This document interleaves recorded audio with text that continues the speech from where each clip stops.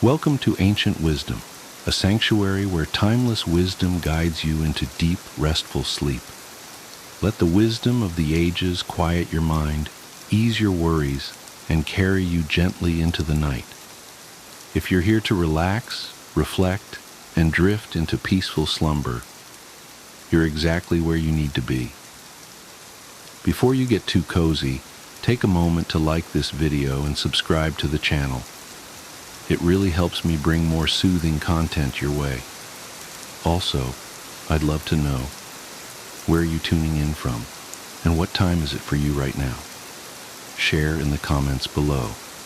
Now, settle in, get comfortable, and let the wisdom of the ages guide you into deep, restful sleep. 10 disturbing signs.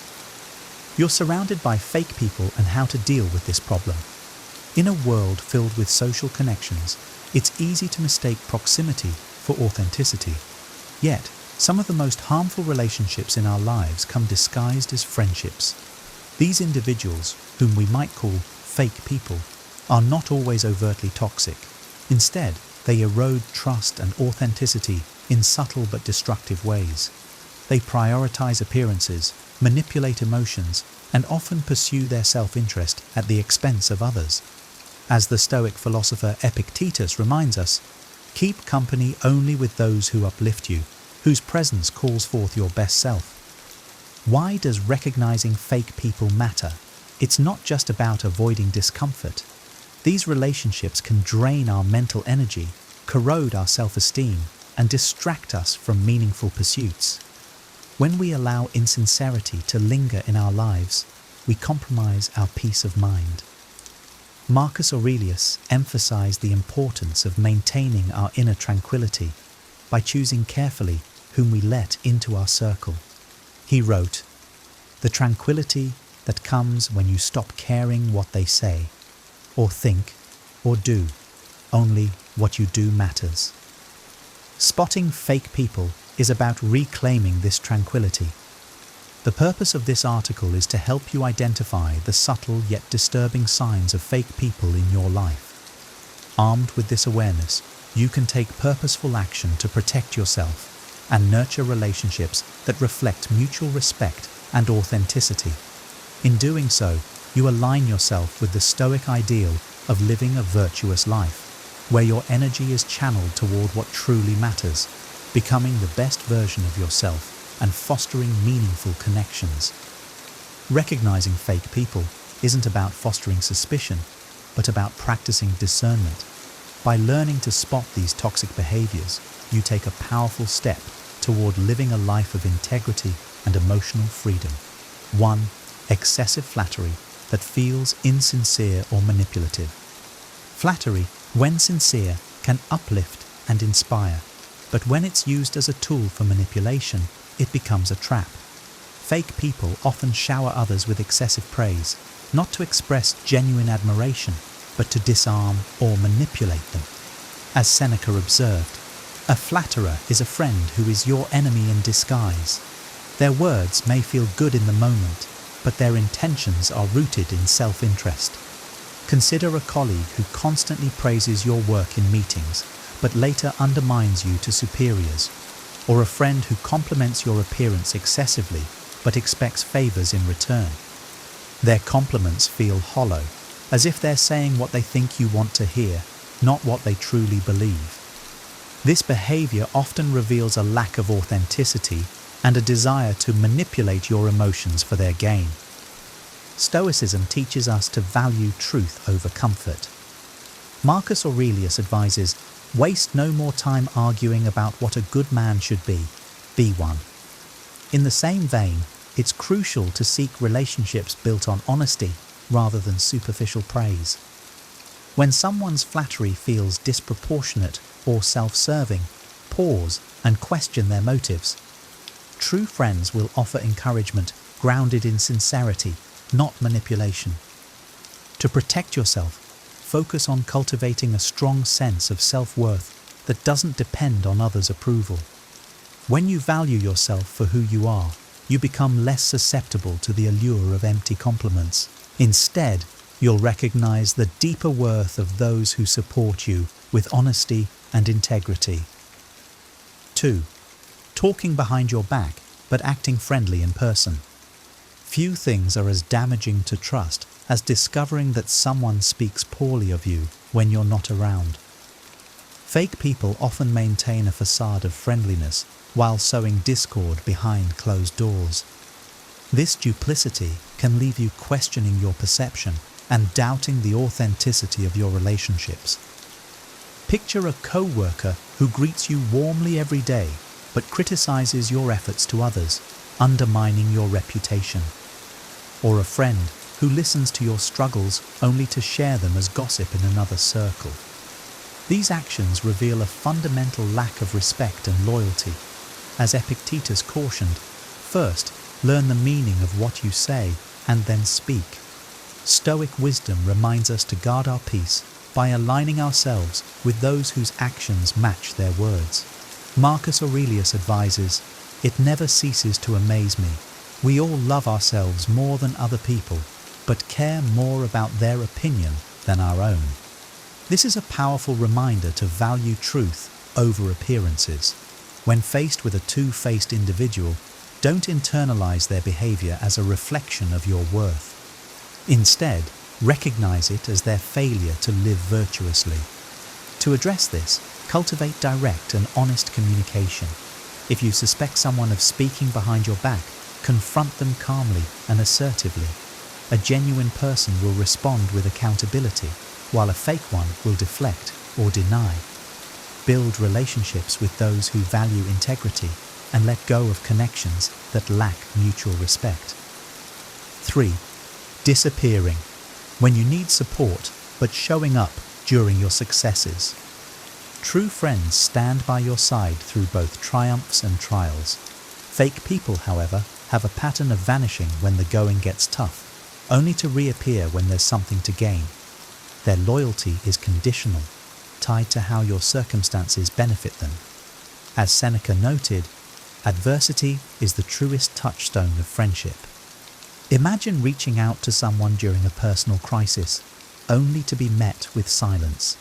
Later, when you achieve a milestone or success, they're the first to show up, eager to share in the spotlight. Their behavior reveals a lack of genuine care. They value what you can offer them, not who you are. Stoicism teaches us to accept hardships as part of life's natural ebb and flow. Marcus Aurelius wrote, "Don't be surprised. Everything in life is but what you make it."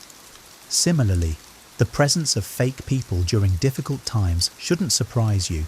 Instead, let it sharpen your discernment. To protect yourself, pay attention to who remains during challenging moments.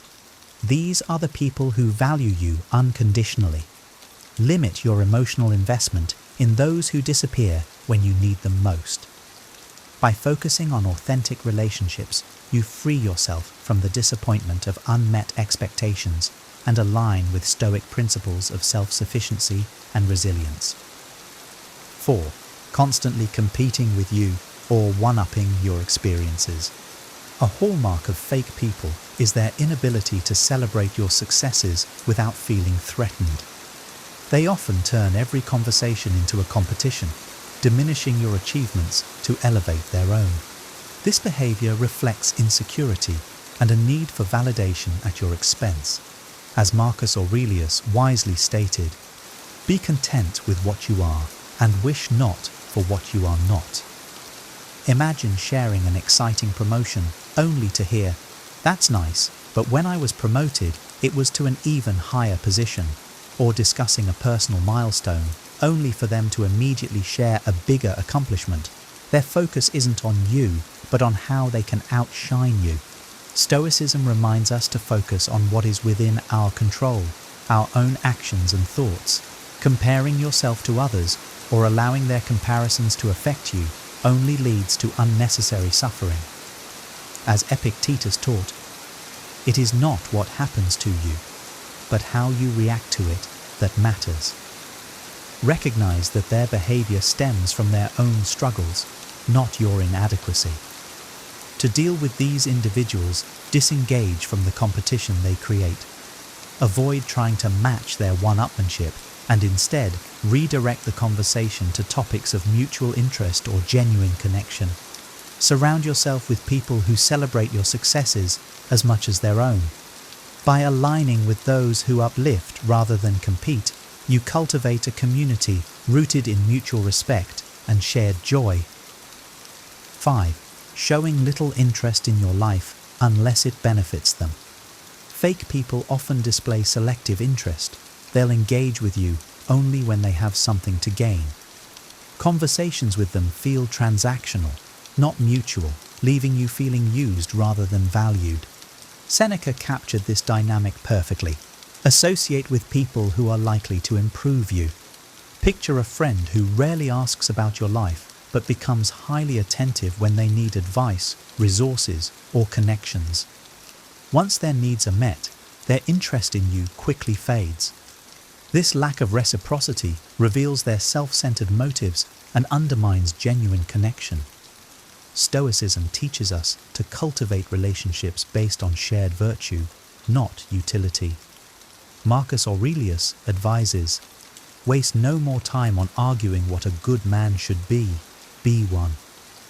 True friends invest in your well-being because they care, not because they expect something in return.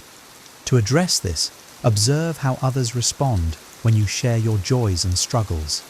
Authentic friends will engage out of genuine interest, while fake ones will either redirect the conversation to themselves or lose interest. Limit your investment in relationships that lack reciprocity and focus on building connections with people who value you for who you are, not what you can provide. 6. Using gossip or lies to manipulate others' opinions about you. Fake people often rely on gossip and deceit to manipulate others' perceptions of you. They spread half-truths, twist facts, and sow seeds of doubt to undermine your reputation. This behavior reflects their insecurity and lack of integrity. As Epictetus said, "The soul that is enslaved to its passions is tossed by the waves." Consider a co-worker who subtly criticizes you to your boss while maintaining a friendly demeanor toward you, or a friend who spreads personal information you shared in confidence to create drama. These actions are not only hurtful, but also indicative of someone who lacks the moral character to build trust. Stoicism emphasizes the importance of aligning with people who practice virtue. Marcus Aurelius wrote, "If it is not right, do not do it. If it is not true, do not say it." Fake people often fail this test, and their behavior reveals their character more than it damages yours. To protect yourself, avoid engaging in gossip yourself. By maintaining your integrity, you ensure that their lies hold less power. Confront manipulative individuals calmly and directly when necessary, but don't allow their actions to pull you into a cycle of negativity. Instead, focus on building relationships with individuals who value honesty and transparency. By doing so, you reinforce the Stoic ideal of a life rooted in virtue and resilience. 7. Fake apologies that lack sincerity and accountability. A fake person's apology is often a hollow performance designed to save face rather than make amends. They may say, "I'm sorry you feel that way," deflecting responsibility, or apologize simply to move past the issue without addressing the root cause. As Seneca observed, "What need is there to weep over parts of life? The whole of it calls for tears." A fake apology underscores the pain of insincere relationships. Consider a friend who dismisses your hurt feelings with, "I didn't mean it like that, but if it upset you, sorry." Their words lack genuine remorse or a commitment to change. Such apologies fail to repair trust or strengthen the bond. Instead, they reveal a deeper unwillingness to prioritize mutual respect and growth. Stoicism teaches us to value actions over words. As Marcus Aurelius advised, "Waste no more time talking about what a good man should be one." A sincere apology involves acknowledgement of harm, accountability, and a genuine effort to change. Fake apologies fail this test, revealing the person's lack of authenticity. To address this, don't let empty words pacify you. Respond by calmly expressing what you need from an apology, such as accountability and change. If the person continues offering insincerity, it may be time to reevaluate the relationship. Surround yourself with individuals who value integrity and are willing to take responsibility for their actions, as these are the foundations of meaningful connections. 8. Mimicking your behavior or interests to blend in or gain favor. Fake people often mimic your mannerisms, hobbies, or preferences to gain your trust or approval. While imitation can be flattering when rooted in admiration, it becomes unsettling when it's used manipulatively. Epictetus warned, "Know, first, who you are, and then adorn yourself accordingly." Fake people, lacking this self-awareness, adopt others' identities to mask their own insecurities. Imagine a co-worker who suddenly shares your interests, or a friend who starts dressing, talking, or behaving just like you. At first, this might seem like a coincidence, but over time, it becomes clear that their mimicry is a strategy to gain acceptance or leverage. Stoicism teaches us to value authenticity above all. Marcus Aurelius wrote, "Be yourself, the world will adjust." Genuine relationships are built on mutual respect for each other's individuality, not on forced conformity. To protect yourself, observe whether this person also mirrors others or shifts their behavior depending on who they're with. If their mimicry feels manipulative, create boundaries and focus on authentic connections. Encourage others to embrace their true selves by doing so yourself. When you align with people who value individuality, you foster a community of authenticity and mutual respect. 9. Emotionally draining interactions with little reciprocity. Fake people often engage in relationships that feel one-sided. They may lean on you for emotional support, but disappear when you need help. Interactions with them leave you feeling drained, as they take far more than they give.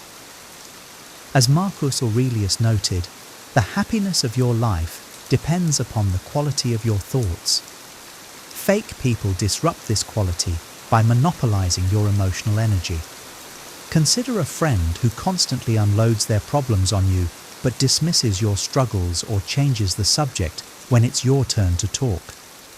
Their behavior demonstrates a lack of empathy and reciprocity, hallmarks of an insincere relationship. Stoicism reminds us to guard our inner peace by avoiding unnecessary emotional burdens. Epictetus advised, "He who is not satisfied with a little is satisfied with nothing." Fake people often demand more of your time and energy than they're willing to return, leaving you perpetually unsatisfied. To address this, set clear boundaries. Limit the time and energy you devote to relationships that feel draining. Seek connections with people who offer emotional support and balance. By focusing on these authentic relationships, you can preserve your emotional well-being and create a network of mutual care. 10. Prioritizing appearances and status over genuine connection. For fake people, appearances often take precedence over authenticity. They prioritize how things look over how they feel, valuing social status and public image more than meaningful relationships. Seneca's words remind us of the folly in this. We suffer more in imagination than in reality. Fake people's obsession with appearances stems from their own insecurities, not genuine value. Imagine a friend who only spends time with you in public, ensuring they're seen with you at social events, but avoiding deeper, private conversations. Or a colleague who flatters you in meetings, but ignores you otherwise. Their actions are about optics, not connection. Stoicism teaches us to focus on substance over form. Marcus Aurelius wrote, "Be satisfied with what you have and accept the present moment." Genuine relationships thrive on mutual understanding and shared values, not superficial displays of success or popularity. To protect yourself, recognize when someone's actions are more about performance than connection. Prioritize relationships that value honesty and depth over appearances. Surround yourself with people who see your worth beyond status or social clout.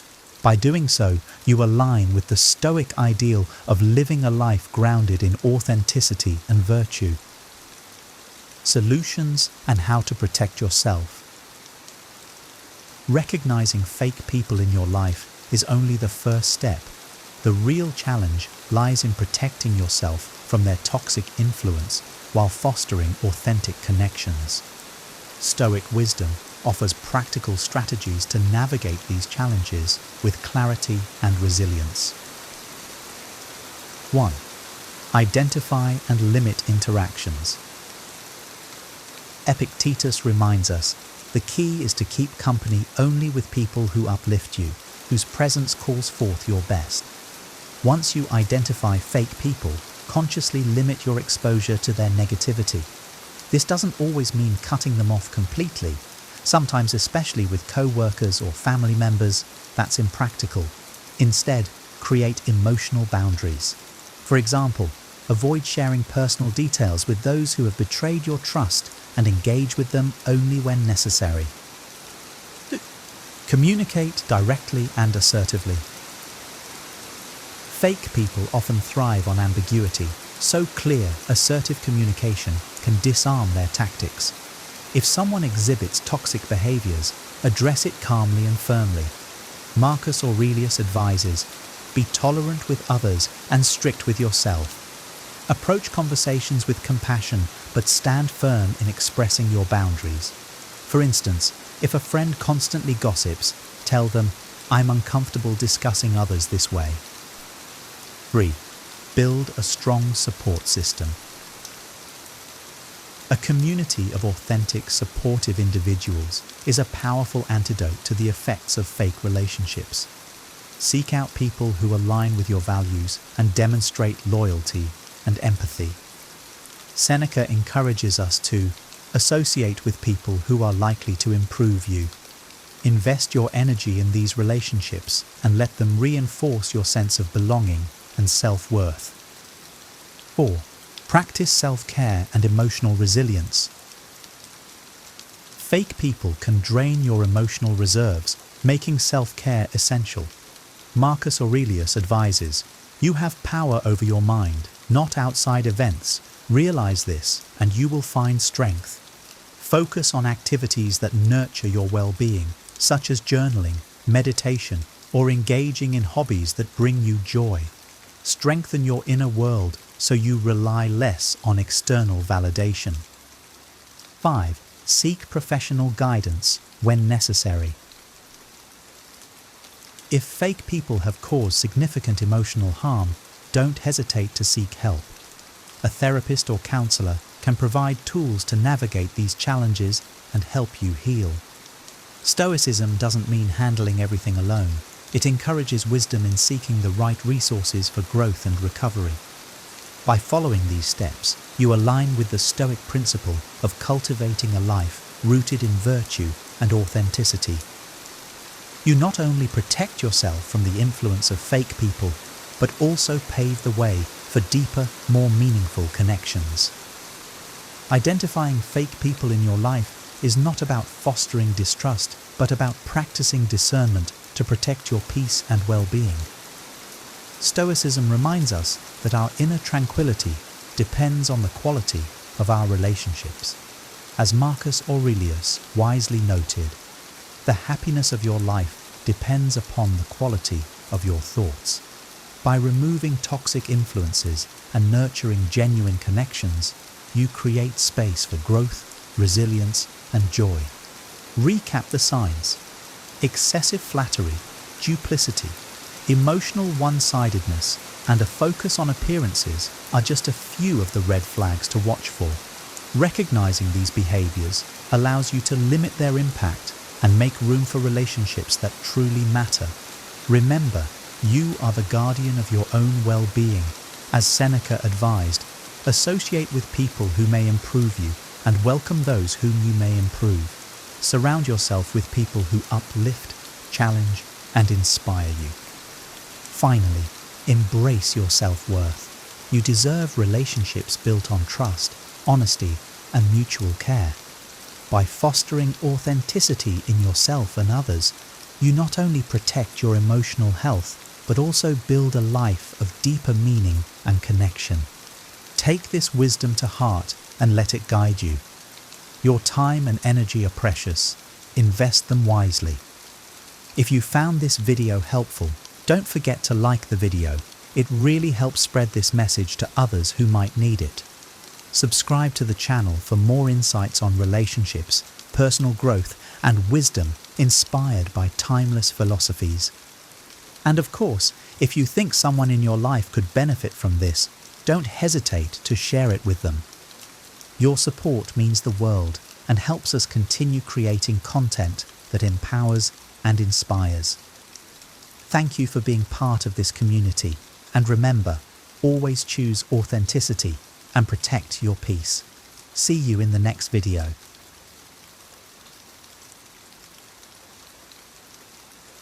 Hey there!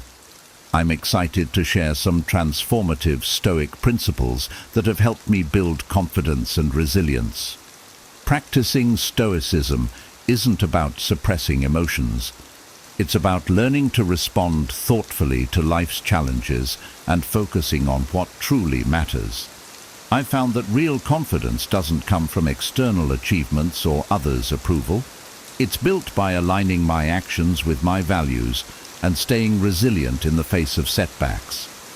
In this journey, I've discovered key practices like cultivating a positive mindset, focusing on priorities, and building self-discipline. These Stoic lessons have helped me stay grounded, motivated, and clear in my purpose. I hope these ideas inspire you to develop your inner strength and approach life's challenges with confidence and calm. Let's dive in. 1. Cultivating a positive mindset. A positive mindset is foundational for navigating life's challenges with resilience and confidence. Stoicism teaches that while we cannot control external events, we can control our interpretations of them.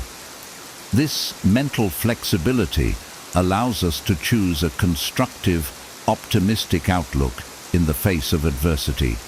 As Epictetus famously said, "It's not what happens to you, but how you react to it that matters." This insight reminds me that confidence is not about having an ideal life, but about shaping my response to whatever life presents. Before adopting this Stoic principle, I often let negative thoughts dictate my mood and reactions. Worries about failure, self-doubt, and what others thought of me would cloud my mind, weakening my confidence. Stoicism's emphasis on controlling thoughts encouraged me to start reframing how I interpret setbacks, mistakes, or uncertainties. This shift has been transformative, empowering me to view life through a lens of growth rather than limitation. Now, I see challenges as opportunities to strengthen my resilience rather than as threats to my confidence.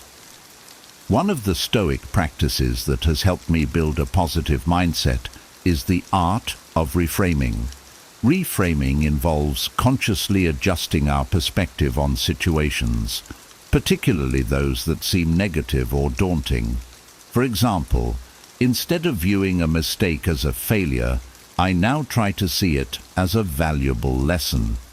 This approach has helped me redefine challenges as steps in my journey towards self-improvement, not as measures of my worth or success. By choosing constructive interpretations, I cultivate resilience and confidence, even when things don't go as planned. To make positivity a habit, I integrate daily affirmations and self-reflection exercises. Each morning, I set aside a few moments to affirm my strengths, my goals, and my ability to handle life's unpredictabilities. This practice doesn't just lift my spirits. it reinforces a mindset rooted in optimism and possibility.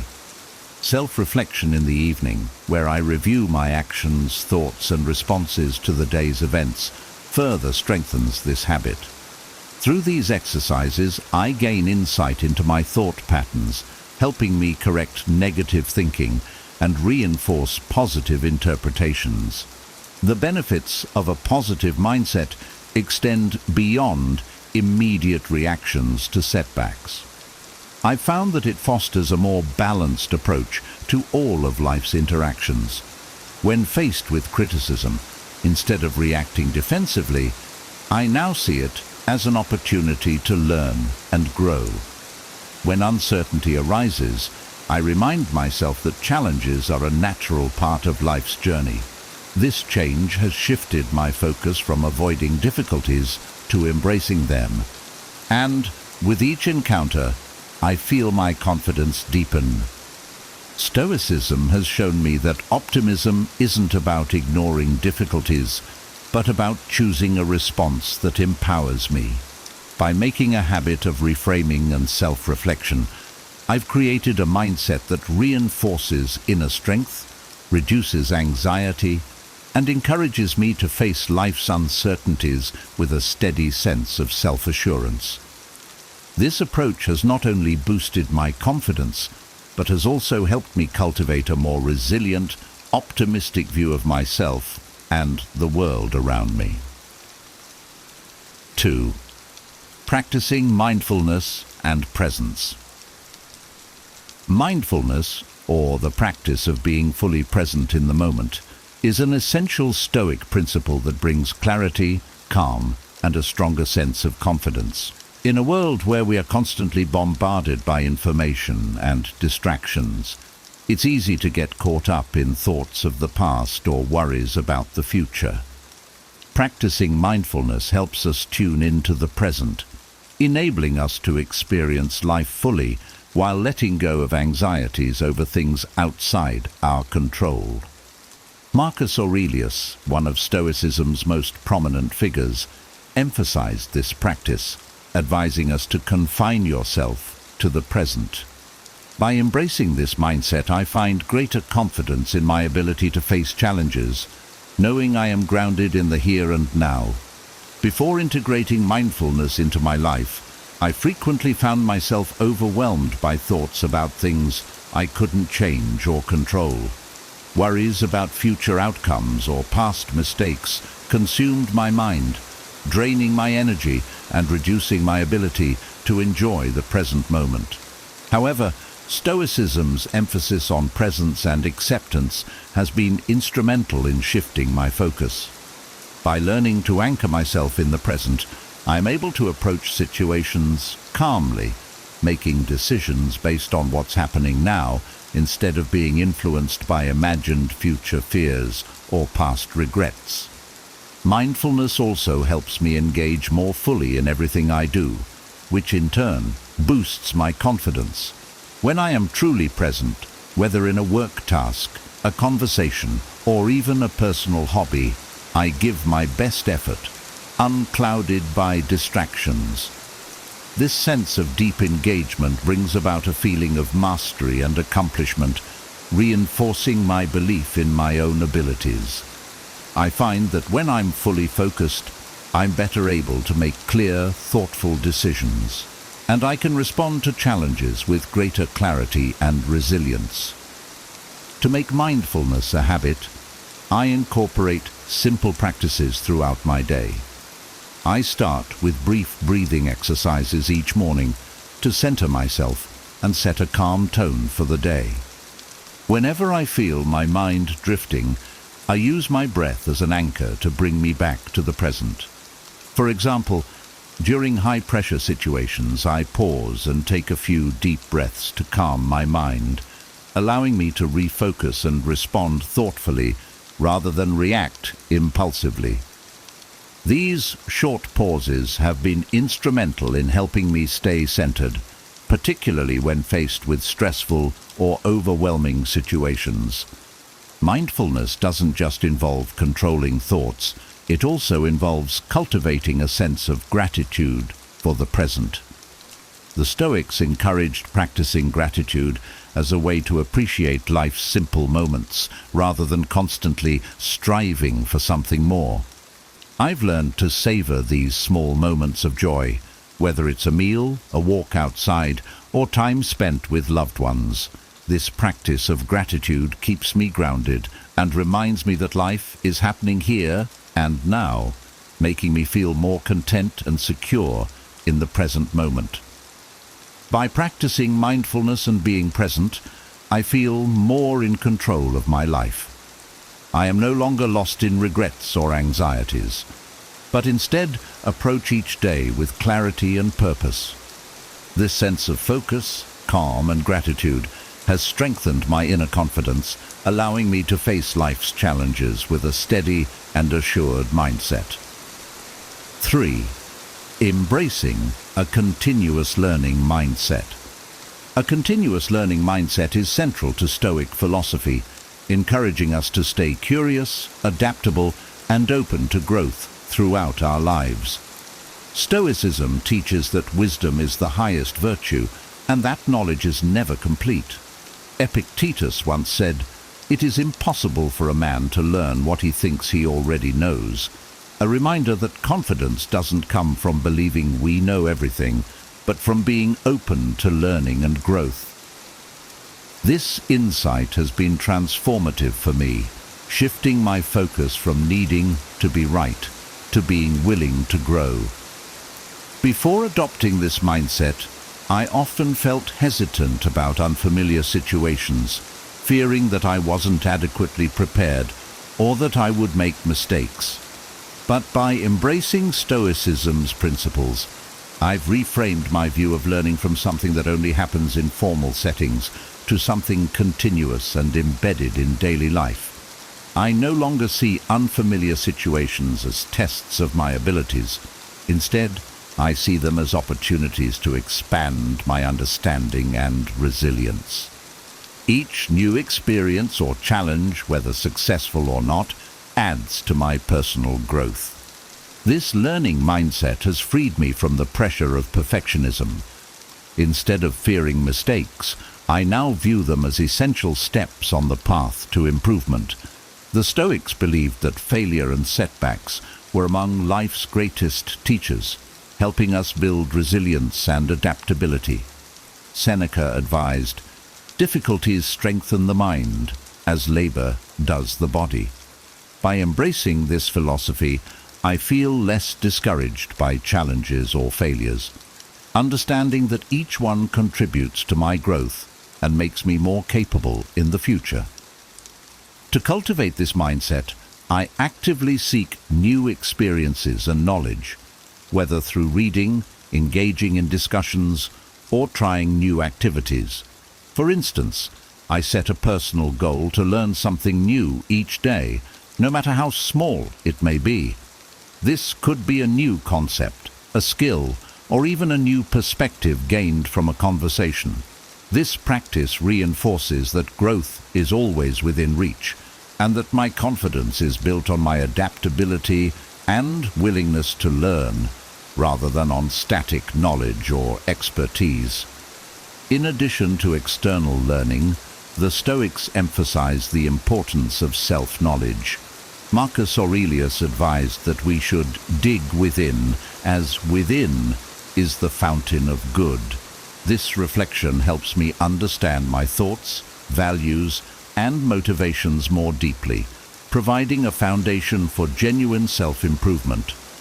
By reflecting on my actions and thoughts, I can identify areas for growth, correct negative patterns, and strengthen my character. This process has helped me see that confidence is rooted in self-awareness and the humility to acknowledge areas for improvement. Finally, a learning mindset makes me more adaptable and resilient in the face of uncertainty. Life is unpredictable, but by staying open to learning, I trust that I can handle whatever comes my way. This adaptability, rather than a rigid need to have all the answers, fosters a deep-seated confidence. In embracing lifelong learning, I build a flexible, resilient mind, ready to face challenges and grow through each experience. 4. Focusing on what matters. In today's world, it's easy to get swept up in distractions, from social media and consumer culture to the constant demands of work and personal obligations. Stoicism, however, teaches the importance of focusing on what truly matters in life. Epictetus expressed this insight beautifully, saying, "Wealth consists not in having great possessions, but in having few wants."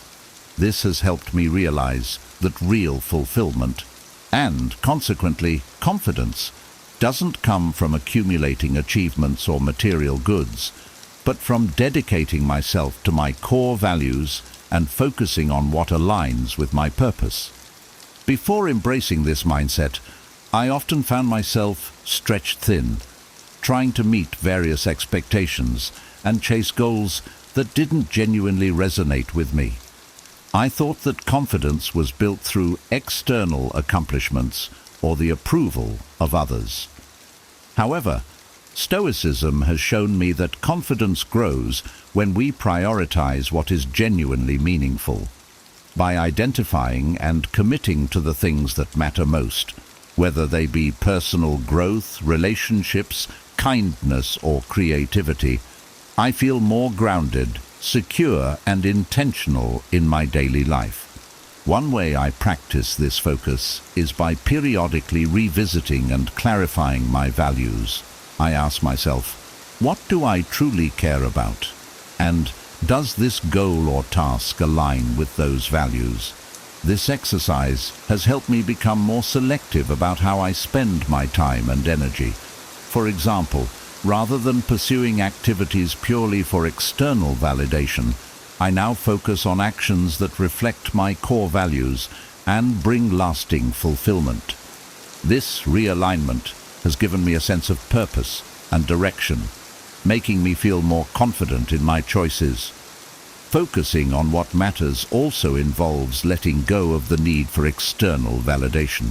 It's natural to want to be appreciated or recognized by others, but Stoicism reminds us that these opinions are outside our control. Marcus Aurelius advised, "The happiness of your life depends upon the quality of your thoughts." This teaching underscores the importance of inner values over outward recognition. By concentrating on what's meaningful to me, I no longer rely on others' opinions to define my worth. Instead, my confidence grows from knowing I am living authentically, aligned with my principles. This focus also means learning to set boundaries and say no to commitments that don't align with my purpose. I've learned that saying no is essential to protect my energy for what truly matters. While this was challenging at first, it has been empowering. By choosing to engage only in activities that resonate with my values, I feel a stronger sense of ownership over my time and a deeper confidence in my decisions. Ultimately, focusing on what matters leads to a simpler, more intentional life. The Stoics believed that simplicity is key to a meaningful existence, as it clears away the clutter that detracts from our inner peace. As I concentrate on my values and priorities, I find that I am less affected by life's distractions. This clarity provides a strong foundation for self-assurance, giving me the confidence to navigate life's complexities with a steady and clear mind. By dedicating myself to what truly matters, I cultivate a sense of fulfillment that is grounded in purpose rather than in fleeting achievements or external validation. 5. Practicing self-reflection. Self-reflection is one of the most powerful tools for personal growth and is central to Stoic philosophy. Stoicism teaches that self-awareness and honesty are essential for a meaningful life.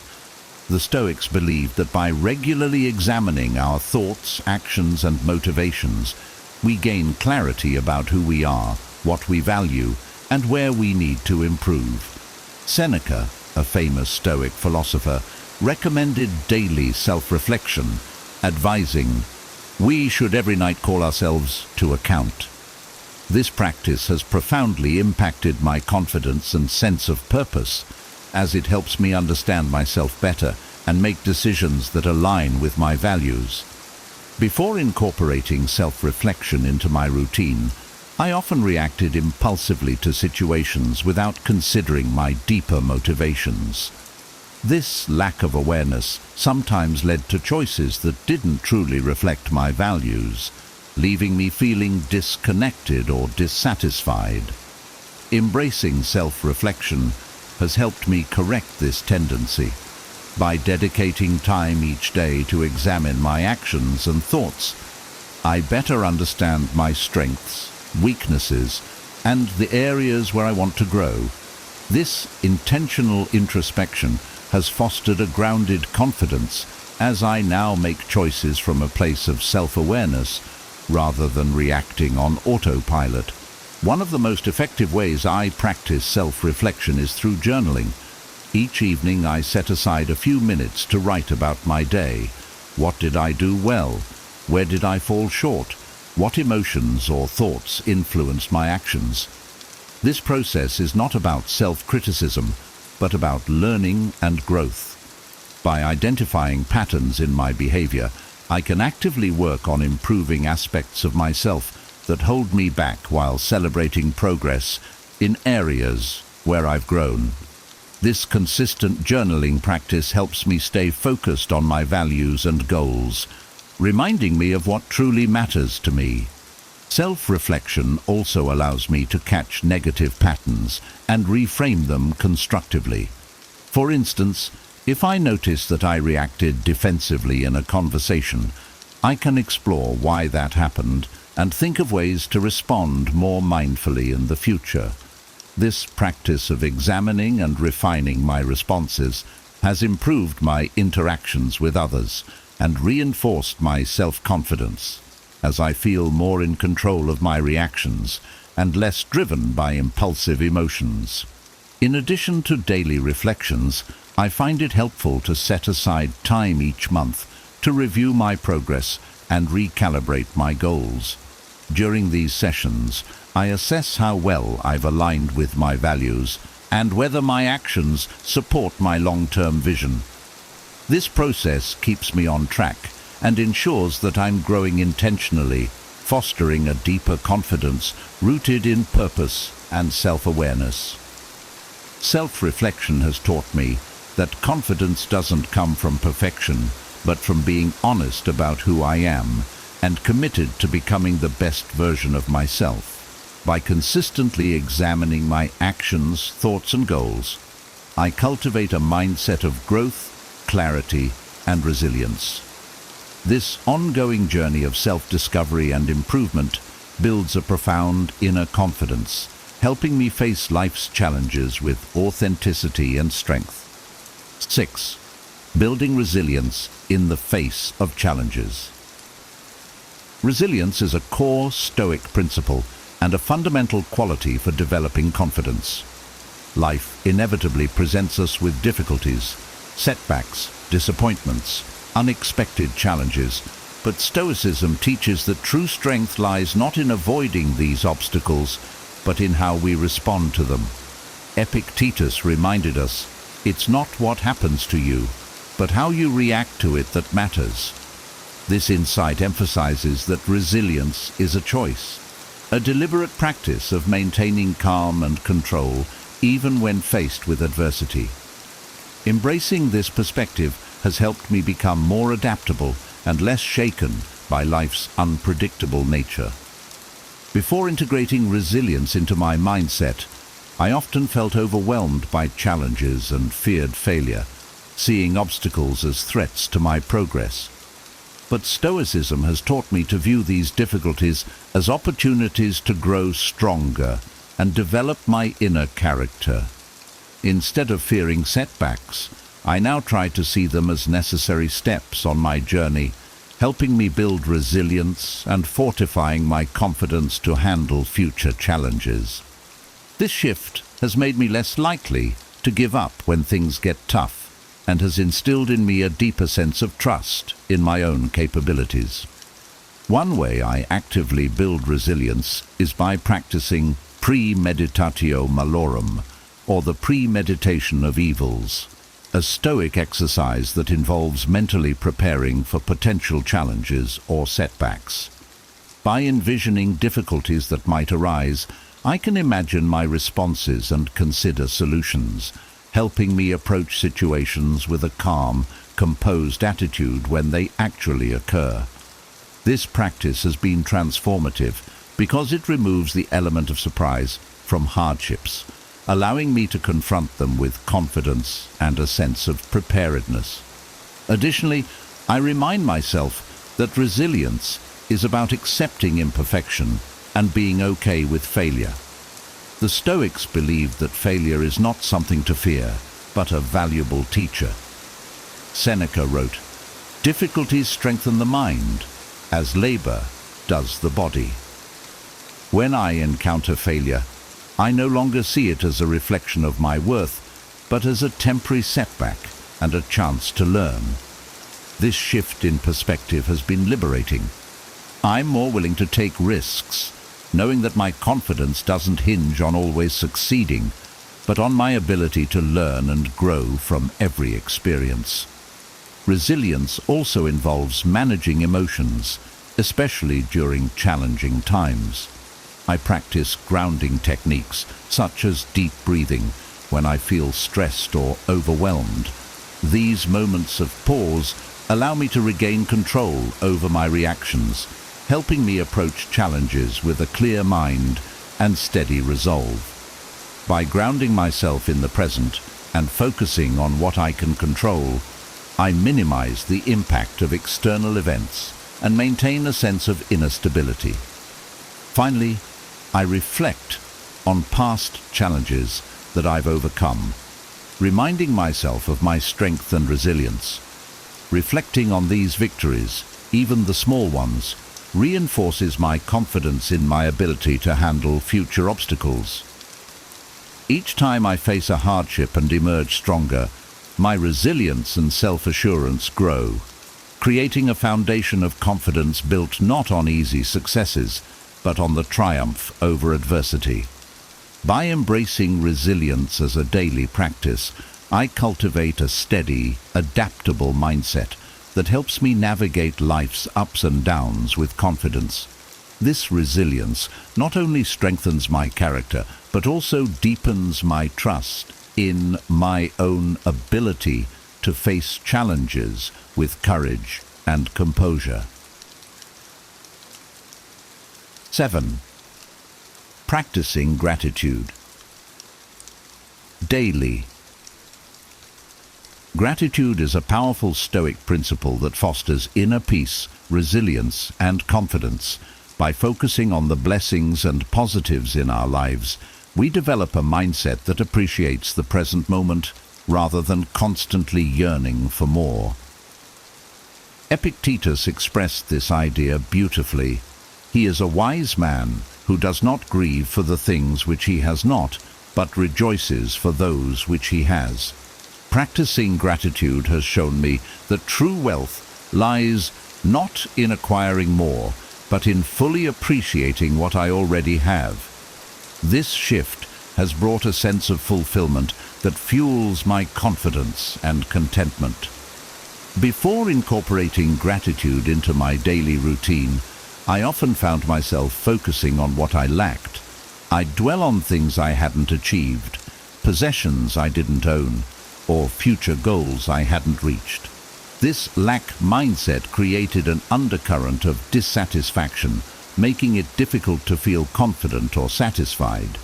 By practicing gratitude, I've learned to redirect my focus to the present and recognize the abundance in my life.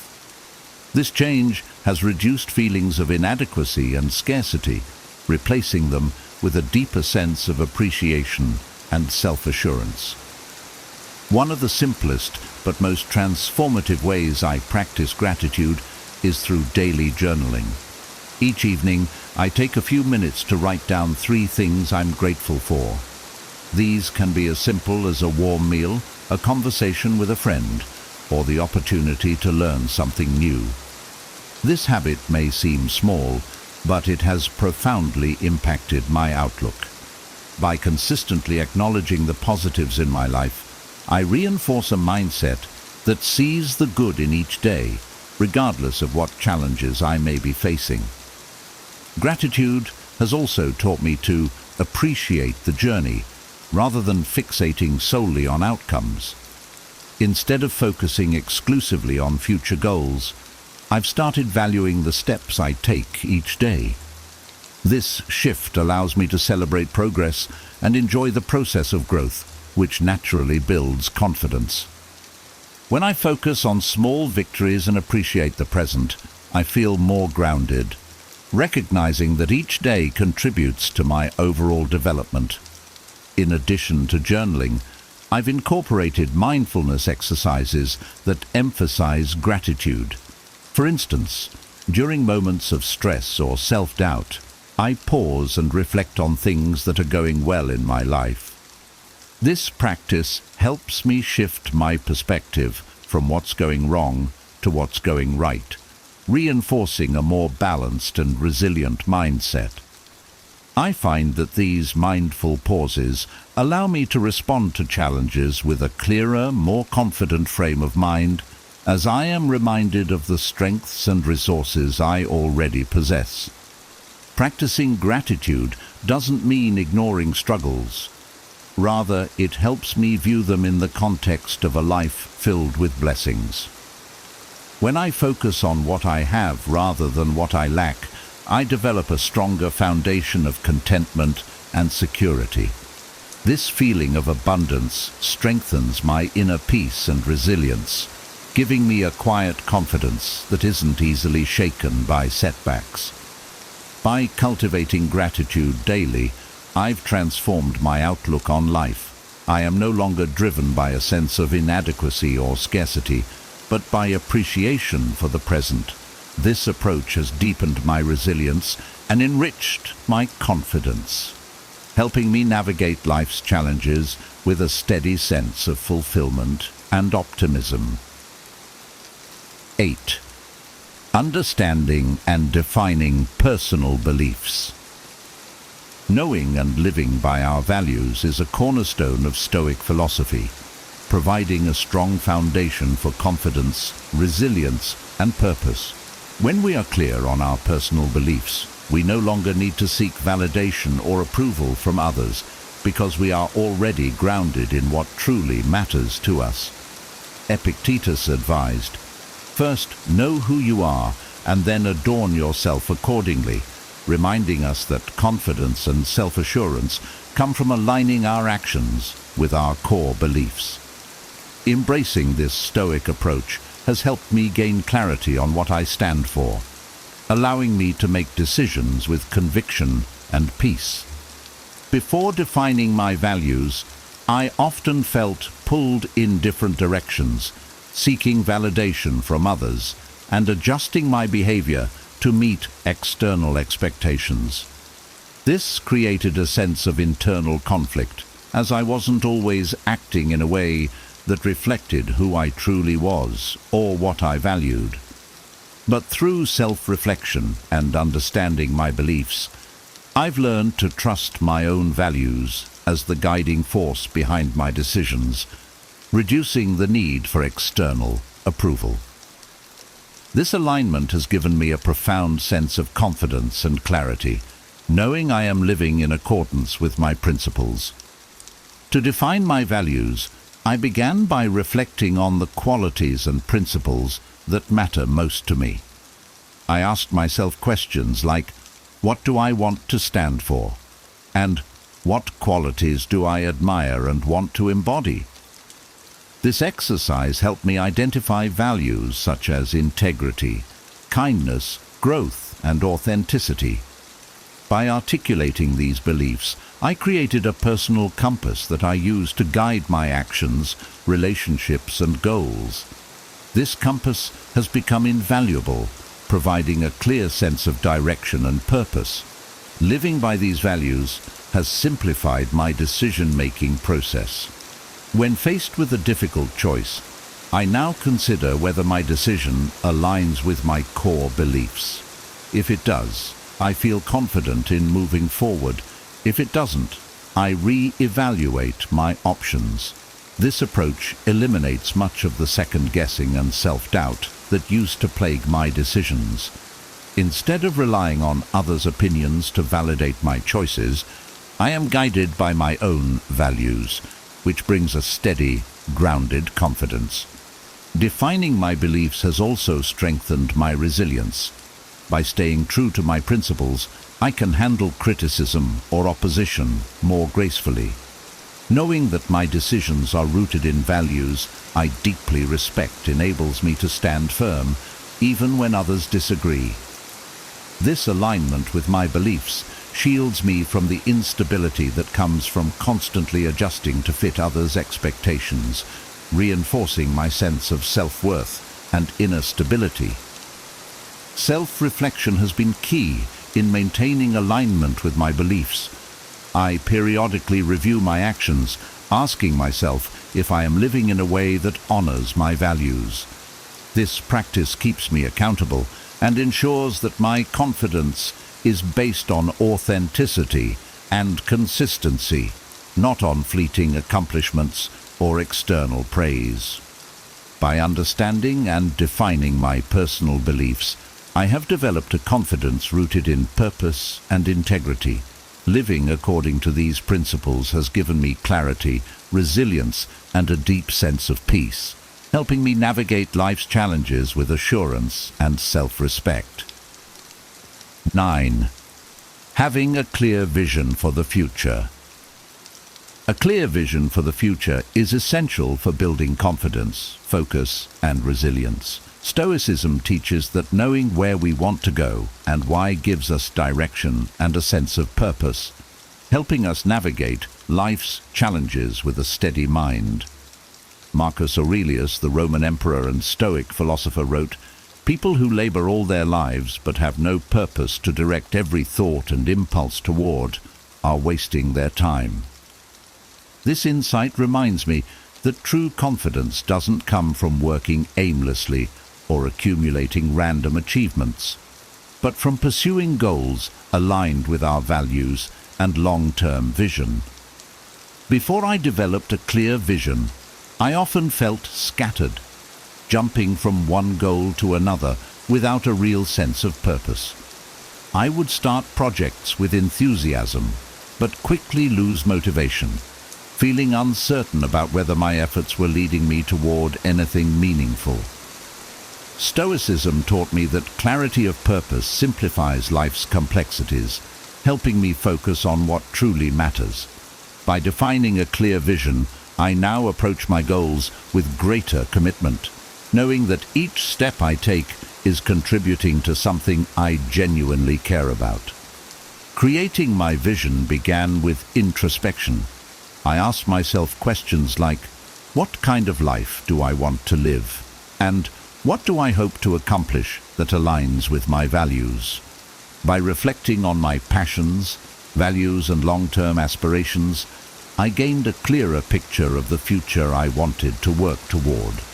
This vision includes both personal and professional goals, such as cultivating meaningful relationships, achieving financial independence, and continually growing in wisdom and kindness. Defining these goals has provided me with a mental map, which serves as my guide whenever I face difficult decisions or setbacks. Having this vision has also made it easier to prioritize my time and energy. When new opportunities arise, I ask myself whether they align with my long-term goals. If they don't, I feel comfortable saying no without guilt, knowing that staying focused on my vision is more important than being busy. This approach has simplified my life, reducing distractions and freeing up time for the pursuits that truly matter. By dedicating myself to my core goals, I feel a deeper sense of satisfaction and confidence as I am continually progressing toward a future I find meaningful. a clear vision also serves as an anchor during challenging times. When I encounter setbacks, I remind myself of the bigger picture and the reasons behind my efforts. This perspective shift helps me stay resilient, as I understand that temporary obstacles don't define my journey, they're simply part of it. With a strong sense of purpose, I feel better equipped to persevere, trusting that every effort, even in adversity, brings me closer to my vision. Finally, having a clear vision helps me celebrate small victories along the way. Each achievement, no matter how minor, feels like a step forward, reinforcing my commitment and boosting my confidence. I am no longer chasing fleeting successes, but building a life aligned with my purpose. This sense of direction keeps me grounded, focused and inspired to keep moving forward. In sum, cultivating a clear vision has brought focus, resilience and fulfillment to my life. By knowing where I'm headed and why, I approach each day with a sense of purpose and a confidence rooted in long-term values, not short-term gains. 10. Practicing self-discipline. Self-discipline is a cornerstone of Stoic philosophy and an essential tool for building resilience, focus, and inner strength. In a world full of distractions and temptations, cultivating self-discipline allows us to stay grounded, act according to our values, and make progress toward our goals. The Stoic philosopher Epictetus emphasized this by stating, "No man is free who is not master of himself." In this sense, freedom is not the ability to indulge in every impulse, but the power to control our actions and make deliberate choices. Practicing self-discipline has transformed my life, allowing me to align my actions with my goals and live with a sense of purpose and integrity. Before embracing Stoic principles of self-discipline, I often felt swayed by my emotions, immediate desires, and external pressures. I would set goals and make plans, only to find myself distracted or procrastinating. This inconsistency created frustration and eroded my confidence, as I felt unable to follow through on my intentions. By integrating self-discipline into my daily life, I've learned to prioritize my long-term goals over temporary impulses, building both a stronger sense of self and a trust in my own ability to achieve what I set out to do. One practical approach I use to develop self-discipline is setting clear, realistic goals and breaking them into smaller, manageable tasks. Rather than overwhelming myself with ambitious plans, I focus on small, consistent actions that build up over time. For example, instead of committing to an overly rigid exercise routine that I may not sustain, I commit to a short, daily workout that fits my schedule. This approach ensures that I'm making steady progress, no matter how small, which reinforces my discipline and builds momentum.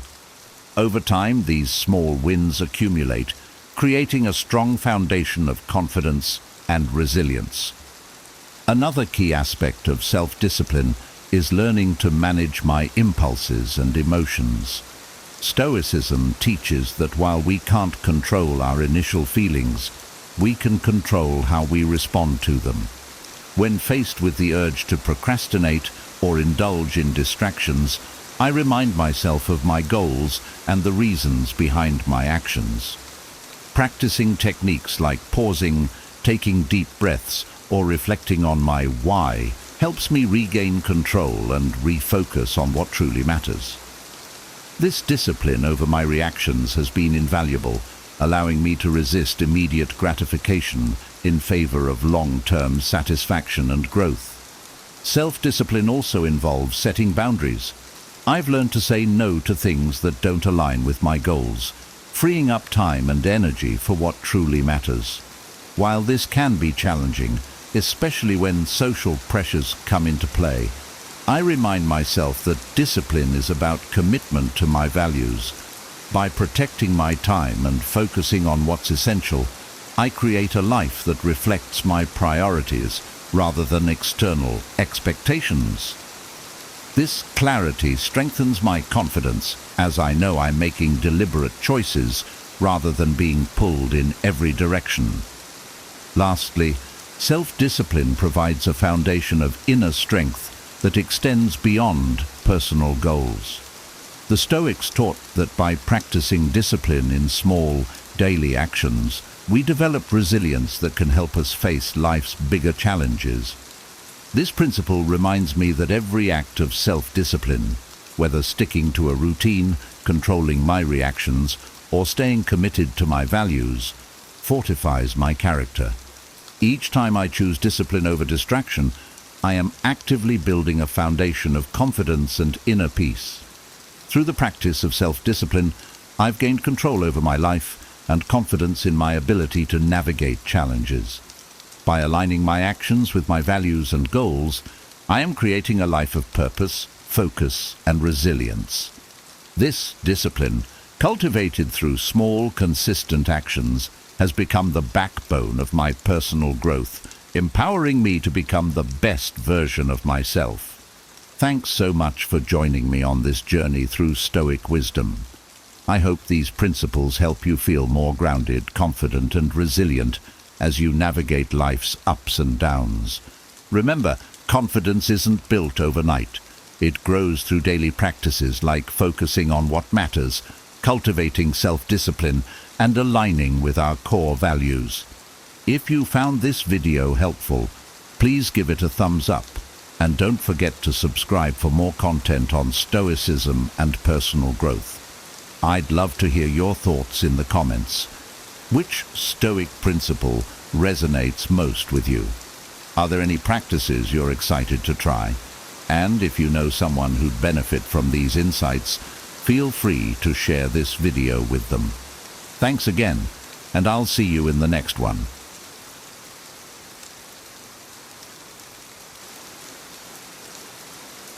How Stoics handle embarrassing moments. 10 practical tips. Embarrassment is a universal experience. We've all had moments that make us cringe or wish we could disappear. But how can we handle these situations with grace and wisdom? Stoicism, an ancient philosophy that emphasizes rationality and inner strength, offers timeless guidance on this matter. Today, we'll explore the 10 practical tips on how Stoics handle embarrassing moments, helping you navigate these situations with poise and resilience. Understanding embarrassment. Embarrassment occurs when we feel exposed or inadequate, often in front of others. It's a complex emotion triggered by social interactions and personal standards. The Stoics recognized that emotions like embarrassment are natural, but believed that how we respond to these emotions defines our character. By applying Stoic principles, we can turn embarrassing moments into opportunities for growth and self-improvement. Part 1. Acceptance. In the journey of life, embarrassment is an unavoidable companion. From tripping in public to saying the wrong thing at the wrong time, these moments can sting. However, the Stoics teach us a profound lesson. Acceptance. Embracing the moment without resistance is the first step towards mastering it. Epictetus, a revered Stoic philosopher, wisely stated, "It's not what happens to you, but how you react to it that matters." This sentiment lies at the heart of Stoic philosophy. When faced with an embarrassing situation, rather than resisting or denying it, acknowledge it fully. Accepting the reality of the moment allows you to navigate it with grace and composure. By accepting what has occurred, you free yourself from the shackles of shame and regret. This doesn't mean you are indifferent or apathetic. On the contrary, it signifies a mature recognition of reality. Acceptance transforms embarrassment into a learning opportunity, a stepping stone to greater resilience. The embarrassment loses its power over you as you internalize this principle. You become a master of your emotions, no longer swayed by the tides of public opinion or personal mishap. Acceptance is not surrender. It is the first step in turning a potentially negative experience into a testament of your inner strength and wisdom. Part 2. Focus on what you can control. A core tenet of Stoicism is the dichotomy of control, understanding what is within our control and what is not. When embarrassment strikes, much of our distress stems from focusing on external factors, others' reactions, opinions, or the situation itself. Marcus Aurelius, a Stoic emperor, reminds us that we should concentrate on our responses rather than the uncontrollable elements around us. By shifting our focus to what we can control, we reclaim our power. Imagine you've stumbled during a presentation. Instead of dwelling on the audience's potential judgment, concentrate on regaining your composure and continuing confidently. This shift in focus can transform your experience. You can't control the initial stumble, but you can control your reaction to it. This practice not only diminishes the impact of the embarrassing moment, but also builds a habit of resilience. Over time, this mindset fosters a calm, collected demeanor that others respect and admire. Part 3. Rational assessment. Stoicism teaches us to assess situations logically, free from emotional distortion. Embarrassment often magnifies our perception of an event's severity. By stepping back and evaluating the situation rationally, we can diminish its impact. Seneca, another Stoic philosopher, advised, "We suffer more in imagination than in reality." Applying this wisdom means breaking down the incident. What exactly happened? Why does it feel embarrassing? How significant is it in the grand scheme of things? For instance, if you've spilled coffee on your shirt before an important meeting, rather than spiraling into panic, consider the facts. You made a minor mistake, one that's easily fixable and unlikely to be remembered by others. This rational approach helps you regain perspective, reducing the emotional weight of the moment.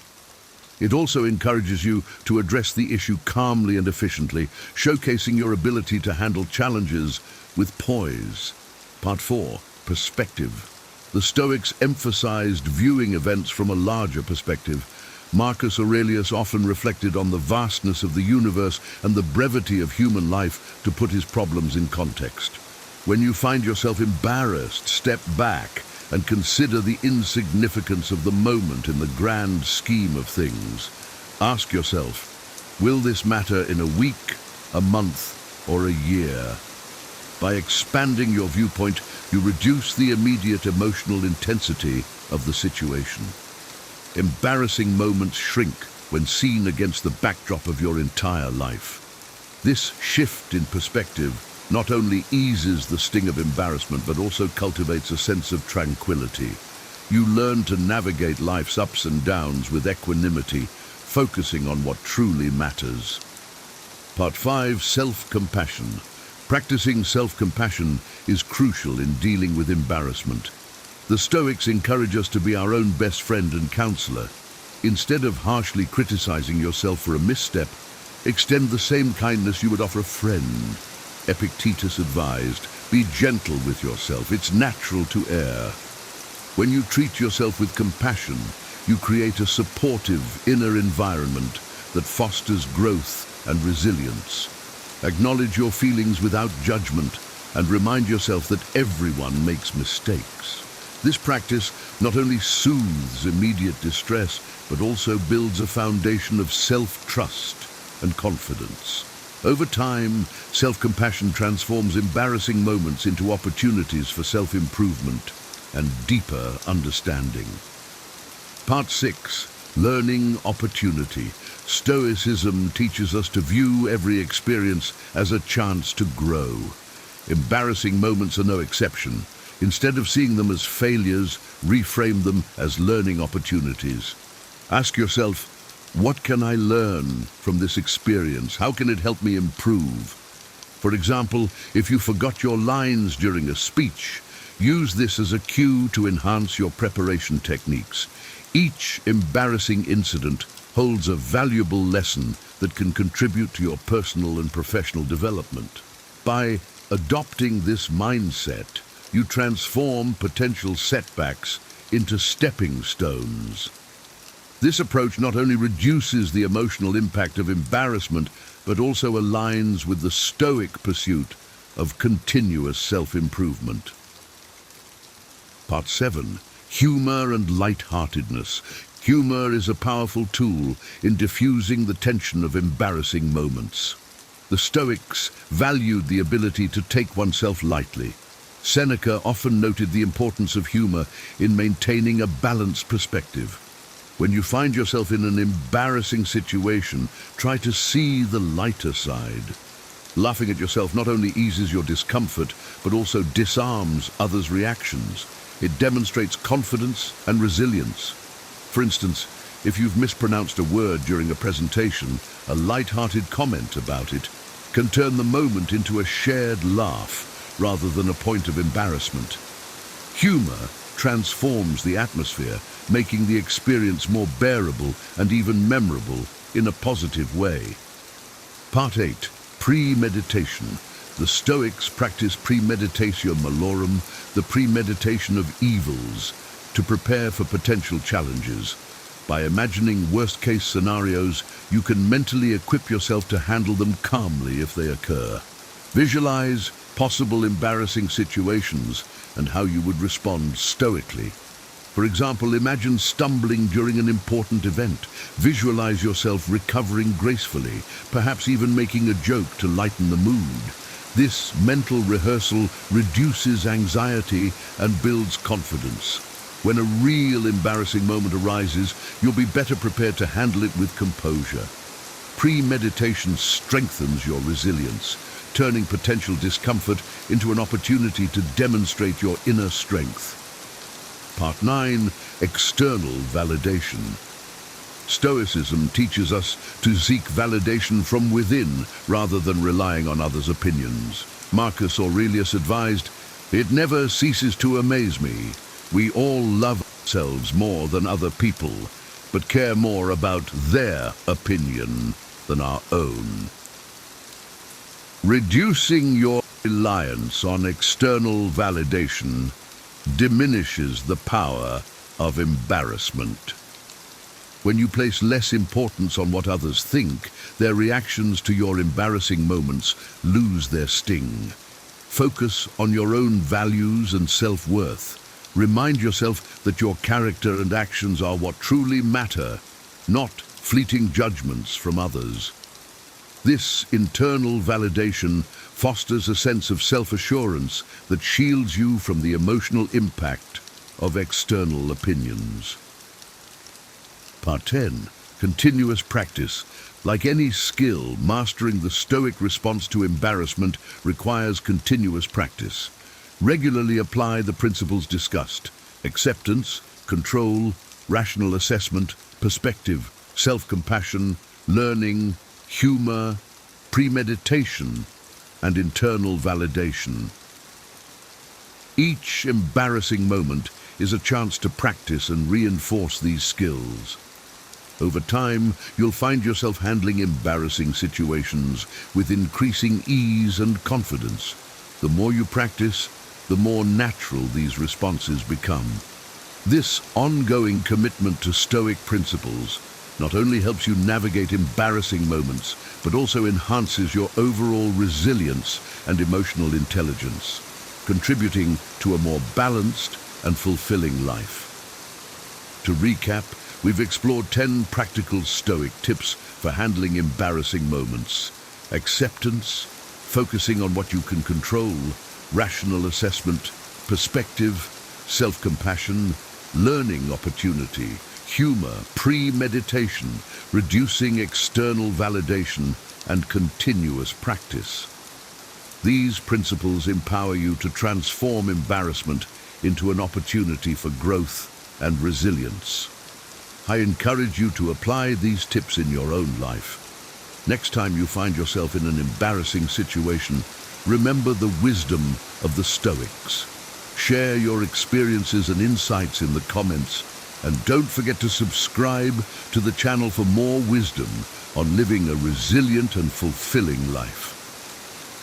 Remember, every embarrassing moment is a chance to demonstrate your inner strength and wisdom. As Seneca wisely said, difficulties strengthen the mind as labor does the body. Thank you for watching, and stay tuned for our next video on harnessing the power of Stoicism in everyday life. Have you ever wondered why some people seem to glide through their days with ease and purpose, while others struggle just to get out of bed? The secret often lies in the habits they cultivate each morning.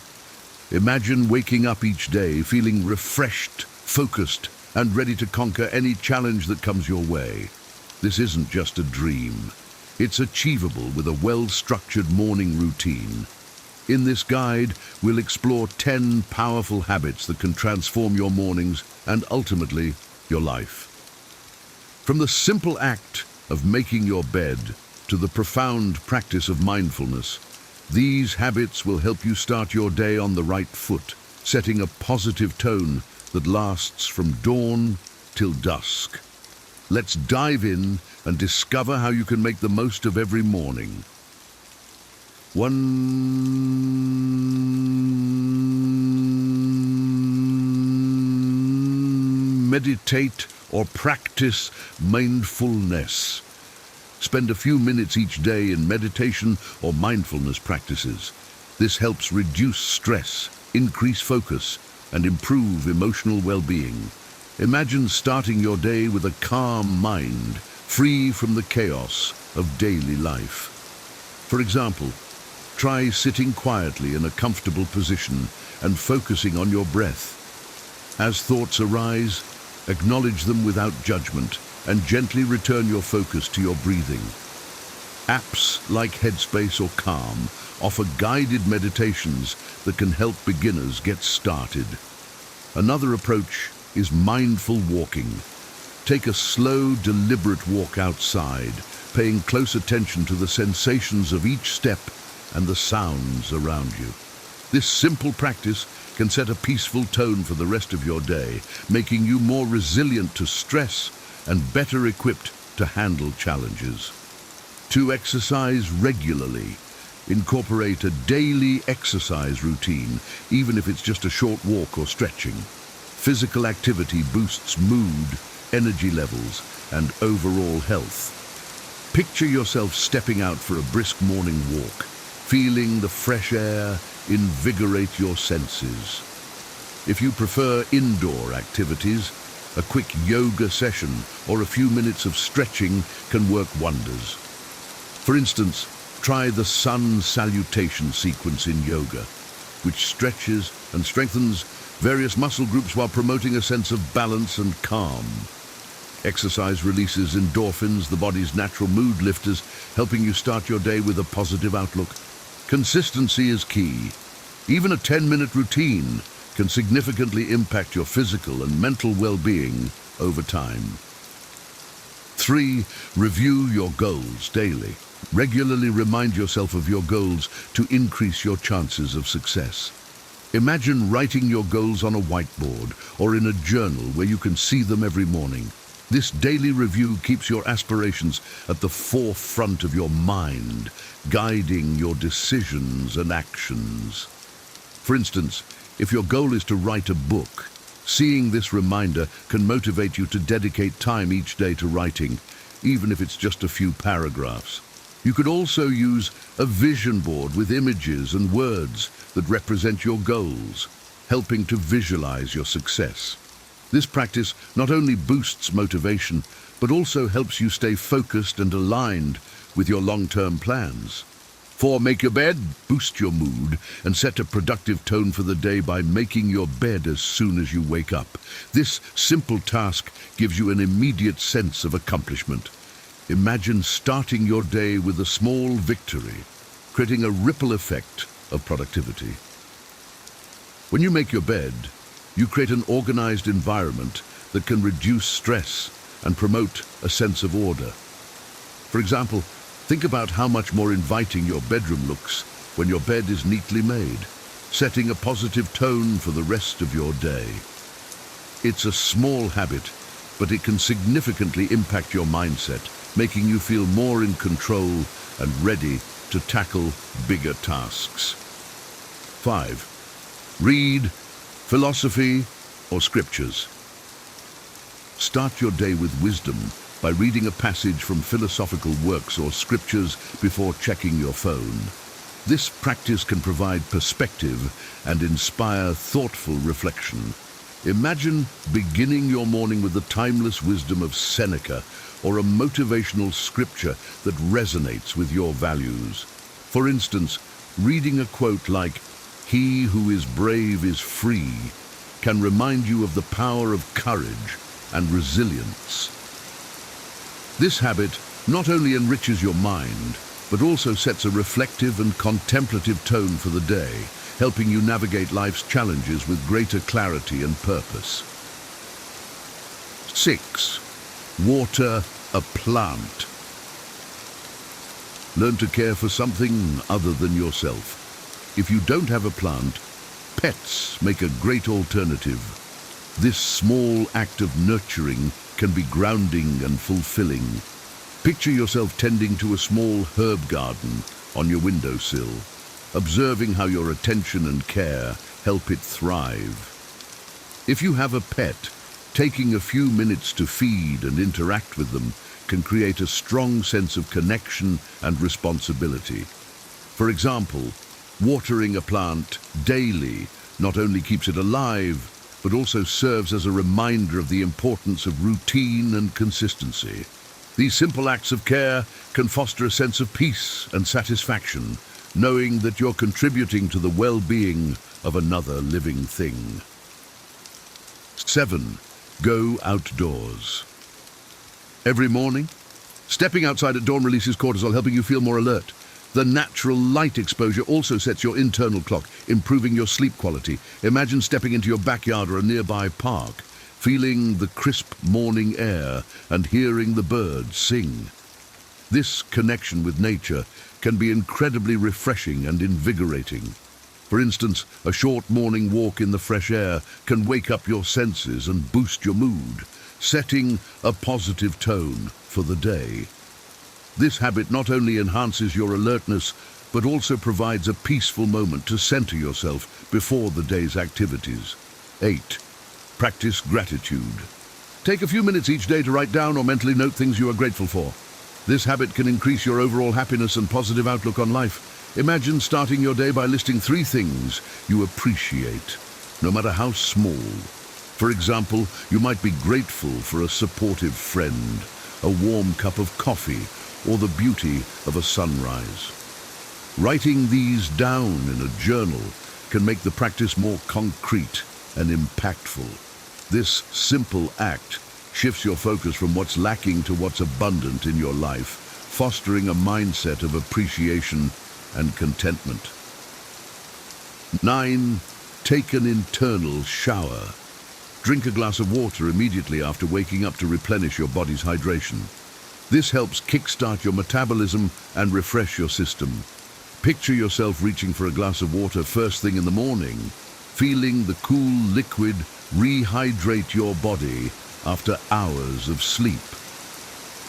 This simple act can have a significant impact on your energy levels and overall health. For instance, staying hydrated can improve your skin, digestion, and cognitive function, making you feel more awake and ready to start the day. 10. Plan your day. Spend a few minutes planning your day. Outline your tasks and priorities to give yourself a clear direction and reduce the chances of feeling overwhelmed. Imagine sitting down with a cup of coffee and a planner, jotting down your most important tasks and setting realistic goals for the day. For example, breaking your day into manageable chunks with designated times for work, exercise, and relaxation can make it more structured and less chaotic. This practice not only helps you stay organized, but also ensures that you allocate time for both productivity and self-care. In conclusion, incorporating these 10 habits into your morning routine can profoundly impact your overall well-being and productivity.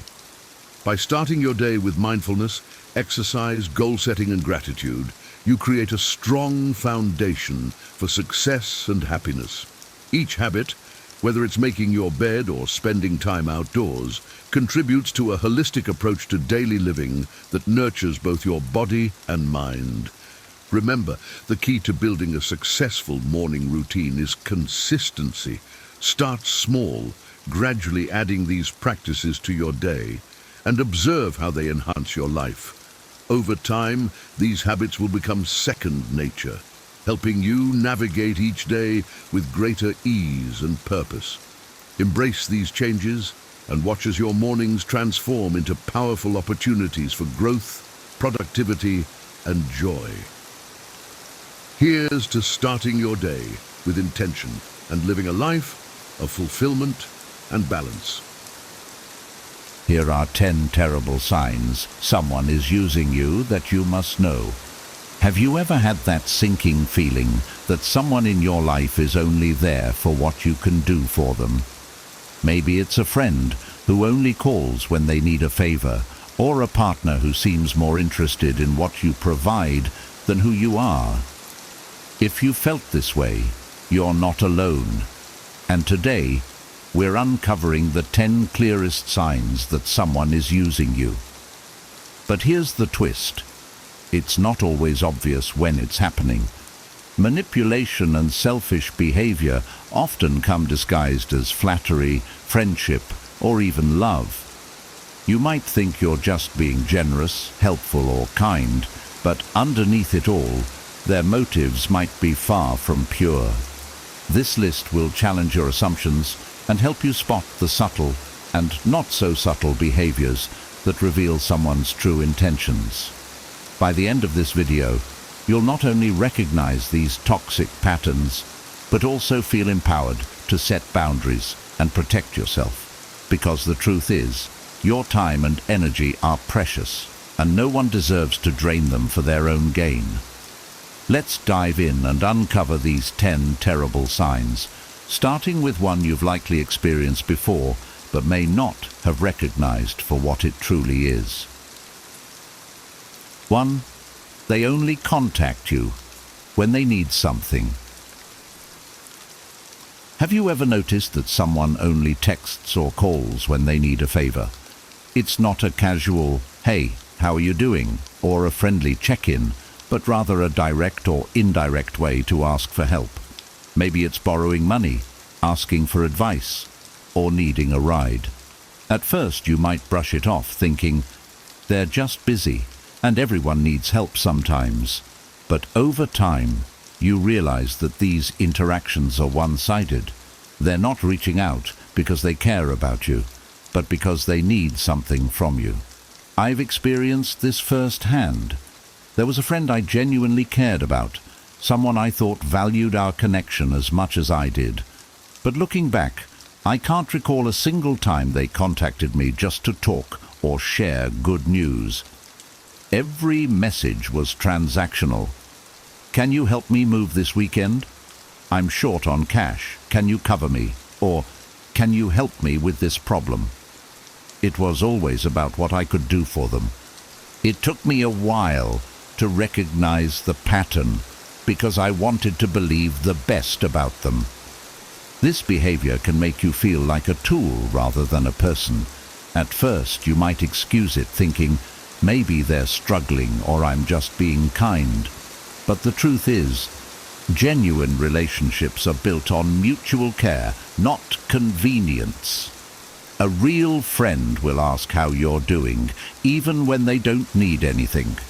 They'll celebrate your wins, comfort you during your losses, and invest time and effort into the relationship. Reflecting on these moments, I realized that I was draining myself emotionally and physically for someone who wouldn't even ask, "How was your day?" I started setting boundaries, which wasn't easy but was necessary. If someone truly values you, they'll respect your limits and make an effort to connect beyond their needs. Pay attention to how people show up in your life. If they're always too busy for you, unless they need something, it's time to reassess the relationship. Remember, you're not an on-demand service. You deserve connections where both people show up for each other without strings attached. Life is too short to waste on one-sided relationships. 2. Your efforts are not reciprocated. Relationships thrive on balance. It's not about keeping score, but there's an unspoken understanding in healthy connections that effort should flow both ways. If you're the one always reaching out, making plans, or offering help, and they rarely do the same for you, it's a major red flag. I remember being in a friendship where I did all the heavy lifting. I planned the meetups, initiated conversations, and even made excuses for their lack of involvement. At first, I convinced myself they were just busy or not the planning type. But the truth became hard to ignore. They weren't putting in the same energy I was. When I stopped making the effort, the relationship fizzled out, proving it was entirely one-sided. This dynamic isn't just unfair, it's exhausting. You find yourself questioning your worth, wondering if you're asking for too much, but you're not. True friendships and relationships thrive on mutual care, where both parties want to contribute equally. If you're constantly giving and they're only taking, it's time to reconsider their place in your life. 3. They don't appreciate you. Feeling unappreciated can cut deep. It's not just about wanting a thank you, it's about feeling seen and valued for what you bring to the table. When someone is using you, they often overlook your contributions entirely, treating them as if they're expected rather than earned. For instance, I once went above and beyond for a colleague, covering shifts and staying late to help with their workload. But instead of gratitude, I received indifference. No acknowledgement, no thanks, just more requests for help. It was as if my efforts were invisible. That's when I realized people who are using you rarely show appreciation because in their minds, they're entitled to your help. Over time, this lack of acknowledgement chips away at your self-esteem. You start to feel invisible, like your contributions don't matter, but they do. Real friends, partners and colleagues notice your efforts and express gratitude, not out of obligation, but because they genuinely value you. 4. They gaslight you when confronted. When you finally gather the courage to bring up their behavior, the response can be even more telling. Instead of acknowledging your feelings, they twist the situation to make you feel. 2. Your efforts are not reciprocated. Think about the times you've gone out of your way for someone, whether it's lending a hand when they needed help, always being the one to reach out, or offering your time and energy to support them. Now, think about how they respond when the roles are reversed. Do they meet you with the same willingness and effort, or do they disappear, offering excuses or silence instead of support? I've been in situations where I felt like the glue holding a friendship or relationship together. For example, I had a friend who never initiated plans, but always accepted my invitations. I would check in on them regularly, send thoughtful messages, and even go out of my way to help them during tough times. Yet when I faced a difficult period, their silence was deafening. It wasn't just about their absence during hard times. It was their complete lack of initiative to maintain the relationship when I stopped putting in the effort. What I realized was that reciprocity isn't just about big gestures. It's about the small, everyday signs that someone values you. Do they text first once in a while? Do they make an effort to celebrate your wins, no matter how small? Do they notice when you're not okay and offer support without you having to ask? When someone doesn't do any of these things, it signals that their priority isn't the relationship. It's what they can get from it. One-sided relationships don't just drain your energy, they make you question your worth. You might think, if I just give a little more, maybe they'll appreciate me. But the truth is, people who don't reciprocate aren't likely to change unless they see their behavior as a problem. And that usually doesn't happen unless you set boundaries. The key is to recognize the imbalance and decide how much of your time and energy you're willing to invest. Healthy relationships are partnerships where both people contribute willingly and joyfully. If you're the only one doing the work, it's time to step back and evaluate whether the relationship is truly worth your effort. After all, you deserve connections that leave you feeling supported, valued and cared for, not depleted. 3. They don't appreciate you. When someone truly values you, they'll make an effort to show it, through their words, actions, or even small gestures. But when someone is using you, appreciation becomes almost non-existent. They treat your kindness, support, and effort as if it's their entitlement, rather than a gift you've chosen to give. I remember helping a close acquaintance through a rough financial patch. I lent them money, listened to their struggles, and even helped them find some job leads. I didn't expect anything in return, except maybe a sincere thank you, or acknowledgement of my effort. Instead, they acted as if my help was their due. There was no gratitude, no sense of reciprocity, just an expectation that I'd keep stepping in whenever they needed me. Over time, it felt less like kindness on my part and more like obligation, dictated by their indifference. This lack of appreciation can cut deeply. It makes you feel invisible, as if all the energy you've poured into the relationship goes unnoticed or unvalued. Over time, it can erode your self-worth, leaving you questioning if you're even worth appreciating in the first place. The problem isn't with you, it's with them. People who take others for granted are often too focused on their own needs to recognize the effort and care they're being given. True appreciation isn't just about saying thank you. It's about someone acknowledging your value, treating your time and energy with respect, and showing that they don't take your presence in their life for granted. When someone appreciates you, you feel it, not just in their words, but in how they treat you overall. If you notice someone consistently failing to show appreciation, it's a sign to reevaluate the relationship. Ask yourself, does this person truly value me? Or are they just using me to meet their needs? You deserve to be appreciated for who you are and for everything you bring to the table. Don't settle for less. 4. They gaslight you when confronted.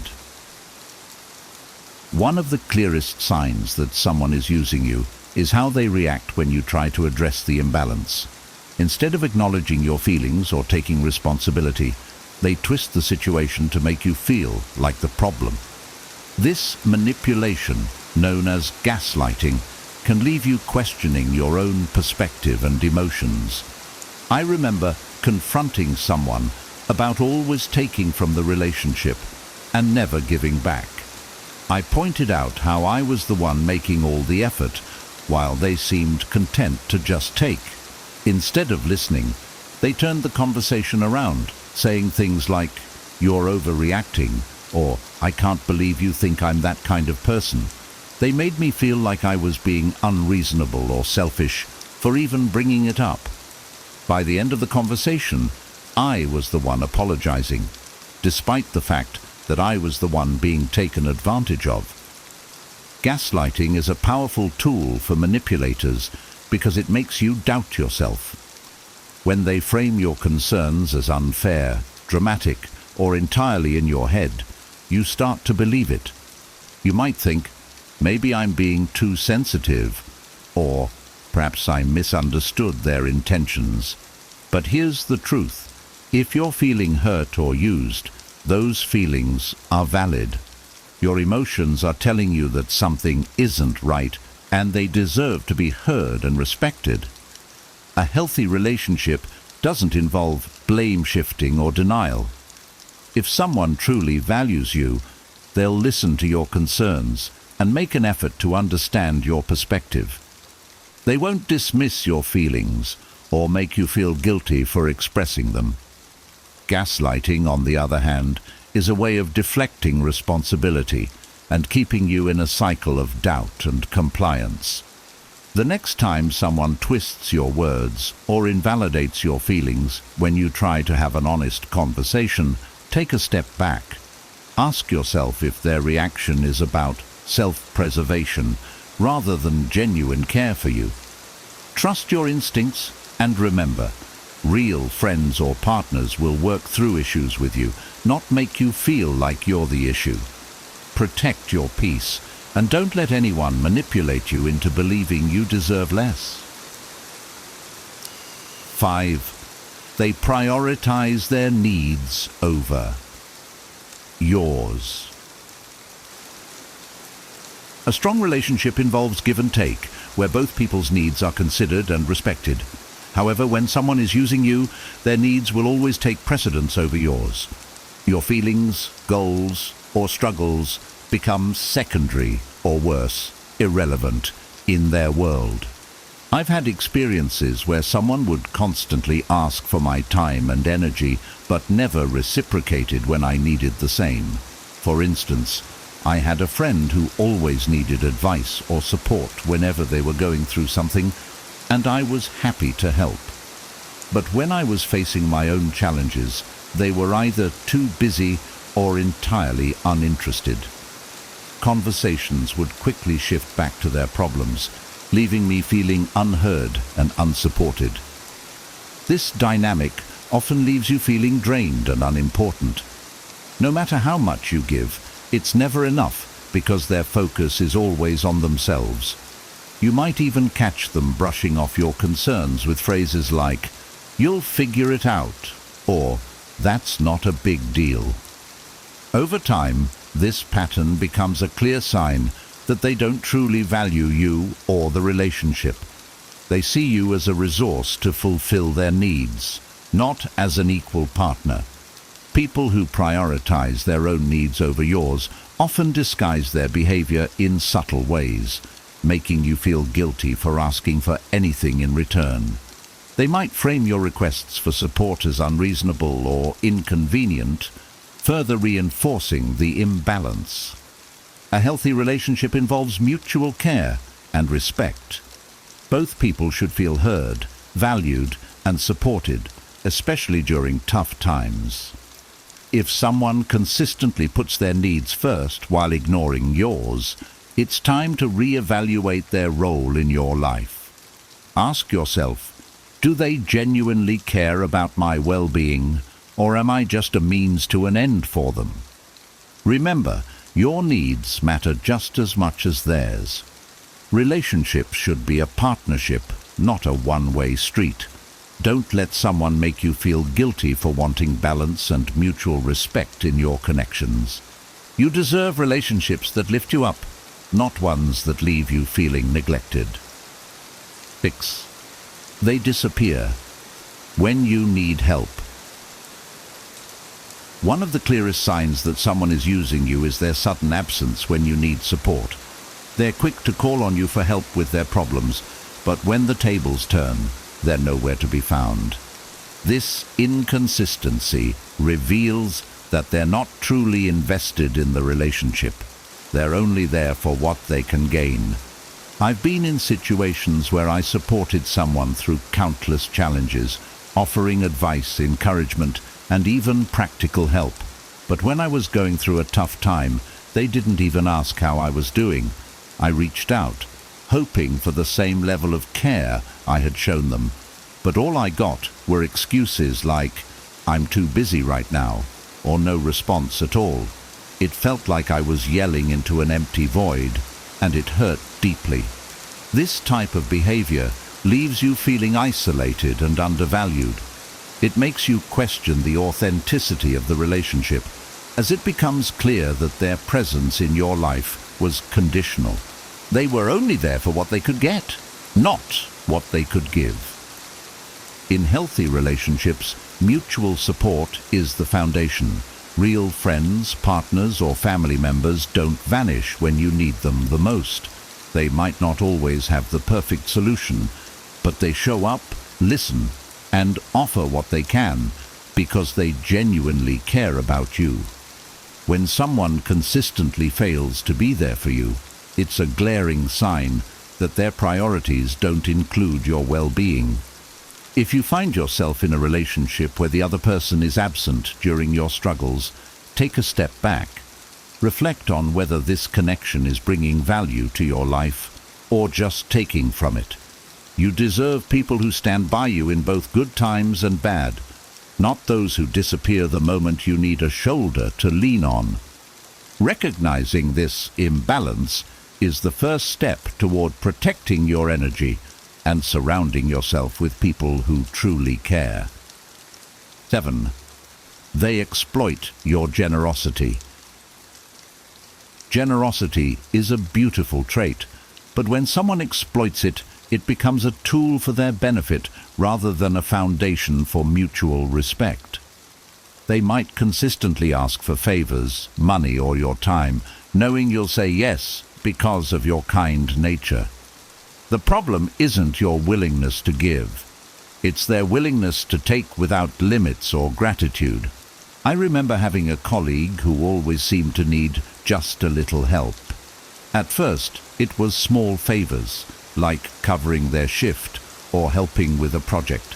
I didn't mind because I believed in teamwork, but over time, their requests became bigger and more frequent.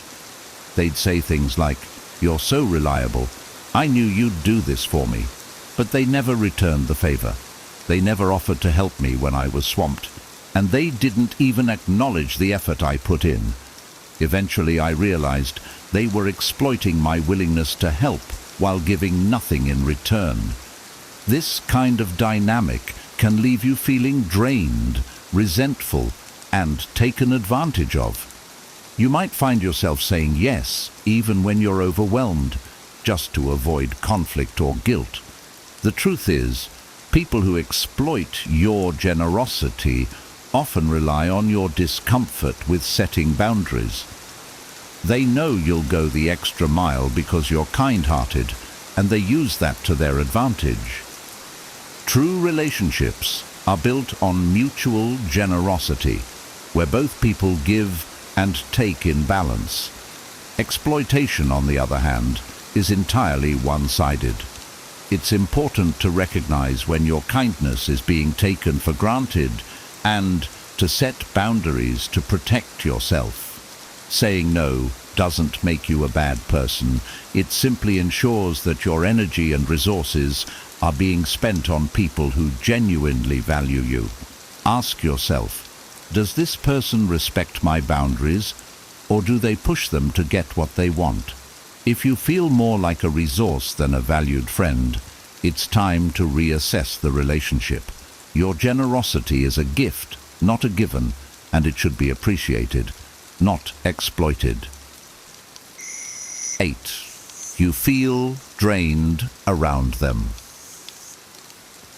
The people in your life should uplift and energize you, not leave you feeling emotionally, mentally, or even physically drained.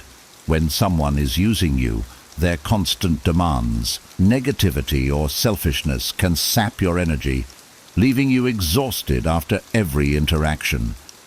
I once had a friend who seemed to turn every conversation into a complaint about their life or a request for help. No matter how much I tried to support or cheer them up, it was never enough. They would unload their problems onto me without asking about my day or my struggles. Over time, I noticed a pattern. I felt worse after talking to them, not better. It wasn't just that they needed help. It was that the relationship was entirely focused on them. with no room for my needs or feelings. When someone leaves you feeling drained, it's often because the relationship is imbalanced. You're constantly giving your time, attention, or emotional support, while they take without offering anything in return.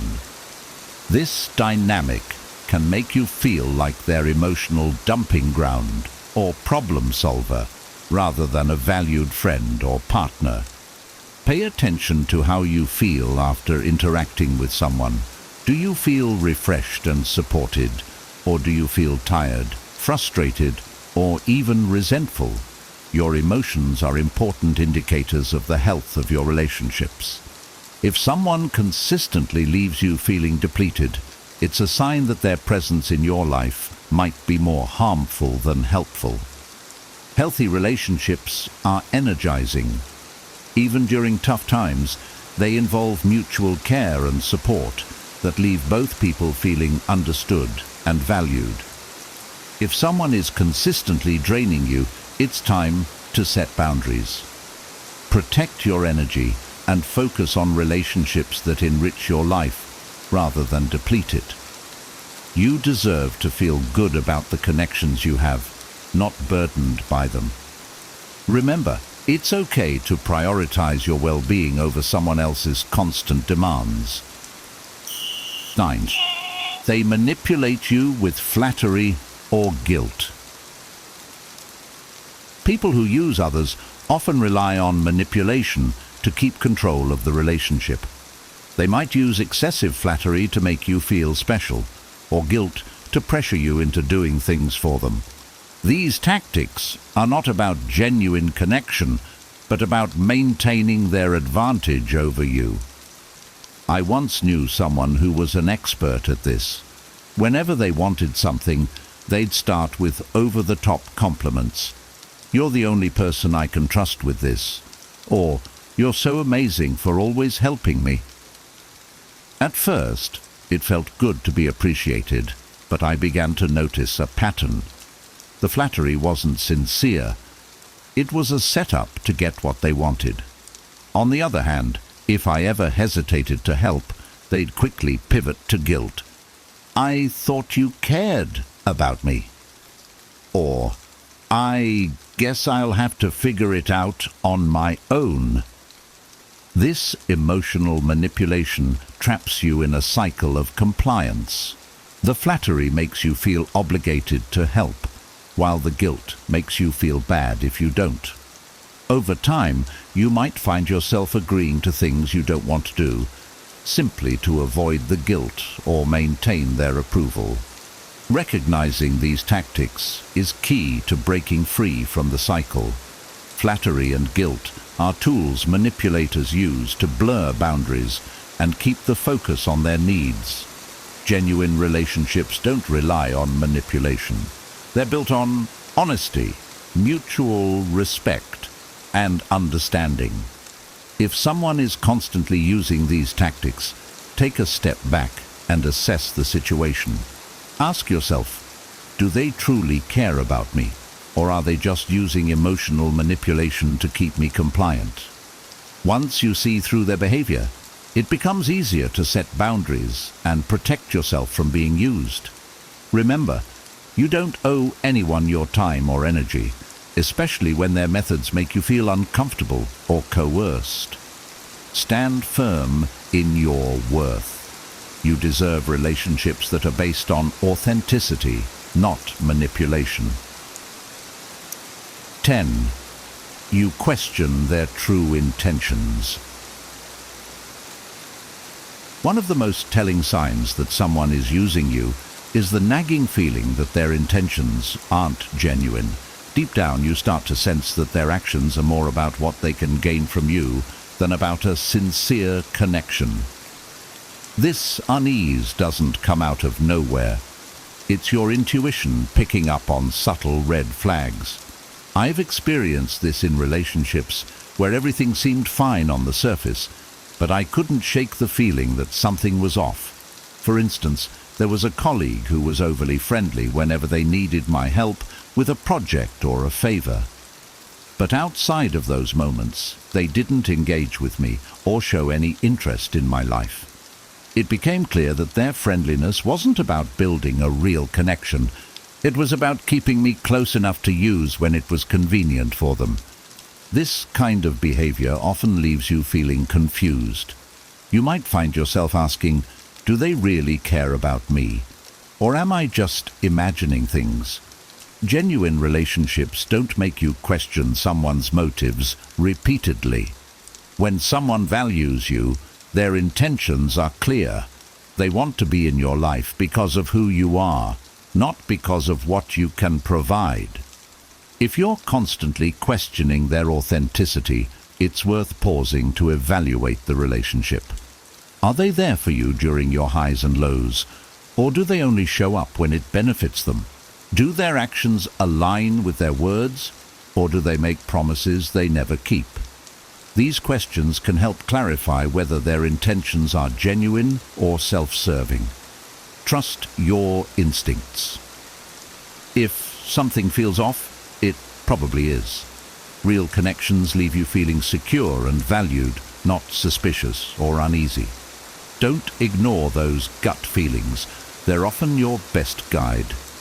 You deserve relationships where you don't have to second-guess someone's motives, where the connection is built on mutual care and respect, not on hidden agendas. Prioritize those who show up for you genuinely, and let go of those who make you doubt their true intentions. Have you ever wondered why some of the wisest and most resilient individuals in history seem to hold a certain enigmatic aura?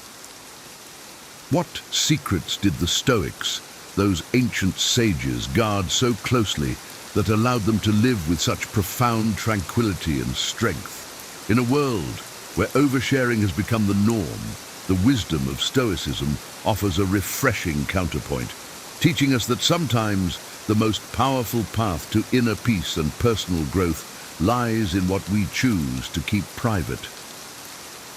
Welcome to this exploration of 15 subjects the Stoics believed should be held close to the chest. These timeless principles not only protect our inner world from external judgment, but also cultivate a deeper, more resilient self. As we journey through these teachings, you'll discover how guarding certain aspects of your life can lead to greater wisdom, serenity, and authenticity. Stay with us until the end to uncover how these ancient insights can transform your modern life, guiding you to a path of true fulfillment and inner strength. Number 1, personal relationships. In the realm of personal relationships, discretion is a virtue that the Stoics cherish deeply. Sharing intimate details about our relationships can lead to misunderstandings and judgments from others, which in turn can weaken the bonds we hold dear and cause unnecessary conflicts. The Stoics understood that relationships are sacred spaces where trust and mutual respect flourish. By broadcasting our personal affairs, we invite external opinions that may not always be rooted in understanding or empathy. Consider a tender plant growing in a secluded garden. It thrives in privacy, shielded from harsh weather and prying eyes. Similarly, personal relationships blossom when nurtured away from the public gaze.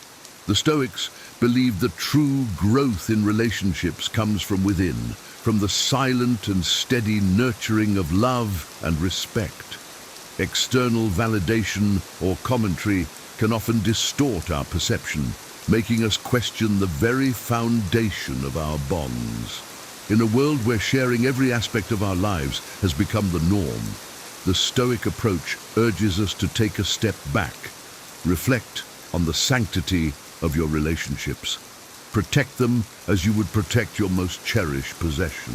Silence in this context is not secrecy, but a shield that guards the purity of your bonds. It is an act of wisdom to choose discretion over disclosure, to cherish the moments of connection without the interference of the outside world. By keeping our personal relationships private, we preserve their integrity and strength. We allow them to flourish naturally, without the pressure of external judgments. This Stoic wisdom reminds us that the most profound connections are often those that are nurtured in silence, away from the public eye. In this way, we honor the depth and significance of our relationships, ensuring they remain resilient and enduring. Number 2, unlearned lessons. Mistakes are universal. We all encounter failures along our journey. However, how we respond to these failures truly defines our character. The Stoics saw these moments not as reasons for despair, but as opportunities for revelation and growth.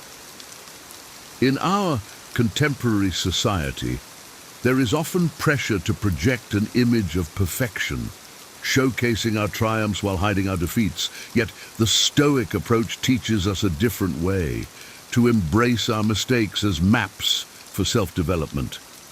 By choosing to keep unlearned lessons private, the Stoics were not evading their responsibilities or hiding from their failures.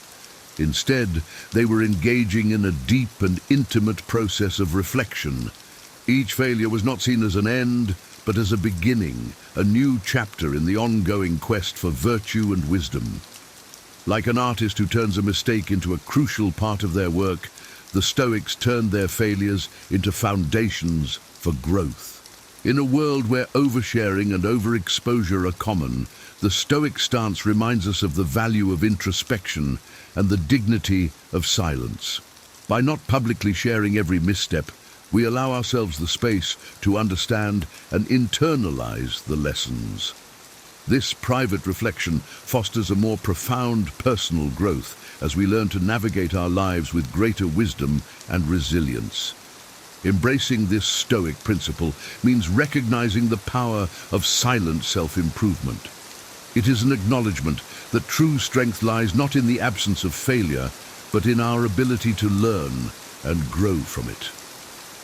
By keeping our unlearned lessons private, we protect the sacred process of personal transformation, allowing ourselves to emerge wiser and more virtuous.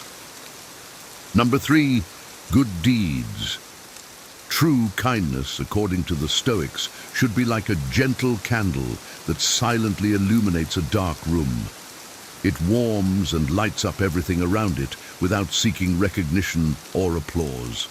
In a world driven by self-promotion and public validation, the Stoic perspective on good deeds is a refreshing reminder of genuine altruism. The Stoics believed that the essence of kindness lies in its quiet and subtle nature. Acts of compassion and generosity should stem from a sincere desire to do good, not from a need for external validation. By broadcasting our good deeds, we risk turning them into spectacles, seeking the fleeting warmth of applause rather than the enduring glow of true benevolence. Keeping our good deeds cloaked in anonymity provides us with a sacred moment of reflection and pause. It allows us to question whether our actions were motivated by genuine compassion or a desire for praise. This introspective analysis becomes a catalyst for personal improvement, guiding us towards more authentic and selfless acts of kindness. The Stoic wisdom envelops us with its essence, reminding us that often the greatest acts of kindness are those offered without expecting anything in return. By keeping our good deeds private, we cultivate a deeper connection with our values and principles. We learn to act out of pure intent, fostering a sense of inner tranquility and fulfillment. In embracing this Stoic principle, we recognize that true kindness does not seek the spotlight. It manifests in quiet, authentic gestures that enrich our lives and the lives of others. This timeless wisdom encourages us to be guardians of our own integrity, performing acts of compassion with humility and grace. Number 4, deepest dreams. Imagine holding a rare and delicate seed in the palm of your hand, representing your most intimate dreams and aspirations. How would you protect it from the harsh winds and storms that could prevent it from sprouting? The Stoics, with their profound wisdom, saw our goals and dreams as these precious seeds, destined to be planted in the fertile depths of our souls, far from the storms of others' opinions and criticisms. Exposing our dreams to the world too early can be detrimental. The cold of skepticism or the heat of ridicule can extinguish the flame of a dream prematurely. The Stoics celebrated self-sufficiency as an invaluable gem. True wisdom and accomplishment are not chalices to be displayed, but internal wells from which one can always draw strength and purpose. Choosing silence about our grand goals is not an act of shyness, but a deliberate choice to walk with humility, avoiding the pride that sometimes blinds us. The Stoic legacy speaks to the heart, teaching us that there's no need to shout our dreams from mountaintops. Instead, we should protect them, cultivate them, and watch them flourish in their silent and majestic glory. This safeguard is an invitation to rediscover the strength that resides within us. It reminds us that at times, the most precious treasures are those we keep just for ourselves. By keeping our deepest dreams private, we allow them to develop at their own pace, free from external interference. This Stoic wisdom encourages us to nurture our aspirations in a safe environment, ensuring their growth and fulfillment. Number 5, next steps. Picture a chess master moving their pieces silently while their opponents attempt to decipher their next moves. This is the path of the Stoics. They understood that by revealing every move in their lives, they could be subject to the whimsical winds of external judgment, often laden with criticism, envy, and even malicious intentions. At the heart of Stoic philosophy lies the virtue of self-sufficiency. Why depend on the fleeting applause of an audience when true strength resides in the inner theater of the mind? By keeping their life strategies to themselves, the Stoics were not simply concealing their plans, but strengthening their inner core of confidence, independent of the tides of opinion that flow around them. This leads us to humility, a subtle yet profound quality that the Stoics fervently upheld. Revealing grand strategies could easily be interpreted as a cry of arrogance, a triumphant announcement of superiority. By choosing discretion, they struck a balance between ambition and humility, ensuring that their steps were steady but not presumptuous. The Stoic tradition presents us with a rich perspective on the value of secrecy. It teaches us that protecting our goals is more than just a strategy. It is a way to fortify our being, to honor our self-sufficiency, and to walk with humility in a world where external validation seems to be the currency. The Stoics invite us to look inward, find our internal compass, and tread our own path with confidence and wisdom. Number 6, criticizing others. Criticizing others is like throwing stones into a calm lake, creating ripples that disturb the serenity of the water. The Stoics understood that engaging in judgments and criticisms was a diversion from their own internal mirror, wasting precious energy on matters beyond their sphere of influence. Instead of pointing fingers, the Stoics chose to extend a hand, guiding themselves with empathy and compassion. They recognized that every person is a universe filled with internal and external battles, joys and sorrows, victories and defeats. Criticizing another person would be a failure to acknowledge the richness and complexity of the human condition. The Stoics realized that criticism, instead of building bridges, often erected walls, leading to discord and separation rather than peace and harmony. Stoic wisdom sends us a clear and timeless message. We must be guardians of our words and thoughts. Instead of focusing on the faults of others, let's turn our gaze to our own reflection, seeking growth and virtue within ourselves. In a world where criticism is easily launched, Stoic teachings inspire us to embrace understanding, acceptance, and kindness. By choosing to refrain from criticizing others, we foster a culture of empathy and respect. We cast stones of empathy into the lake of humanity, appreciating the waves of positivity they generate. This approach not only enhances our own tranquility, but also contributes to a more harmonious and compassionate world. Number 7, the doubts and uncertainties. Picture yourself in a vast forest where each tree represents a doubt and each shadow an uncertainty. Instead of shouting your hesitation to the world, you choose silent introspection, seeking answers within your own soul. This is the path of the Stoics. At the core of Stoic philosophy is the recognition that confidence isn't a flag to be waved in front of the world, but an inner beacon that guides our way. Constantly revealing our doubts to the world is like exposing a lighthouse to a torrential rain. It can silently extinguish the light of our inner strength. The Stoics believed that true confidence is found in the quiet chambers of the heart and mind. By bearing all uncertainties, we can strip the soul of its dignity and solidity, making us vulnerable to the shifting opinions and judgments of others. Therefore, always choose when and with whom you will share your vulnerabilities. While many seek answers in the clamor of the external world, the Stoics understood the importance of silence and introspection. They believed that often the answers to the deepest questions resonate in the quiet chambers of the heart and mind. By harboring certain uncertainties, we cultivate deeper reflection and a more intimate connection with our essence. In summary, Stoic wisdom whispers precious advice amidst the storms of doubt. There's no need to shout your uncertainties to the world. By embracing silence, modesty, and introspection, we find a safe route through the forest of uncertainties, guided by the internal beacon of our confidence and understanding. Number 8, health issues.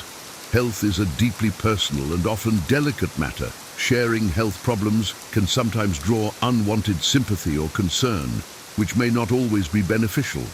The Stoics, ever wise in their approach to life, understood the importance of managing health issues privately, allowing for a more focused and resilient approach to overcoming challenges. In the Stoic view, health is a part of the natural ebb and flow of life, subject to the same principles of acceptance and equanimity that apply to all other aspects of existence. By keeping health matters private, we avoid the pitfalls of public pity or misguided advice, which can distract from the true task at hand. Maintaining a balanced and composed mind while addressing physical ailments. Consider the metaphor of a tree weathering a storm. It bends and sways, but remains rooted and resilient. Similarly, managing health issues privately allows us to maintain our inner strength and focus. It fosters a sense of self-reliance and determination, qualities that are crucial in navigating the trials of illness. Furthermore, the Stoics believed that true resilience is built in the quiet, steadfast handling of adversity. By not sharing every detail of our health struggles, we preserve our energy and direct it towards healing and self-improvement. This approach cultivates a mindset of inner fortitude and tranquility, enabling us to face health challenges with grace and dignity. In embracing this Stoic principle, we learn to view health issues as opportunities for personal growth and reflection. We develop a deeper understanding of our bodies and minds, fostering a harmonious balance that supports overall well-being. This Stoic wisdom reminds us that true strength lies in our ability to face life's challenges with quiet resilience and unwavering composure. Number 9, financial status. Discussing one's financial situation, whether it is wealth or lack thereof, can incite envy or pity, neither of which are conducive to personal tranquility. The Stoics, who valued inner peace above all else, understood that financial matters should be managed quietly and with discretion to maintain a balanced and content life.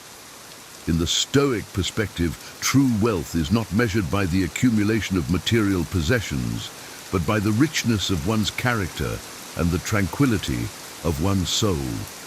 Broadcasting our financial status can lead to unnecessary comparisons and judgments, which distract us from cultivating inner virtue and contentment. It can also create unrealistic expectations or pressures, both from ourselves and from others. By keeping financial matters private, we avoid the traps of envy and pride. We focus instead on what truly matters, living a life of purpose and integrity. Financial ups and downs are a natural part of life's journey, and the Stoics teach us to approach them with equanimity without attaching our self-worth to external measures of success or failure. Consider the metaphor of a calm lake. Its surface may be ruffled by the wind, but its depths remain serene and undisturbed. Similarly, by maintaining discretion about our financial status, we cultivate an inner calm that is resilient to the changing tides of fortune. We learn to find satisfaction in simplicity and to appreciate the deeper, non-material aspects of life. This Stoic wisdom encourages us to focus on what we can control: our attitudes, our actions, and our inner state. By managing our financial status privately, we uphold the values of humility, prudence, and contentment, ensuring that our lives are guided by principles rather than possessions. Number 10. Achievements. Displaying external triumphs can nurture ego and pride, diverting focus from true inner growth. The Stoics believed that true fulfillment was not found in public accolades, but in the quiet pursuit of wisdom and virtue. Every achievement, according to Stoic philosophy, should be an internal milestone, celebrated within rather than flaunted without. Imagine diving into the depths of your own soul. For the Stoics, the pursuit of wisdom and virtue resembled this profound journey. They believed that true fulfillment wasn't in displaying external triumphs, but in introspection and continuous evolution. Every challenge, every struggle was fought not in public arenas, but in the silent landscapes of the spirit. Discussing victories publicly can foster ego and vanity, which can become barriers to true virtue. The Stoics taught that obsession with external recognition ties us to chains of pride, trapping us in the empty pursuit of fleeting applause. This path is filled with disappointment, as external accolades are temporary and often beyond our control. However, the Stoics offered a precious teaching. True achievement isn't the one that stops to be admired, but the one that silently transforms the community, nurturing noble values like justice, compassion, and wisdom. Wealth for these ancient sages wasn't accumulated in vaults, but in the depths of a balanced and serene soul. Instead of celebrating triumphs or withering in defeat, the Stoics embraced a quiet acceptance of all the whims of life. They invited us to recognize that the dance of existence is orchestrated by melodies often beyond our control. In this remarkable silence, we find a deliberate choice, a commitment to genuine greatness. By keeping our achievements private, we focus on living with integrity and dedicating ourselves to the collective good. The legacy of the Stoics teaches us that humility, sincerity, and the ceaseless pursuit of wisdom are the true pillars of a life worth living. Number 11, resentment. Have you ever felt trapped in a web of emotions, where each thread is a bitter memory, a grudge that refuses to fade? The timeless wisdom of Stoicism invites us to reflect deeply on the invisible weight of resentment. To these ancient philosophers, harboring resentment was like an anchor, preventing the spirit from sailing freely through the seas of life. The Stoics believed that resentment is an invisible chain that binds us, limiting our freedom and inner peace. It is fascinating to realize that often resentment springs from misunderstanding and can imprison us in a cycle of bitterness. The Stoics encouraged us to seek the origins of others' actions, to understand before we judge. Forgiveness, then, is not just an altruistic gesture, but an act of profound wisdom that unravels the mysteries of the human soul and frees us from the chains of negativity. Anger and resentment are sentient poisons, flames that, when fed, consume our tranquility and well-being. On the other hand, by choosing the path of forgiveness and understanding, we find an oasis of serenity and peace. Guided by Stoic wisdom, we are reminded of a universal truth. Forgiveness is the key to our own freedom. It is a beacon that guides us through emotional storms and offers us refuge in the harbor of serenity. By embracing this lesson, we discover that at times the greatest strength lies in letting go, in freeing ourselves from the chains of the past and sailing toward a horizon of understanding and peace. Number 12, moments of solitude. While many seek to fill every second with stimuli and interactions, the Stoics found strength in quietude. They didn't view solitude as a void to be filled, but as a sanctuary where the mind could dance freely, unshackled by the opinions of others. Contrary to what many may think, the Stoics did not shun solitude. They embraced it as a time for deep reflection and connection with their inner universe. In their moments of retreat, the Stoics did not feel isolated, but connected to a rich inner world filled with insights. It was in this stillness that the deepest thoughts arose, unpolluted by external noise. In the current landscape, where validation through social media has become a priority for many, Stoic philosophy invites us to re-evaluate these priorities.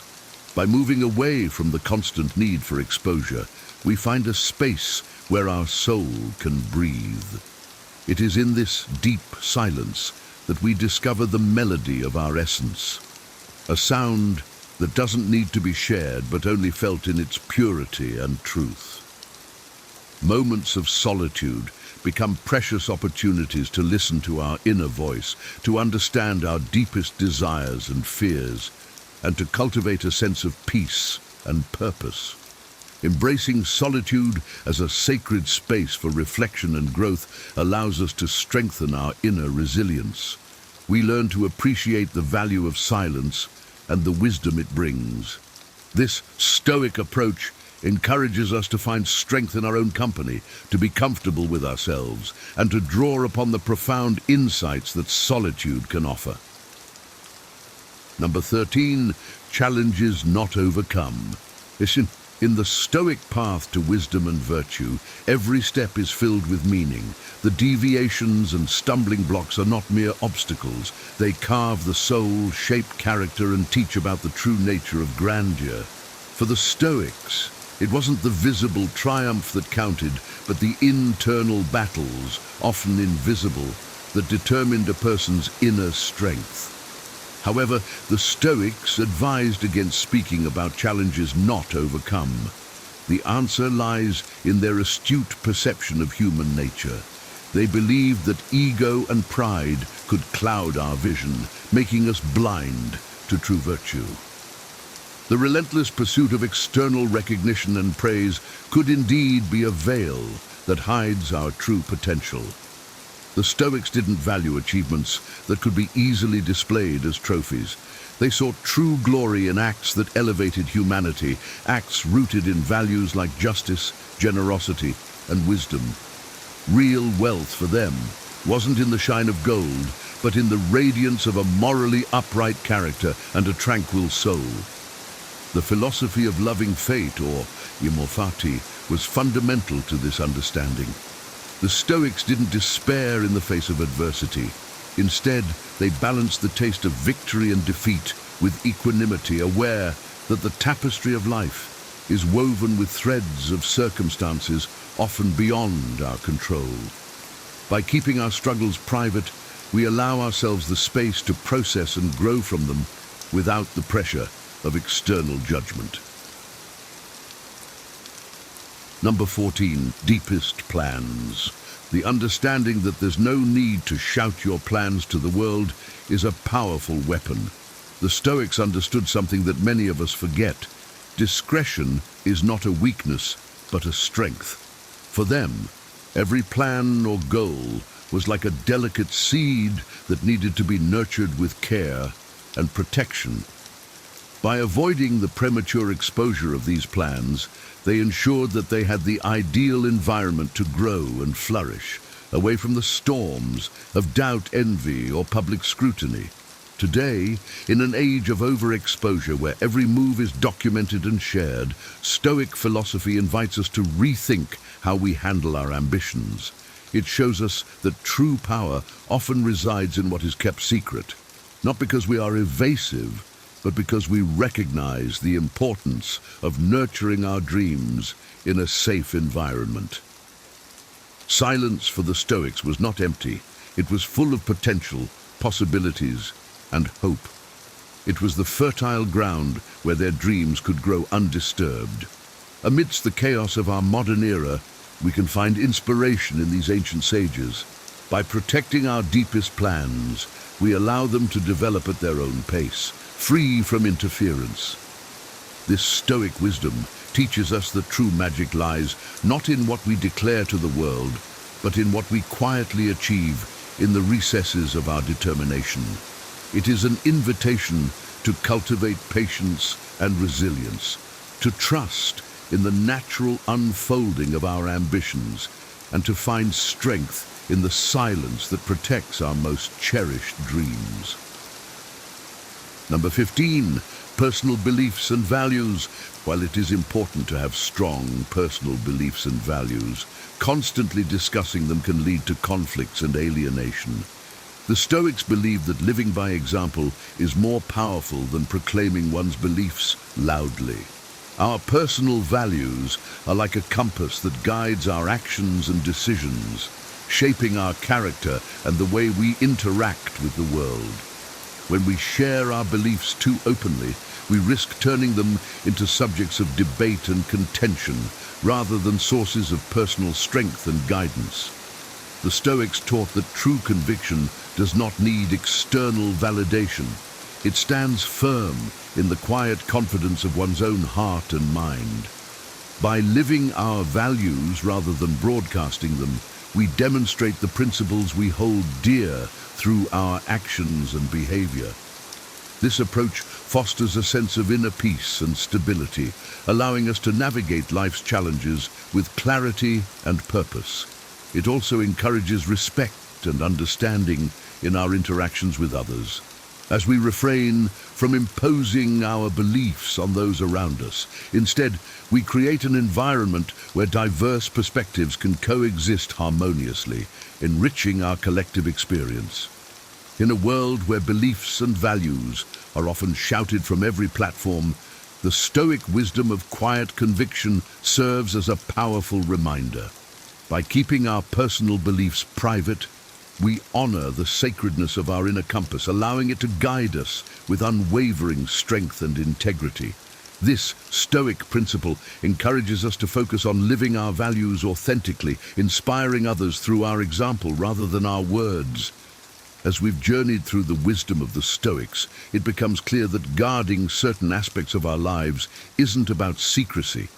It's about nurturing our deepest values and aspirations in a sanctuary free from external noise. By keeping these 15 subjects private, we cultivate a space where our inner strength can grow undisturbed, leading to a life of greater wisdom, tranquility, and resilience. Imagine a life where your achievements, dreams, and challenges are protected and cherished, allowing you to evolve into the best version of yourself. This is the timeless gift that Stoic philosophy offers, a path to profound personal growth and unshakable inner peace. If you found value in these insights and are inspired to apply them to your own life, I invite you to like this video and subscribe to our channel. By joining our community, you'll continue to receive powerful wisdom and practical guidance to navigate life's complexities with grace and strength. Share your thoughts in the comments below and let us know which of these Stoic principles resonated most with you. Together, let's cultivate a life of deeper meaning and enduring fulfillment. Thank you for watching and stay tuned for more enlightening content from our channel. Remember, true wisdom often lies in the quiet places we protect within ourselves. Have you ever wondered why some people consistently drain your energy, disrupt your peace, or let you down when you need them most? In the journey of life, the company you keep profoundly impacts your mental and emotional well-being. Drawing on the timeless wisdom of Stoicism, this guide will help you recognize and distance yourself from unreliable personalities that can sabotage your happiness and personal growth. Stoicism, an ancient philosophy, offers practical insights into cultivating resilience, maintaining inner peace, and building meaningful relationships. By understanding the traits of unreliable individuals, such as narcissists, gossipers, provocateurs, and others, you can make informed decisions about who to trust and who to keep at arm's length. Each type of personality we'll explore poses unique challenges, but by applying Stoic principles, you can navigate these relationships with wisdom and clarity. Number 1, narcissists. Narcissists are individuals who are excessively self-centered, prioritizing their own needs and desires above those of others. They often have an inflated sense of their own importance and a deep need for admiration. From a Stoic viewpoint, narcissists are unreliable because they lack empathy and consideration for others. Their self-absorption means they are often unable or unwilling to recognize or address the needs and feelings of those around them. This makes forming a genuine, supportive relationship with them difficult, if not impossible. Imagine you have a friend who always dominates conversations, steering every topic back to their achievements or problems. When you share a personal issue, they might offer a quick, superficial response before shifting the focus back to themselves.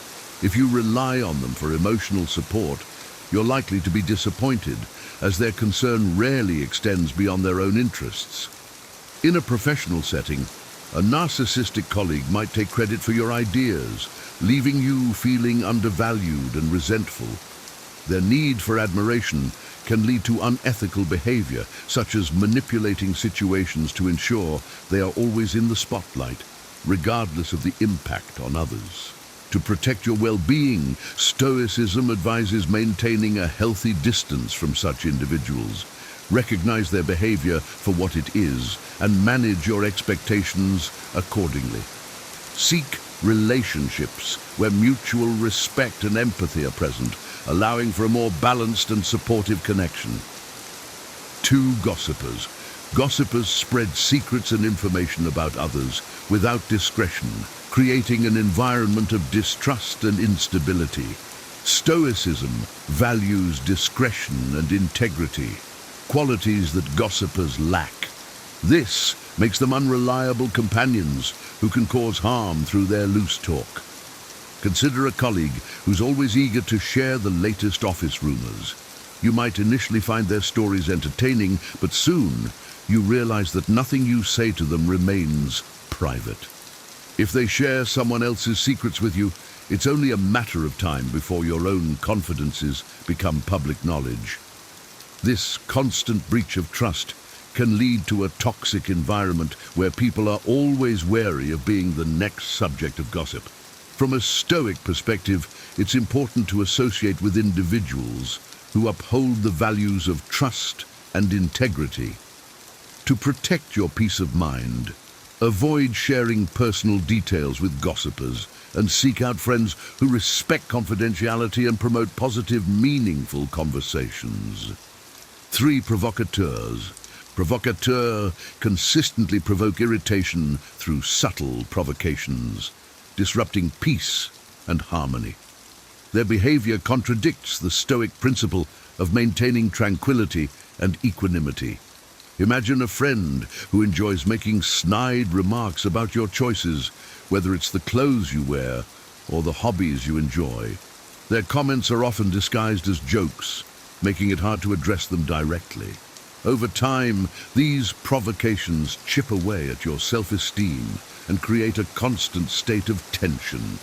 Stoicism teaches us to maintain inner calm and not be swayed by external irritations.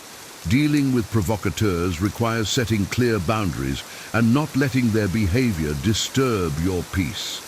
Surround yourself with people who support and uplift you, fostering an environment of mutual respect. 4. Indecisive individuals. Indecisive individuals constantly waver in their decision-making, leading to unpredictability and instability. Stoicism values clear and rational decision-making, which indecisive people lack, making them unreliable. Picture a friend who can never decide on plans. One moment they agree to go out, the next they change their mind, leaving you in a state of limbo. Their inability to commit causes frustration and hinders your ability to make firm plans. Stoicism emphasizes the importance of making decisions based on reason and clarity. To avoid the chaos that indecisiveness brings, seek relationships with individuals who are decisive and consistent, ensuring a stable and reliable social circle. 5. Two-faced people. Two-faced people appear friendly but spread rumors behind your back, betraying trust and loyalty. This behavior makes them unreliable and harmful. Imagine a co-worker who is always friendly to your face but constantly criticizes you to others. You might find out through a mutual friend or a slip of the tongue, leaving you feeling betrayed and hurt. Their duplicity creates a hostile environment where trust is undermined. Stoicism values honesty and integrity. To protect yourself, it's crucial to recognize and distance yourself from two-faced individuals. Build relationships with people who are genuine and trustworthy, fostering a supportive and honest network. 6. Overly curious people. Overly curious people have an insatiable curiosity, often driven by envy, intruding on your privacy and disrupting your peace. Their behavior can lead to unnecessary stress and discomfort. Imagine a neighbor who always asks intrusive questions about your personal life. They might seem friendly, but their relentless curiosity makes you feel exposed and uncomfortable. Over time, you realize their interest is driven by envy, and their constant probing starts to feel invasive. Stoicism teaches contentment and minding one's own business. To maintain your peace, limit your interactions with overly curious individuals and set boundaries to protect your privacy. Surround yourself with people who respect your space and promote a sense of calm. 7. Universal friends. Universal friends seek approval and popularity, often lacking genuine loyalty and commitment. Their need to please everyone makes them unreliable. Think of a friend who is friendly with everyone, but never truly there for anyone. They might be popular and well-liked, but when you need support, they are nowhere to be found. Their superficial relationships offer little in terms of genuine connection and support. Stoicism values deep, meaningful relationships over superficial connections. To ensure reliability in your social circle, cultivate friendships with individuals who are committed and loyal, providing a solid foundation for mutual support and understanding. 8. Perpetual critics. Perpetual critics habitually criticize others, undermining self-esteem and fostering negativity. Their constant criticism suggests a lack of virtue and can be draining. Imagine a family member who always finds something just to to criticize them about you, whether it's your career choices or your lifestyle. Their relentless negativity wears you down as it makes you question your decisions. Stoicism encourages constructive feedback and personal growth, not constant criticism. To foster a positive and uplifting environment, distance yourself from perpetual critics and surround yourself with supportive individuals who encourage your growth and well-being. Thus, constant problem makers. Constant problem makers are always embroiled in conflicts and dramas, often due to self-sabotage. Their behavior disrupts harmony and creates unnecessary stress. Imagine a friend who's always involved in some drama, whether it's a feud with a co-worker or a crisis in their personal life. Their problems inevitably spill over into your life, causing additional stress and tension. Stoicism teaches resilience and focusing on what can be controlled. To avoid unnecessary drama, seek relationships with individuals who promote peace and stability, allowing you to maintain a balanced and stress-free life. 10 fake listeners. Fake listeners pretend to listen but are not genuinely engaged in conversations. This lack of empathy and respect makes them unreliable. Consider a friend who nods along while you speak but never remembers anything you've said. Their inattentiveness makes you feel unimportant and unheard, undermining the foundation of your relationship. Stoicism values genuine connection and understanding. To foster meaningful relationships, engage with people who truly listen and show empathy, ensuring mutual respect and trust. 11. Manipulative individuals. Manipulative individuals use deceit and emotional manipulation to achieve their goals, undermining trust and stability in relationships. Their actions can lead to a toxic environment where genuine communication and mutual respect are eroded. Imagine a partner who manipulates situations to their advantage, making you feel guilty for things that are not your fault. Their constant manipulation creates a power imbalance and leaves you feeling trapped and powerless. Stoicism advises caution with such individuals to maintain personal integrity and peace. Recognize manipulative behavior and distance yourself from it, seeking relationships based on honesty and mutual respect. 12 chronic complainers. Chronic complainers consistently focus on the negative and blame external circumstances for their issues. Their perpetual negativity can drain emotional energy and foster a pessimistic outlook. Imagine a colleague who always complains about work, the weather, and everything in between. Their negativity is infectious, making the work environment gloomy and demotivating. Stoicism teaches the value of resilience and focusing on what can be controlled. To maintain a positive outlook, distance yourself from chronic complainers and surround yourself with individuals who take responsibility for their actions and strive for positive change. In conclusion, in our journey through life, the people we surround ourselves with play a crucial role in shaping our experiences and emotions. Recognizing and distancing ourselves from unreliable personalities is not just an exercise in self-preservation.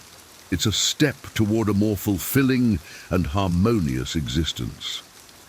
By applying the wisdom of Stoicism, we can cultivate relationships that nurture our well-being and foster an environment of mutual respect and genuine support. Imagine a life where your interactions are filled with trust, understanding, and positivity. Picture yourself thriving in a community that encourages your growth and stands by you through thick and thin. This is not just an idealistic dream. It's an achievable reality when you consciously choose to distance yourself from those who drain your energy and disrupt your peace. As you move forward, carry with you the insights and lessons from Stoicism. Embrace the power of discernment in your relationships, cherishing those who uplift you and gently letting go of those who bring you down. In doing so, you honor your own worth and pave the way for deeper, more meaningful connections. Remember, the quality of your relationships directly impacts your happiness and overall life satisfaction. By making thoughtful choices about the company you keep, you create a sanctuary of stability and joy. A true reflection of your inner strength and resilience. Here's to building a life filled with trust, harmony, and unwavering support. One wise choice at a time. Here are 10 shocking signs. Your partner is cheating on you and how to deal with this problem. Trust is the cornerstone of any relationship, a foundation upon which love and companionship are built. When that foundation begins to feel shaky, it can leave you questioning not just your partner's actions, but also your own perceptions. Infidelity, though painful to consider, is a reality that many face in their relationships. Recognizing its warning signs is not about paranoia or mistrust, but about understanding the dynamics of your connection with your partner. This article isn't meant to incite fear or cast doubt unnecessarily. Its purpose is to empower you with knowledge and awareness. By understanding the signs of potential infidelity, you can approach your relationship with clarity, courage, and, most importantly, fairness. Each sign presented here is not definitive evidence of betrayal, but rather a signal to examine your partnership more closely. Often, these signs are rooted in broader relational issues that can be addressed with open communication and mutual effort. However, it is critical to approach these signs with a balanced mind. Jumping to conclusions without context or evidence can harm the trust you're trying to preserve. This is where wisdom and self-control come into play, traits Stoicism teaches us to cultivate. Before acting, reflect. Before accusing, seek understanding. And above all, recognize that your happiness and self-worth are not defined by the actions of another. Let this exploration be a guide for those seeking clarity and growth.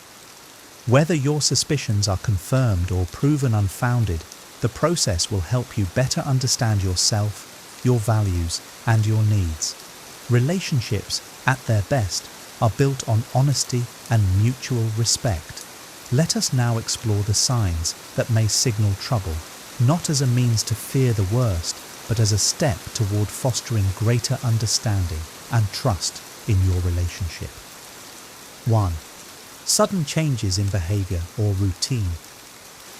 When someone starts acting differently without a clear reason, it can signal that something significant is happening beneath the surface. A partner who was once predictable in their daily habits may suddenly develop erratic routines or unexplained commitments. While change is natural, abrupt shifts that lack transparency can be a cause for closer attention. Imagine a scenario where your partner, who rarely worked late, suddenly has urgent projects keeping them at the office well into the evening. When you ask about their schedule, the answers are vague or dismissive. Perhaps they've taken up a new hobby or activity they never expressed interest in before, but are unwilling to share details or involve you in it. Such changes can stem from many things: stress, personal growth, or even a desire for independence. However, if these behaviors are accompanied by secrecy or defensiveness, they might indicate that your partner is redirecting time and energy away from the relationship. The key here is to observe, not accuse. Note the frequency and patterns of these changes.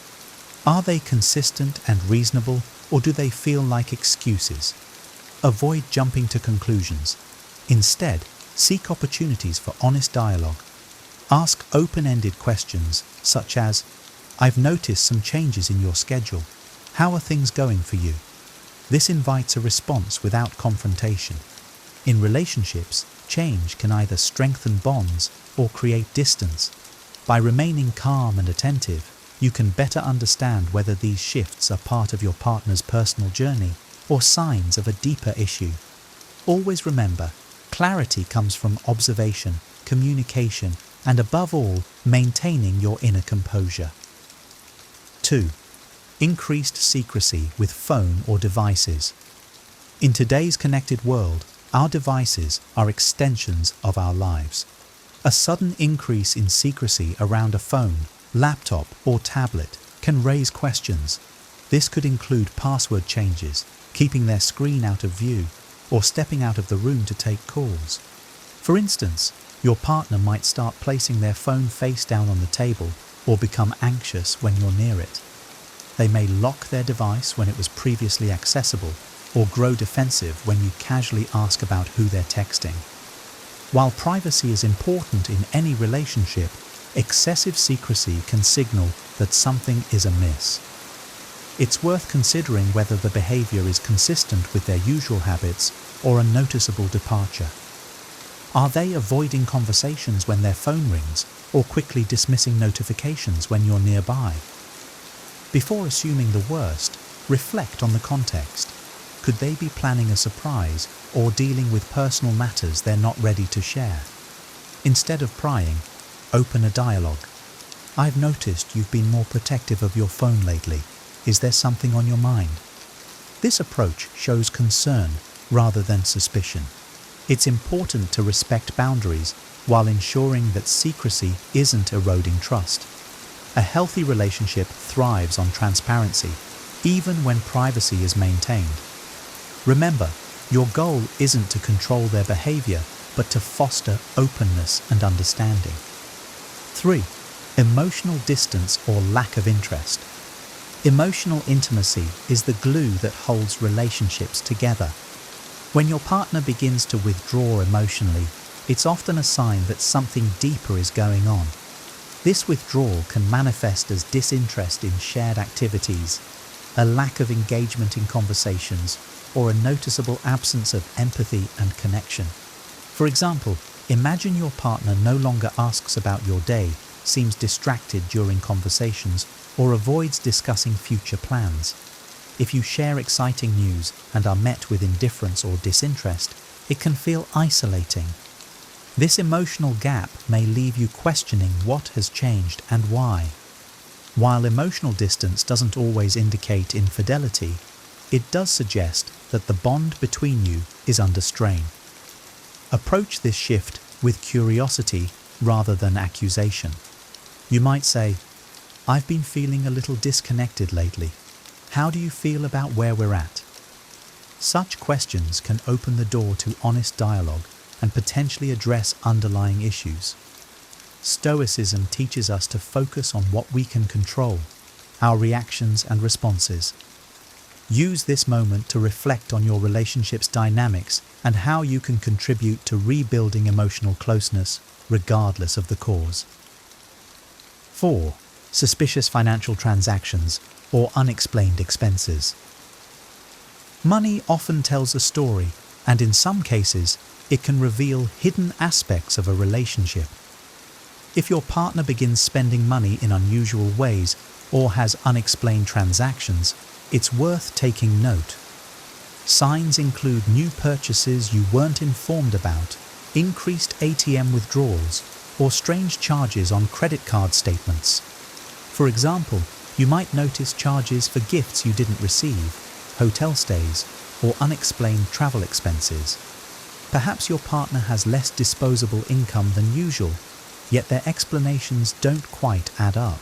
While financial habits can change for many reasons, secrecy or vagueness around money is a potential red flag. Before jumping to conclusions, consider the full picture. Are they under financial stress they haven't shared, or could there be a legitimate reason for these expenses? A calm, non-accusatory approach is key. I noticed some new expenses on the statement and wanted to check in. Everything okay? This shows concern rather than blame. Financial transparency is a cornerstone of trust in any partnership. Addressing these concerns directly but calmly can clarify misunderstandings or highlight areas that need attention. As a Stoic, focus on managing your thoughts and reactions while working toward clarity and truth. 5. Frequent arguments or picking fights. Unnecessarily. Conflict is natural in any relationship, but when arguments become frequent, petty, or seem to arise without clear cause, it could be a sign of underlying issues. A partner who starts picking fights over trivial matters might be using conflict as a way to create emotional distance or justify spending time apart. For example, a small mistake like forgetting to pick up groceries turns into a full-blown argument, or they might criticize you for behaviors they previously accepted. This sudden irritability or hypersensitivity often feels out of place and disproportionate. While arguments are not definitive proof of infidelity, they can indicate that something is disrupting the emotional equilibrium of your relationship. Instead of engaging in reactive behavior, take a step back and evaluate the patterns. Ask yourself, has this behavior become a norm? Is it paired with other concerning signs? When addressing these conflicts, try a calm and reflective approach. I've noticed we've been arguing more lately. Is there something we need to talk about? Such conversations can diffuse tension and invite honest dialogue. The Stoic perspective reminds us that we cannot control others' actions, only our response. Stay grounded, observe without judgment, and focus on maintaining your inner peace even amidst emotional turbulence. 6. Change in appearance or personal grooming habits. A sudden and significant change in your partner's appearance or grooming habits can be a sign that they're seeking external validation. While self-improvement is natural and commendable, unexplained efforts to look more attractive, combined with other suspicious behaviors, might warrant attention. Imagine your partner suddenly starts dressing more stylishly, using new cologne, or spending extra time at the gym. These changes could stem from a desire to impress someone new, especially if they don't involve you or your input. It's essential to consider the context. Are these changes tied to a new job, social circle, or personal goals? If so, they might be entirely innocent. However, if they're accompanied by increased secrecy or emotional distance, it could be a red flag. Address your observations with curiosity, not accusation. You've been putting a lot of effort into your appearance lately. It's great. What's inspired the change? This opens the door for an honest response while showing support for their efforts. As a Stoic, avoid jumping to conclusions or letting assumptions cloud your judgment. Focus on facts and approach the situation with grace and patience.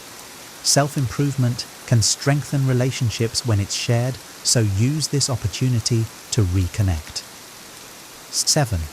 Mysterious new friendships or acquaintances. A partner frequently mentioning or spending time with a new friend, especially one you haven't met, can raise questions. If they're vague about this person or seem reluctant to introduce you, it might indicate they're hiding something. For instance, your partner might reference a new co-worker or friend in casual conversation, but deflect when you ask more about them. They may claim these interactions are purely professional or platonic, but avoid sharing details or involving you in their plans.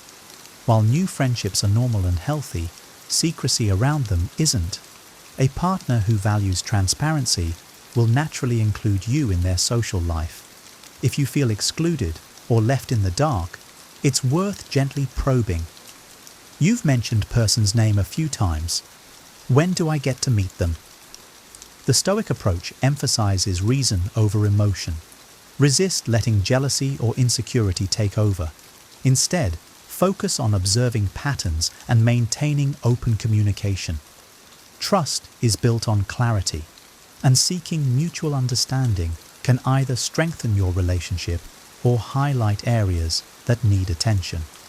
8. Unexplained absences or vague explanations. When a partner frequently disappears or offers vague explanations for their whereabouts, it can signal a shift in priorities. While everyone deserves personal time, a lack of clarity or consistency about how that time is spent may indicate something more concerning. For example, they might claim they're running errands, but return hours later with no clear outcome. Or they might attend social events or outings, but avoid sharing details or photos, leaving you wondering what really happened. It's important to differentiate between occasional absences and a pattern of avoidance. Ask yourself, have they started cancelling plans with you? Are they spending less time at home without reasonable explanations? Instead of reacting with suspicion, approach the situation calmly. You've seemed really busy lately. What's been going on? This gives them a chance to explain without feeling accused. If the response remains vague or defensive, it's worth noting and observing over time. A Stoic mindset reminds us to focus on what's within our control, our actions, our thoughts, and our choices. Don't let the anxiety of the unknown consume you. Seek clarity, but remain composed, using this opportunity to reflect on your expectations and the relationship's transparency. 9. Decrease in intimacy or physical connection. Physical intimacy is a crucial part of many relationships, and a noticeable decline in affection or physical connection can signal emotional or relational challenges.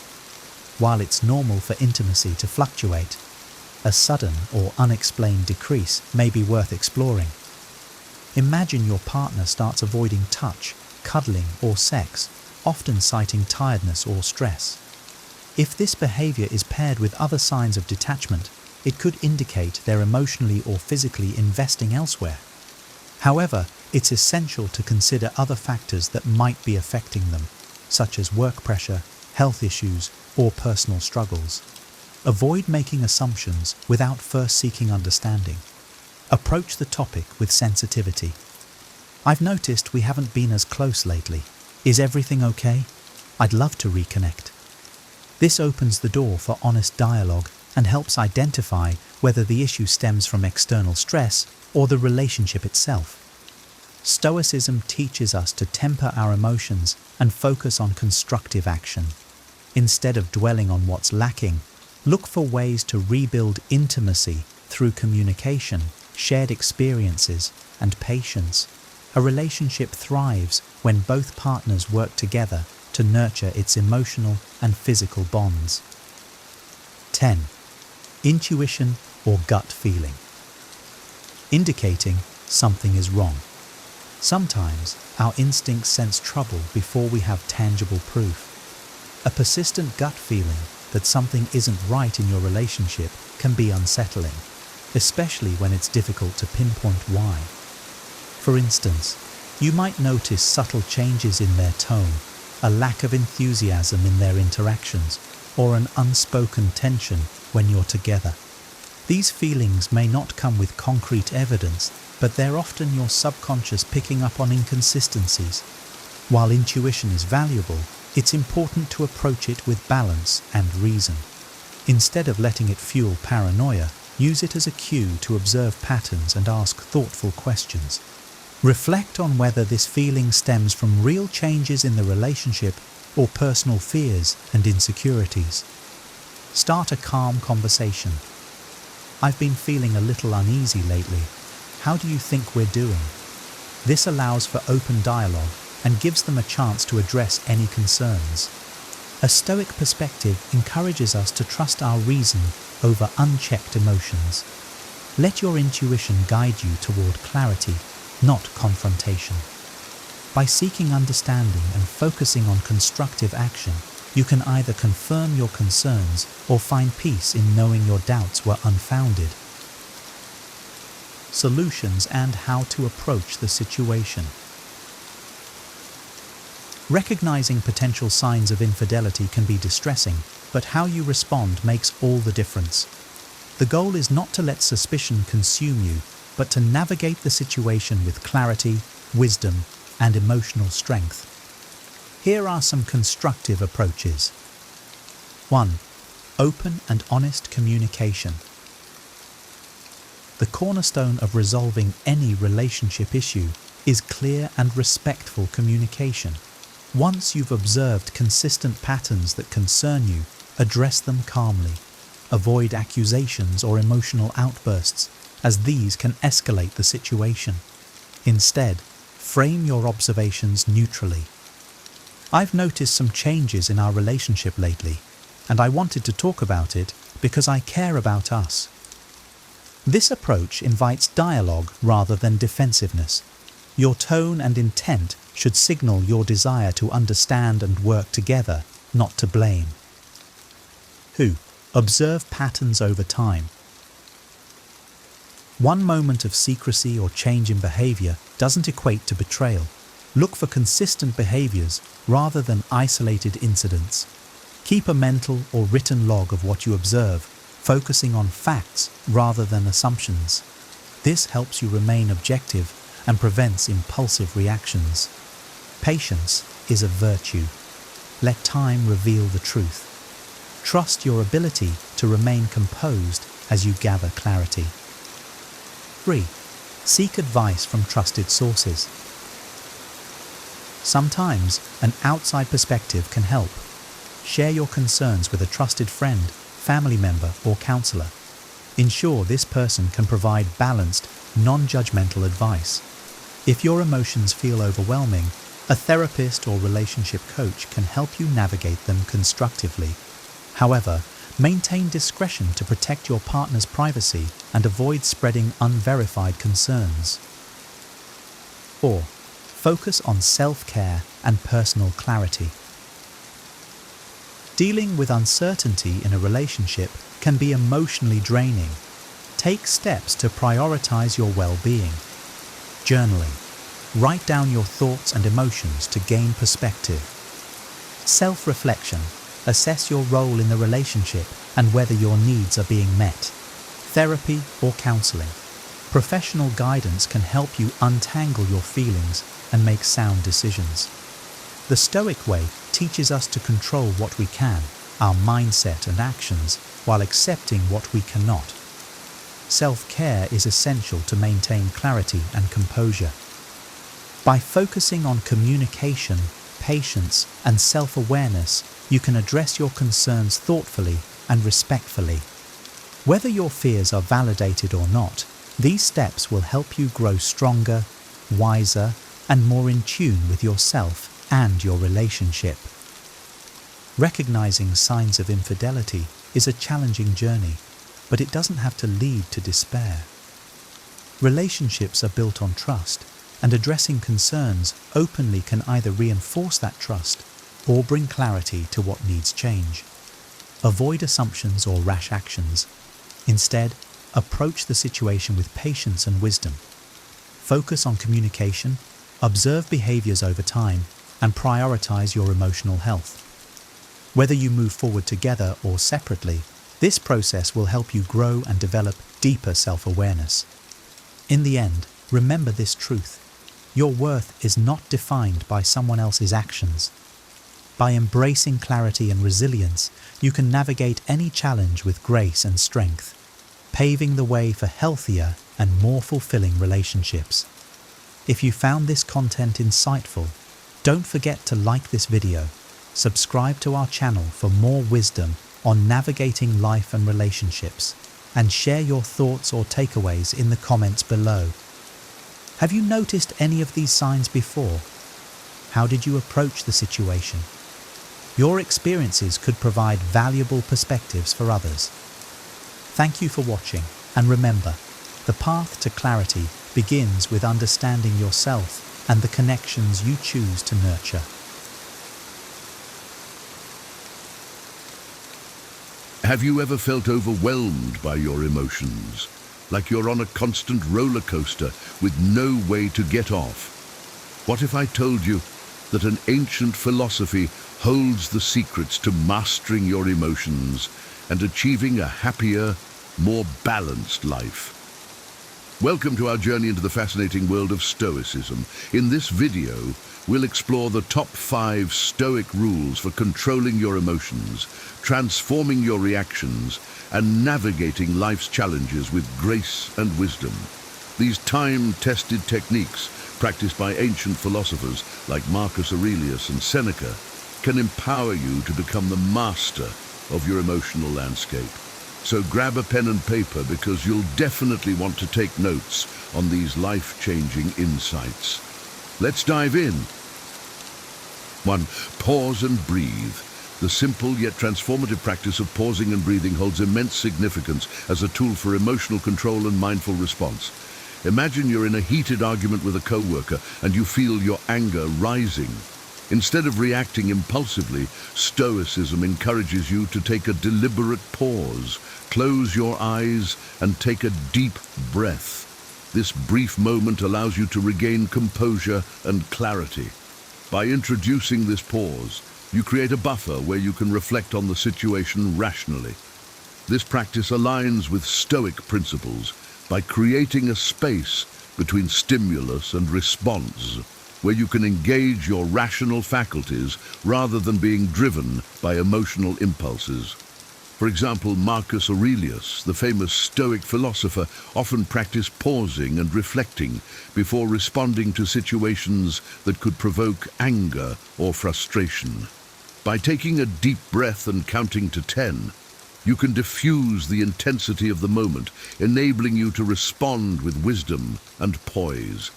This practice empowers you to navigate challenges with greater control, transforming knee-jerk reactions into thoughtful responses. Embracing this Stoic technique can enhance your emotional intelligence and lead to more harmonious interactions in your daily life. 2. Practice negative visualization. Negative visualization, a powerful Stoic exercise, involves imagining potential challenges or losses to prepare emotionally for them. Picture yourself preparing for a big presentation. Instead of solely focusing on the best-case scenario, consider what might go wrong, technical issues, forgetting key points, or an unresponsive audience. By visualizing these setbacks, you can plan and brace yourself emotionally, reducing anxiety about the future. For instance, Seneca, a prominent Stoic philosopher, would regularly meditate on losing his wealth or status. This practice helped him remain grounded and grateful for what he had, lessening the blow if misfortune ever struck. By mentally rehearsing adverse scenarios, you develop resilience and a sense of preparedness. This technique can cultivate a mindset of gratitude for your current situation and a realistic perspective on life's uncertainties, making you less susceptible to emotional upheaval when challenges arise. 3. Separate stimulus and response. Stoicism introduces the concept of separating stimulus and response, emphasizing the space between an external event, stimulus, and our emotional reaction, response. Imagine receiving criticism at work. Instead of reacting defensively or angrily, take a moment to pause and evaluate the feedback objectively. This practice allows you to detach from immediate emotional responses and consider the situation rationally. The Roman Emperor Marcus Aurelius practiced this by reminding himself that his mind was separate from the external events that occurred. By embracing this space, you gain control over your reactions, enabling you to respond in a way that aligns with your values and long-term well-being. This Stoic principle fosters emotional intelligence and resilience, helping you navigate challenges with wisdom and equanimity. It transforms instinctual reactions into deliberate, thoughtful actions, ultimately leading to a more harmonious and fulfilled life. 4. Identify triggers. Recognizing external events or internal thoughts that provoke emotional responses is crucial for emotional mastery. For example, if traffic jams make you anxious or angry, identifying this trigger allows you to prepare and manage your response better. Developing acute self-awareness involves observing and recognizing the moments when your emotions intensify. The Stoic philosopher Epictetus taught that our reactions to events, not the events themselves, disturb our peace. By creating a mental inventory of triggers, you can preemptively identify stimuli that might prompt intense emotional responses. This self-awareness empowers you to interrupt the automatic process between stimulus and reaction, inserting a space that grants you the opportunity to choose your response deliberately. Instead of being a slave to your emotions, you become the master of your reactions, transforming triggers into stepping stones for personal growth and resilience. 5. Reframe perspectives. Reframing perspectives involves shifting how you perceive and interpret situations. Instead of viewing challenges as negative, see them as opportunities for growth and self-improvement. For example, if you fail a test, rather than seeing it as a setback, view it as a chance to identify areas for improvement and develop better study habits. Stoic philosophers like Epictetus encourage changing our perceptions to align with reality and focus on what we can control. By reframing your mindset, you can maintain a positive and resilient outlook. This cognitive reframing helps you see adversity as a path to growth, not a roadblock. It fosters emotional resilience and equips you with the mental tools to handle life's challenges with grace and strength. 6. Recognize the inner citadel. Establishing a mental space, or the inner citadel where you can retreat to observe and manage emotions, is a profound Stoic practice. Imagine facing a stressful situation at work. Instead of reacting immediately, take a mental step back into your inner citadel.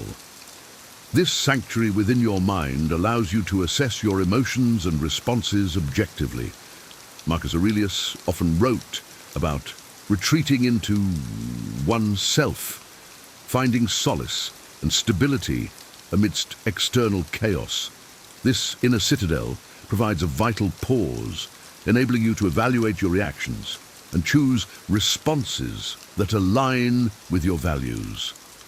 By recognizing this inner fortress, you shift from being reactive to intentional in your actions, navigating life's ups and downs with equanimity and poise. This practice fosters emotional balance and resilience, allowing you to face challenges with grace while maintaining inner harmony. 7. Live in accordance with nature. Living in accordance with nature, a central tenet of Stoicism, urges us to align our lives with the natural order of the universe. Accept the impermanence of life and embrace both its joys and challenges. For instance, understand that change is inevitable and challenges are part of human existence. By adopting this mindset, you can cultivate emotional tranquility and fulfillment. Epictetus taught that we should focus on what is within our control, our thoughts, attitudes and responses, while accepting what lies beyond our influence. This principle helps detach from external circumstances, reducing unnecessary emotional suffering. Embracing life's uncertainties and recognizing challenges as opportunities for growth lead to inner freedom and a deeper connection to the natural world, fostering a resilient and serene outlook. 8. Develop emotional detachment. Emotional detachment involves learning to separate your emotions from outcomes or possessions. For example, if you lose a cherished item, instead of being devastated, remind yourself that material things are temporary and not within your complete control. This practice reduces emotional turmoil and promotes inner peace. Stoic philosophers like Seneca emphasize the importance of detaching from external attachments to maintain emotional stability. By understanding the transient nature of possessions and outcomes, you can focus on what truly matters, your values and virtues. Emotional detachment fosters resilience and allows you to navigate life's ups and downs without being overwhelmed by external factors, leading to a more balanced and fulfilling life. 9. Cultivate virtue. Stoicism teaches that living a virtuous life, embodying wisdom, courage, justice, and temperance, leads to true happiness. Imagine facing a moral dilemma at work. Instead of taking the easy way out, choose the path that aligns with your values of honesty and integrity. By focusing on moral excellence, you can foster emotional stability and fulfillment. Marcus Aurelius often reflected on the importance of virtue in his writings, emphasizing that true happiness comes from within, through the cultivation of virtuous character. By prioritizing virtue, you align your actions with your core values, leading to a more meaningful and contented life. This focus on virtue helps you navigate challenges with integrity, fostering a sense of inner peace and resilience. 10. Embrace the present moment. Stoicism emphasizes the importance of living in the present. For example, when spending time with loved ones, fully engage in the moment rather than worrying about past mistakes or future uncertainties. This practice enhances your emotional well-being and fosters a deeper connection with those around you. Seneca often advised against being consumed by worries about the past or future, advocating for mindfulness and presence in the current moment. By focusing on the here and now, you can reduce unnecessary anxiety and appreciate the beauty of the present. Embracing the present moment leads to a more centered and peaceful state of mind, allowing you to experience life's joys and challenges with greater clarity and gratitude. In summary, incorporating Stoic principles into your daily life can be a transformative journey toward emotional mastery and a happier existence. By practicing techniques like pausing and breathing, recognizing your inner citadel, and embracing the present moment, you can navigate life's ups and downs with grace and resilience. Remember, the power to control your emotions lies within you. By identifying triggers, reframing perspectives, and living in accordance with nature, you can foster a mindset of acceptance and intentionality. These ancient wisdoms not only help you manage your emotional responses, but also lead to personal growth and inner peace. Have you ever felt that the harder you chase your dreams, the further they seem to slip away? I've been there too. After years of trying to control every outcome, I began to wonder if there was an easier, more fulfilling way to achieve my goals. This led me to the art of effortless manifestation, inspired by ancient Stoic wisdom and modern principles of alignment and energy. The Stoics believed that letting go of attachment and trusting life's natural flow opens us to unexpected blessings.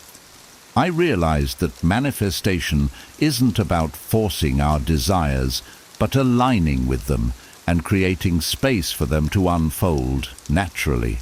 In this guide, I'll share the transformative practices of setting intentions, choosing joy, and taking inspired action, all ways to attract what we want without struggle. If you're ready to stop chasing and start attracting, let's dive into the art of effortless manifestation and discover how what's meant for us will find us naturally. 1.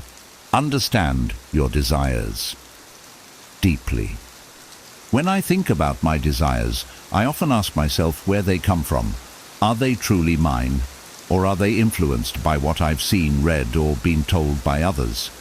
In the past, I've wanted things that in hindsight weren't aligned with who I am. I wanted a particular job or lifestyle because it looked appealing from the outside, or I thought it would give me status or approval. But the pursuit of those desires often left me feeling empty because they didn't resonate with my true values or bring me lasting happiness. I've learned that understanding my desires deeply means taking the time to reflect on what truly matters to me, not just in a fleeting way, but on a deeper, more meaningful level. Instead of jumping on every opportunity that looks enticing, I now try to sit with my desires. I ask myself questions like, why do I want this? And what will this bring to my life? If I'm honest, sometimes I realize that certain desires come from a place of insecurity or comparison. For example, I may want something because I've seen someone else achieve it, and I feel a subtle urge to prove myself. But the most fulfilling desires, I've found, are those that arise from within, the ones that resonate with my core values, goals, and who I want to become. For instance, I desire meaningful relationships, personal growth, and a life filled with purpose. These desires aren't based on society's standards. They come from a place of inner alignment. They don't fade or feel hollow once achieved, because they're rooted in what truly brings me joy and fulfillment. This process of understanding my desires has also helped me to let go of things that aren't aligned with me.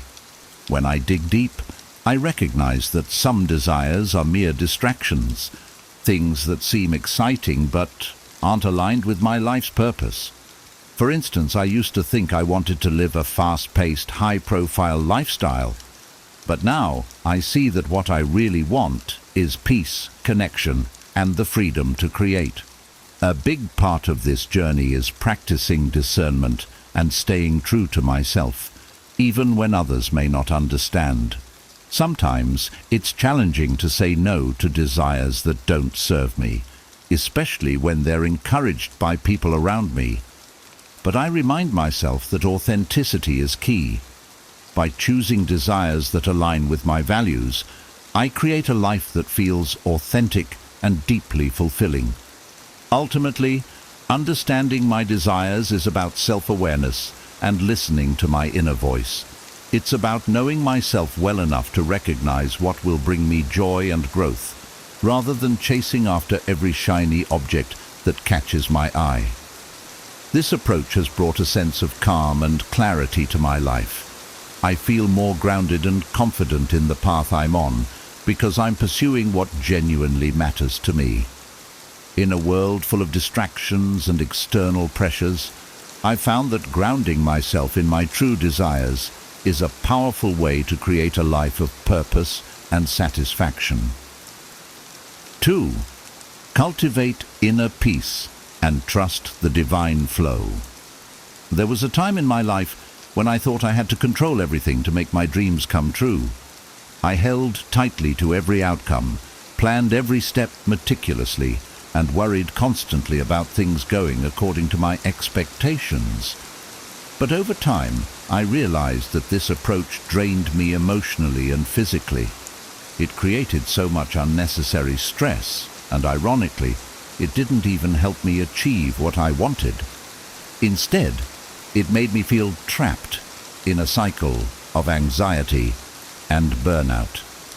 Learning to cultivate inner peace and trust the flow of life has been a transformative experience for me. At first, it was difficult to let go of my need for control. I was afraid that if I relaxed, things would fall apart. But as I started practicing acceptance, I noticed a shift. Instead of forcing things to happen, I began to allow life to unfold naturally.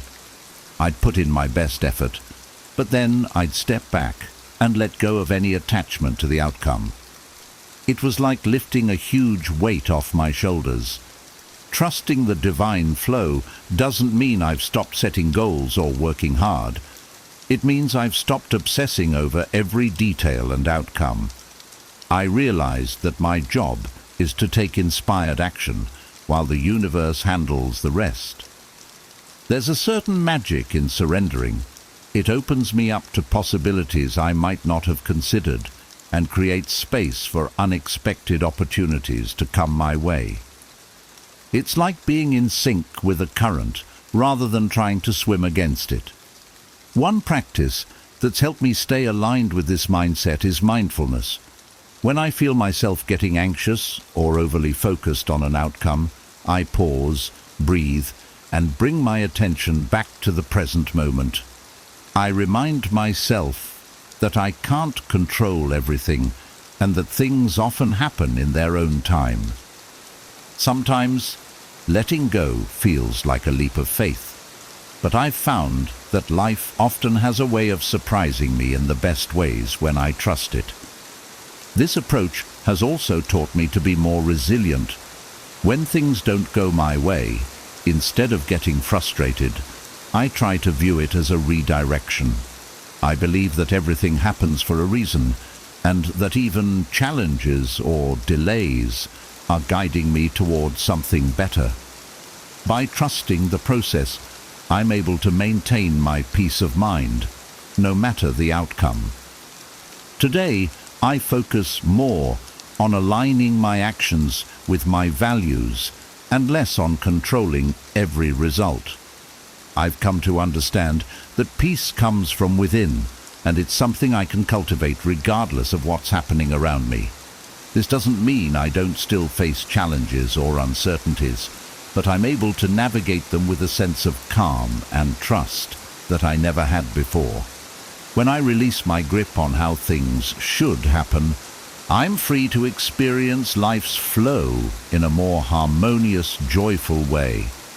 Trusting the divine flow has given me the peace I was searching for all along.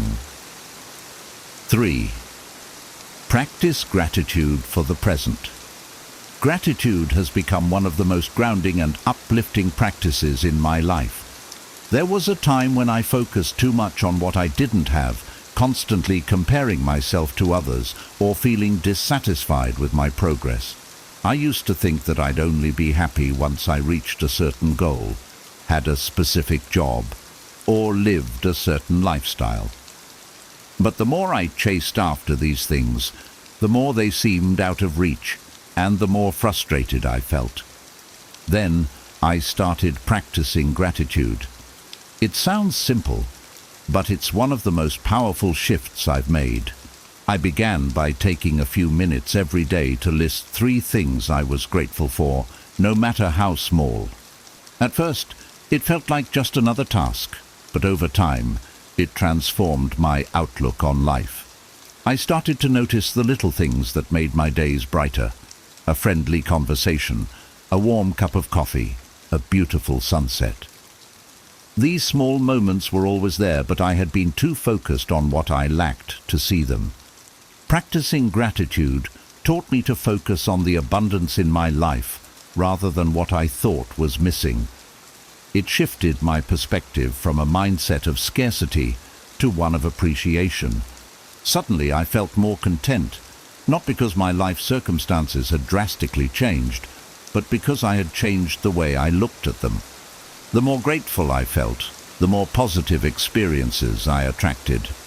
It's as if gratitude opened a door to more abundance and joy. Gratitude also helped me become more resilient. When I face challenges, I remind myself of the things I'm grateful for, and it gives me strength. Instead of feeling overwhelmed by what's going wrong, I ground myself in what's going right. This practice has brought a sense of peace and fulfillment into my life that I never found through achievements alone. I've realized that gratitude is a powerful tool for manifesting my desires. By appreciating what I already have, I create a positive, high-vibrational energy that attracts more of the things I want. It's like telling the universe, I'm ready for more of this goodness. And often, that's exactly what happens. Gratitude isn't about denying my ambitions or giving up on my goals. It's about enjoying the journey, celebrating my progress, and recognizing that I already have so much to be thankful for. When I focus on the present moment with gratitude, I feel truly abundant, and that abundance becomes a magnet for even more blessings in my life. Gratitude has shown me that happiness isn't in some far-off destination. It's here, right now, in the life I'm living. 4. Embrace challenges as opportunities. For a long time, I dreaded challenges. When something went wrong, I'd feel frustrated, defeated, and sometimes even angry. I saw obstacles as roadblocks, things that were holding me back from what I wanted. But over time, I realized that challenges aren't there to stop me. They're there to teach me, to push me forward, and to make me stronger. The Stoic mindset of seeing obstacles as opportunities has helped me transform my approach to difficulties. Instead of seeing setbacks as failures, I try to view them as stepping stones. Marcus Aurelius once said, "The impediment to action advances action. What stands in the way becomes the way." This idea changed everything for me. It made me realize that every obstacle, every challenge, is actually an opportunity in disguise. When I face a challenge now, I ask myself, what can I learn from this?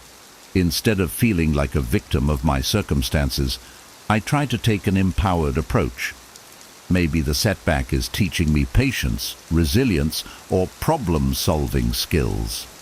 Maybe it's helping me grow in ways I wouldn't have otherwise. This perspective shift has turned many of my toughest moments into valuable life lessons. Embracing challenges has also helped me to trust the process. Sometimes things don't go as planned, and that can be incredibly frustrating. But I've learned that these detours are often guiding me towards something better. Looking back, some of the biggest challenges I faced led me to the most meaningful experiences or opportunities. They helped me become a stronger, wiser version of myself. Now, when I encounter obstacles, I try to welcome them with curiosity instead of resistance.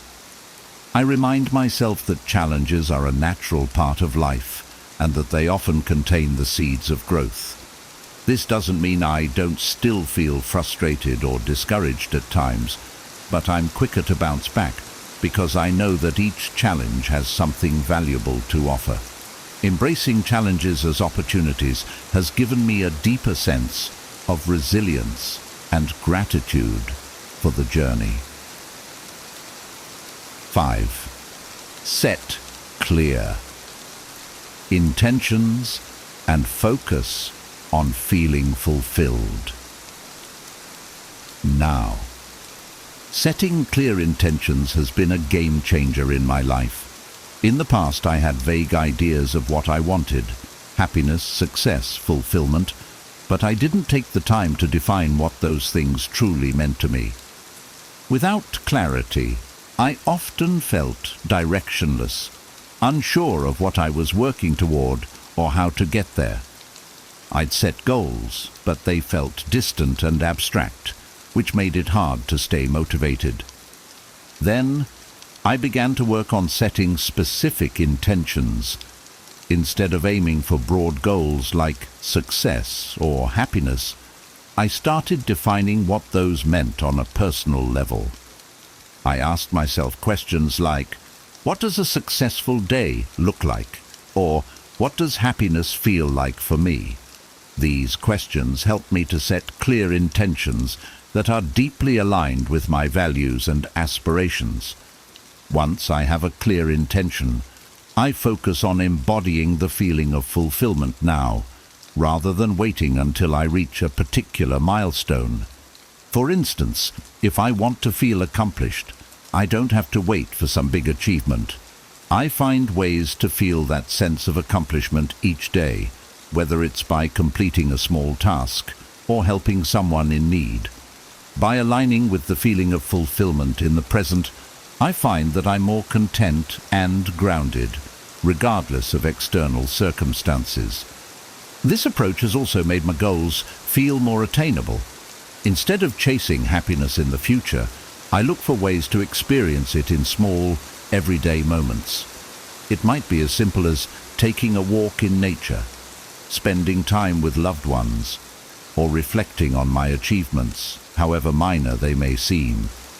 By focusing on the feeling of fulfillment now, I don't just wait for my dreams to come true.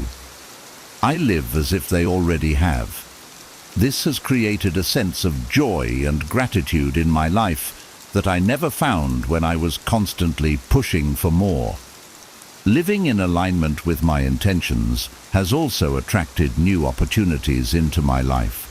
I've noticed that when I'm clear about what I want and focus on feeling fulfilled, things start to flow more naturally. I don't have to force or chase after things. They come to me because I'm already aligned with them. By setting clear intentions and cultivating fulfillment in the present, I've found a way to create a life that's rich, joyful, and deeply aligned with my true self.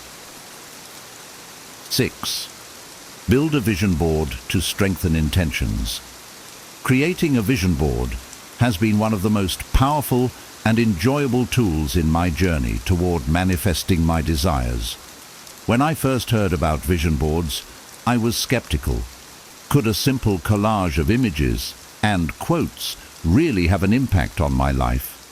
But I decided to give it a try, and what I discovered was that a vision board is far more than just a collection of pretty pictures.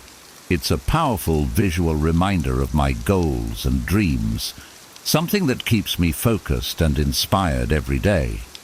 To make my vision board, I start by gathering images, words, and quotes that resonate with my aspirations. I choose visuals that represent my goals, whether it's for personal growth, relationships, career, or health. Each image I select has a deep meaning, something that instantly connects me to the feeling or state I want to manifest. I like to include quotes from people who inspire me, words of encouragement, and images that evoke a sense of joy and purpose. What I love most about my vision board is that it becomes a daily reminder of where I'm headed. Each time I see it, I'm reminded of what I'm working toward, and it strengthens my commitment to my goals. The board isn't just about the end results, it's a celebration of the journey. It encourages me to take consistent, inspired action every day because I can see my dreams vividly laid out in front of me. I find that this regular visualization helps me stay aligned with my intentions and keeps me motivated, even on tough days. The vision board also serves as a tool for reflection. Every few months, I revisit my board to see what I've manifested, what no longer resonates, and what new goals I want to add. It's a living, evolving representation of my journey. Some images might get replaced as my priorities shift, and new goals are added as I grow and evolve. Seeing my progress reflected on the board is incredibly fulfilling, as it reminds me of how far I've come and how capable I am of achieving my dreams. The act of creating a vision board is empowering. It's like setting a clear signal to the universe about what I want to attract, and it's a fun and creative way to connect with my dreams on a deeper level. Over time, I've noticed that many things from my board start to materialize in my life, often in ways I couldn't have planned. The vision board has become a tool, not just for visualizing my future, but for bringing it into reality through the power of intention and belief. 7. Harness imagination for creative manifestation. Harnessing my imagination has been one of the most effective ways to bring my goals to life. When I was younger, I often let my imagination run wild with possibilities, dreaming about what I could achieve. But as I got older, I became more practical and reserved, pushing my imagination to the side in favor of what seemed realistic. However, I've since come to understand that imagination isn't just for daydreams. It's a powerful tool for manifestation that allows me to create my reality from within. When I harness my imagination, I visualize myself living the life I desire. I don't just see it, I feel it. I imagine the details, the colors, the sounds, the emotions. If I'm visualizing a career goal, for example, I picture myself confidently giving a presentation or celebrating a project's success. I imagine the excitement, pride, and satisfaction that come with it. This mental rehearsal helps me feel more prepared and aligned with my goals, as if they're already within reach. One of the most surprising things I've learned is that imagination has the power to influence not just my thoughts, but also my actions. When I consistently visualize a positive outcome, I start to take steps that align with that vision, even if I'm not fully conscious of it. This mental practice boosts my confidence and makes my goals feel more attainable because I've experienced them in my mind. Imagination also helps me tap into creative solutions. When I face a challenge, I use my imagination to explore different perspectives and approaches. Instead of getting stuck on a problem, I imagine various outcomes and ask myself how I would feel if each one happened. This flexibility opens up new possibilities and often leads to insights I might not have found through logic alone. Using imagination for creative manifestation has become a regular practice. I set aside time each day to visualize my goals and let my imagination roam freely. It's like building a mental blueprint for the life I want, and it makes the journey feel exciting and filled with potential. The more I use my imagination, the more I believe in my ability to create the life I desire. I've come to understand that imagination is not just a tool for creativity. It's a bridge that connects me to my dreams, helping me manifest them with clarity and joy. 8. Practice detachment to create space for serendipity. One of the biggest shifts I've made in my life is learning to practice detachment. For a long time, I believed that the harder I held on to something, the more likely I was to achieve it. But this approach often left me feeling stressed, anxious, and frustrated when things didn't go as planned. Over time, I learned that clinging too tightly to my goals created resistance and blocked the flow of life. By practicing detachment, I've opened myself to serendipity, allowing life to surprise me in ways I never expected. Detachment doesn't mean I stop caring about my goals. It means that I stop obsessing over the how and when they will happen. I still take action, but I let go of the need to control every detail. This practice has given me a sense of freedom and peace that I didn't have before. When I detach, I'm able to enjoy the journey without constantly worrying about the outcome. What I've noticed is that detachment creates space for the unexpected. When I'm not fixated on a specific path or timeline, I'm more open to opportunities and possibilities I might have overlooked. Some of the best things in my life have come when I let go of rigid expectations. It's as if the universe steps in and presents me with blessings that I couldn't have planned for. By detaching, I invite serendipity into my life, allowing things to unfold in ways that often exceed my expectations. Practicing detachment has also taught me resilience.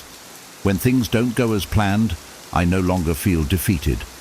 I remind myself that every experience is part of a larger journey, and that sometimes delays or detours are simply redirections towards something better. This mindset shift has helped me face challenges with a sense of calm and curiosity, knowing that life often has a greater plan than I can see. Detachment has brought more joy into my life as well. By letting go of the need to control, I'm able to fully engage with the present moment. I can savor my experiences without constantly worrying about the future. This approach has made my journey toward my goals feel lighter, more fulfilling, and filled with delightful surprises.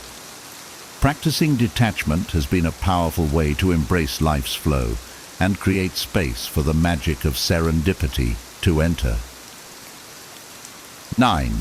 Take inspired action.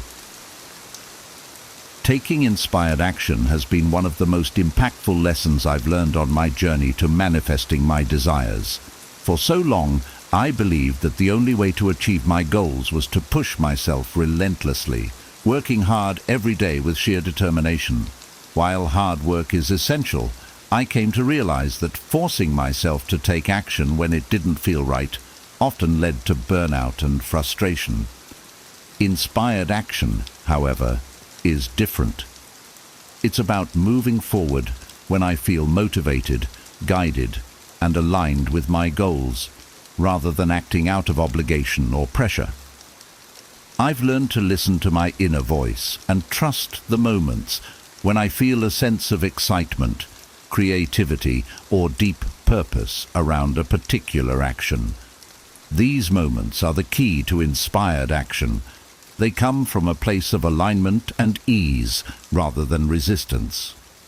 The biggest change for me was learning to discern between action that feels forced and action that feels inspired.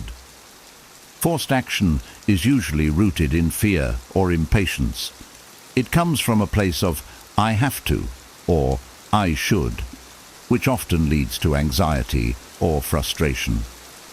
Inspired action, on the other hand, feels natural, effortless, and aligned with my values. It's not something I feel I must do.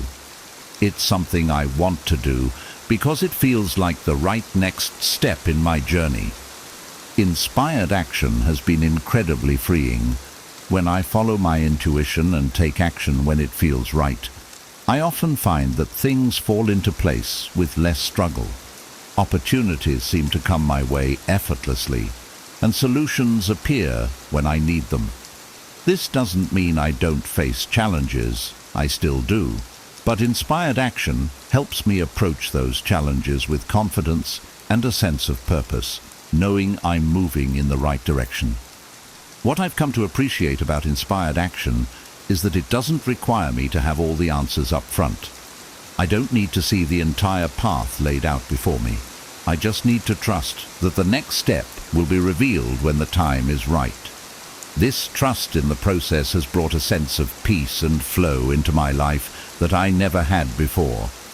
Ultimately, inspired action is about allowing myself to be guided by a deeper wisdom and moving with intention rather than force.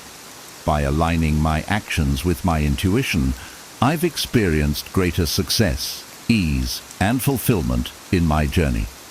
I now see action not as something I have to do, but as a natural extension of my desires and goals, and it's made all the difference in creating a life I truly love.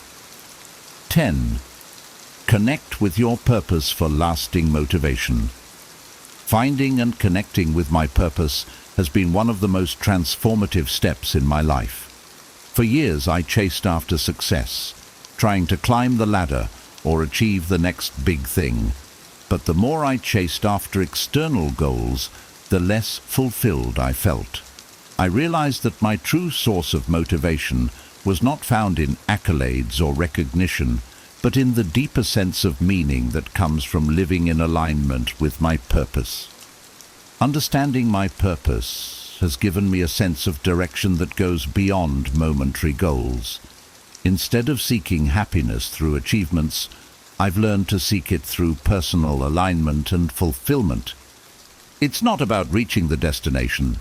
It's about living in a way that reflects my core values and beliefs every day. When I'm connected to my purpose, motivation comes naturally.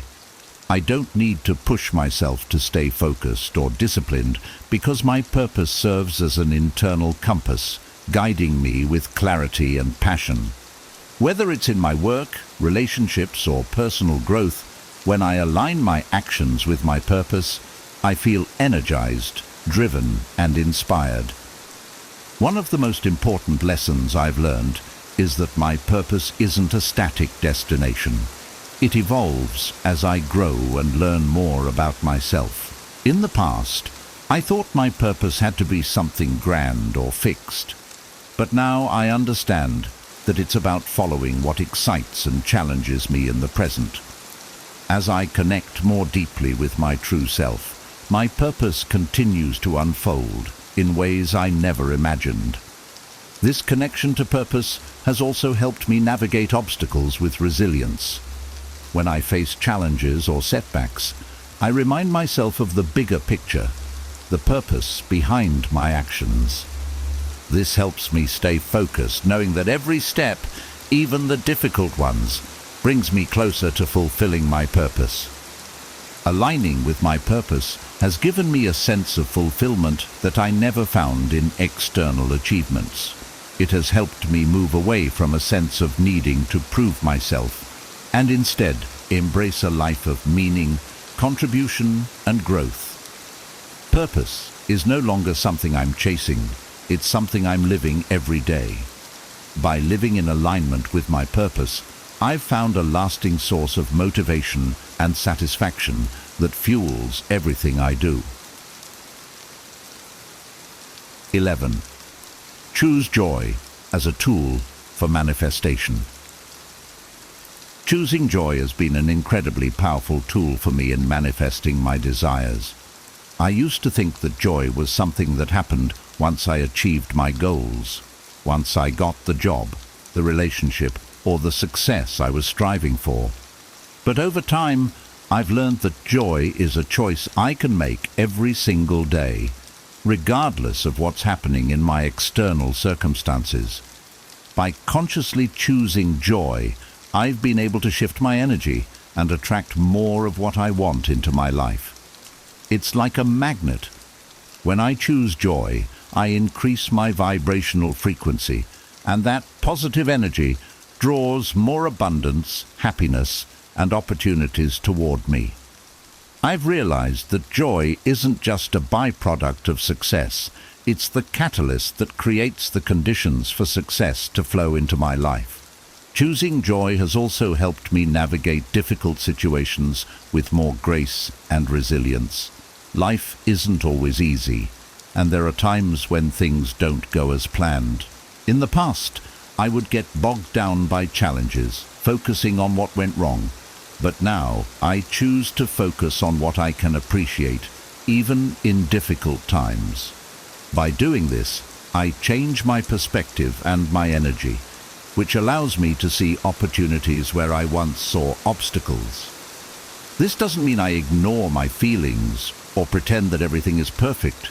It means I give myself permission to find moments of joy, no matter how small, and let that joy expand throughout my day.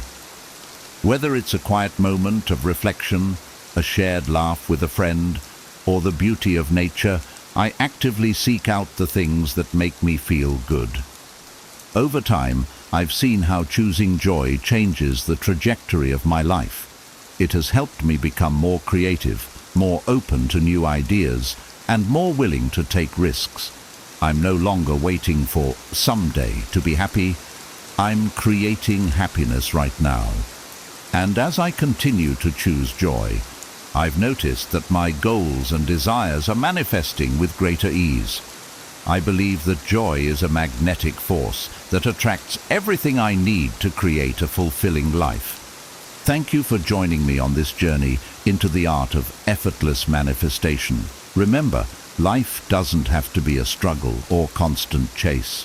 By aligning with our true desires, letting go of attachment, and trusting in life's natural flow, we create space for our dreams to unfold in the most unexpected and fulfilling ways. If this approach resonates with you, let's keep the conversation going. I'd love to hear your thoughts, experiences, or any insights you've had on the power of letting go. Drop a comment below, and let's support each other in living a life of purpose and peace. And if you found this video helpful, please give it a thumbs up, share it with someone who could use a bit of inspiration, and don't forget to subscribe for more insights on living with intention, joy, and wisdom. Thank you for being a part of this community. Here's to trusting the journey and letting life surprise us.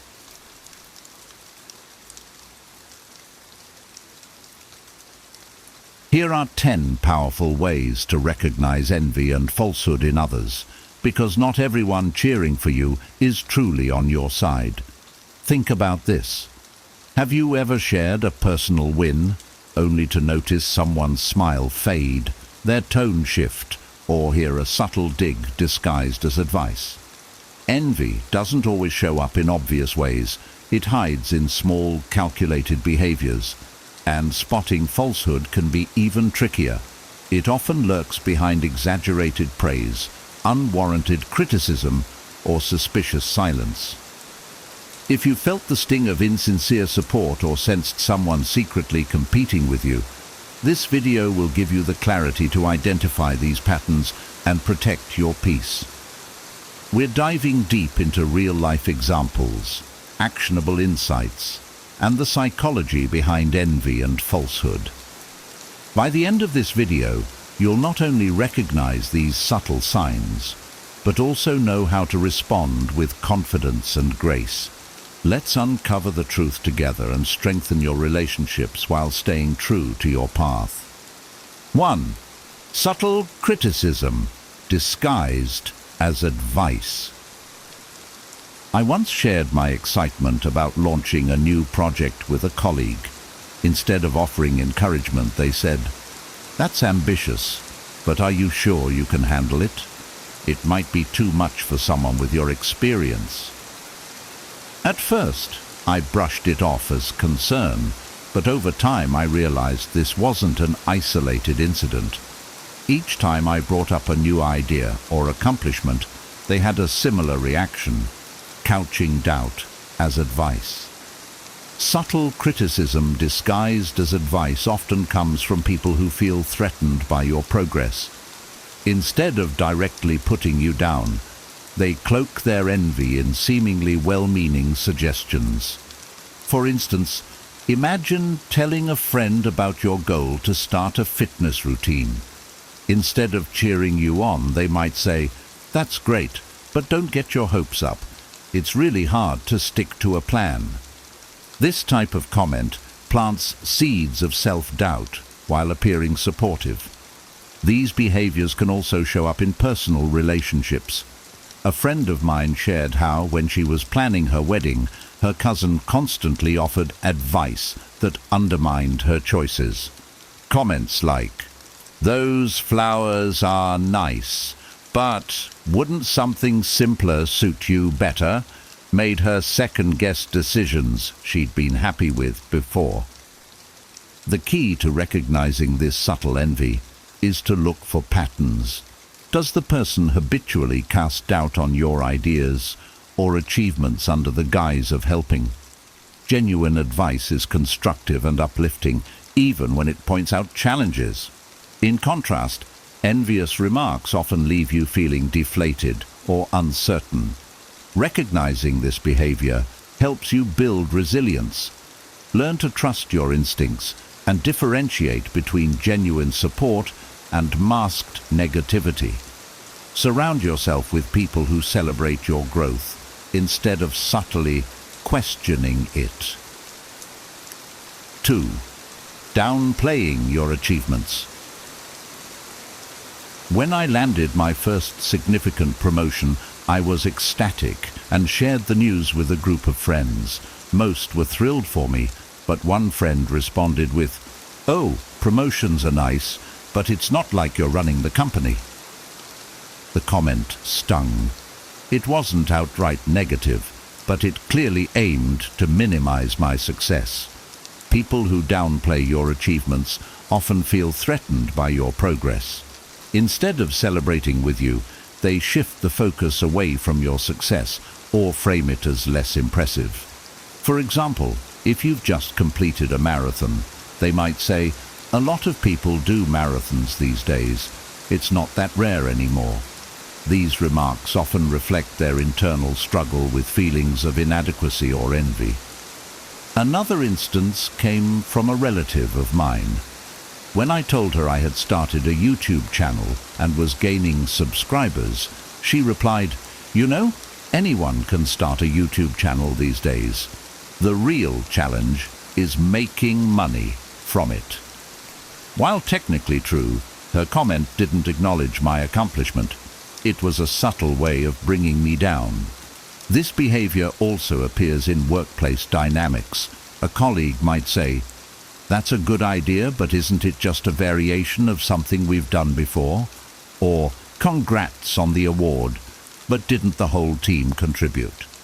These remarks diminish your effort and success, leaving you questioning the validity of your achievements. The best way to handle this is to recognize that their reaction is about them, not you.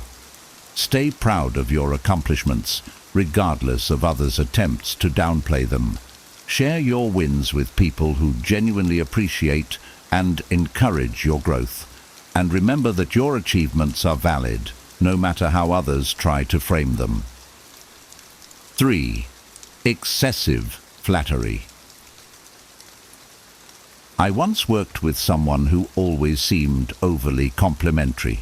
Every time I completed even the smallest task, they would say things like, "Wow, you're absolutely brilliant. I don't know how you do it." At first, it felt great. Who doesn't enjoy praise?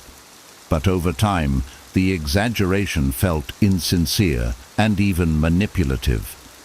Excessive flattery can be a tool for envious individuals to mask their true feelings or intentions. They might use it to gain your trust or deflect suspicion about their envy. For example, a friend might gush over how perfect your relationship is, saying, "You two are the ideal couple. I wish I had what you have," while simultaneously criticizing your partner behind your back. Their flattery becomes a cover for their underlying resentment. In professional settings, this behavior can be even more calculated. A colleague may overpraise your ideas during meetings. "This is revolutionary. You're a genius," only to later subtly sabotage your efforts by withholding information or spreading doubt about your capabilities. Their goal is to inflate your confidence temporarily while keeping you off balance. Excessive flattery often lacks specificity. Genuine compliments focus on particular actions or qualities, such as, "Your presentation was so engaging, especially how you broke down the complex data." In contrast, insincere praise is vague and overgeneralized, like, "You're just amazing at everything." To handle this, pay attention to patterns and consistency. Are their actions aligned with their words, or do they behave differently when you're not around? Balance is key. While genuine praise is uplifting, over-the-top flattery often signals hidden motives. Surround yourself with people who provide honest, balanced feedback, and trust your instincts when something feels off.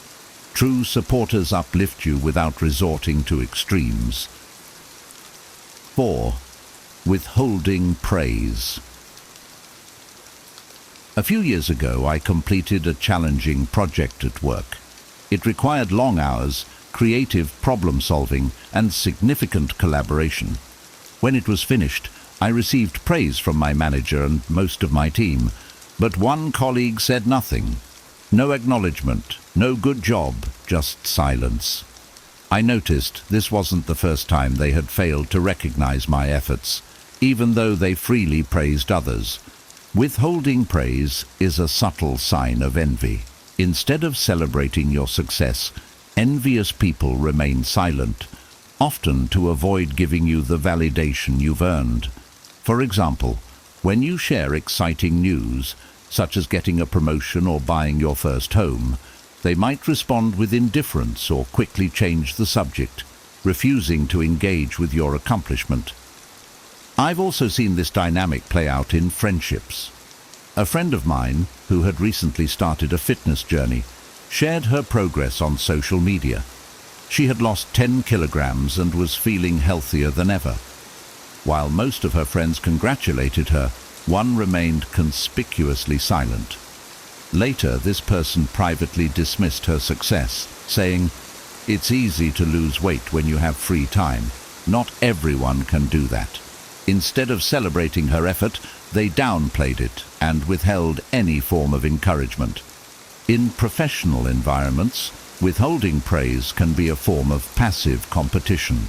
A colleague may avoid recognizing your contributions in meetings, even when your work directly benefits them.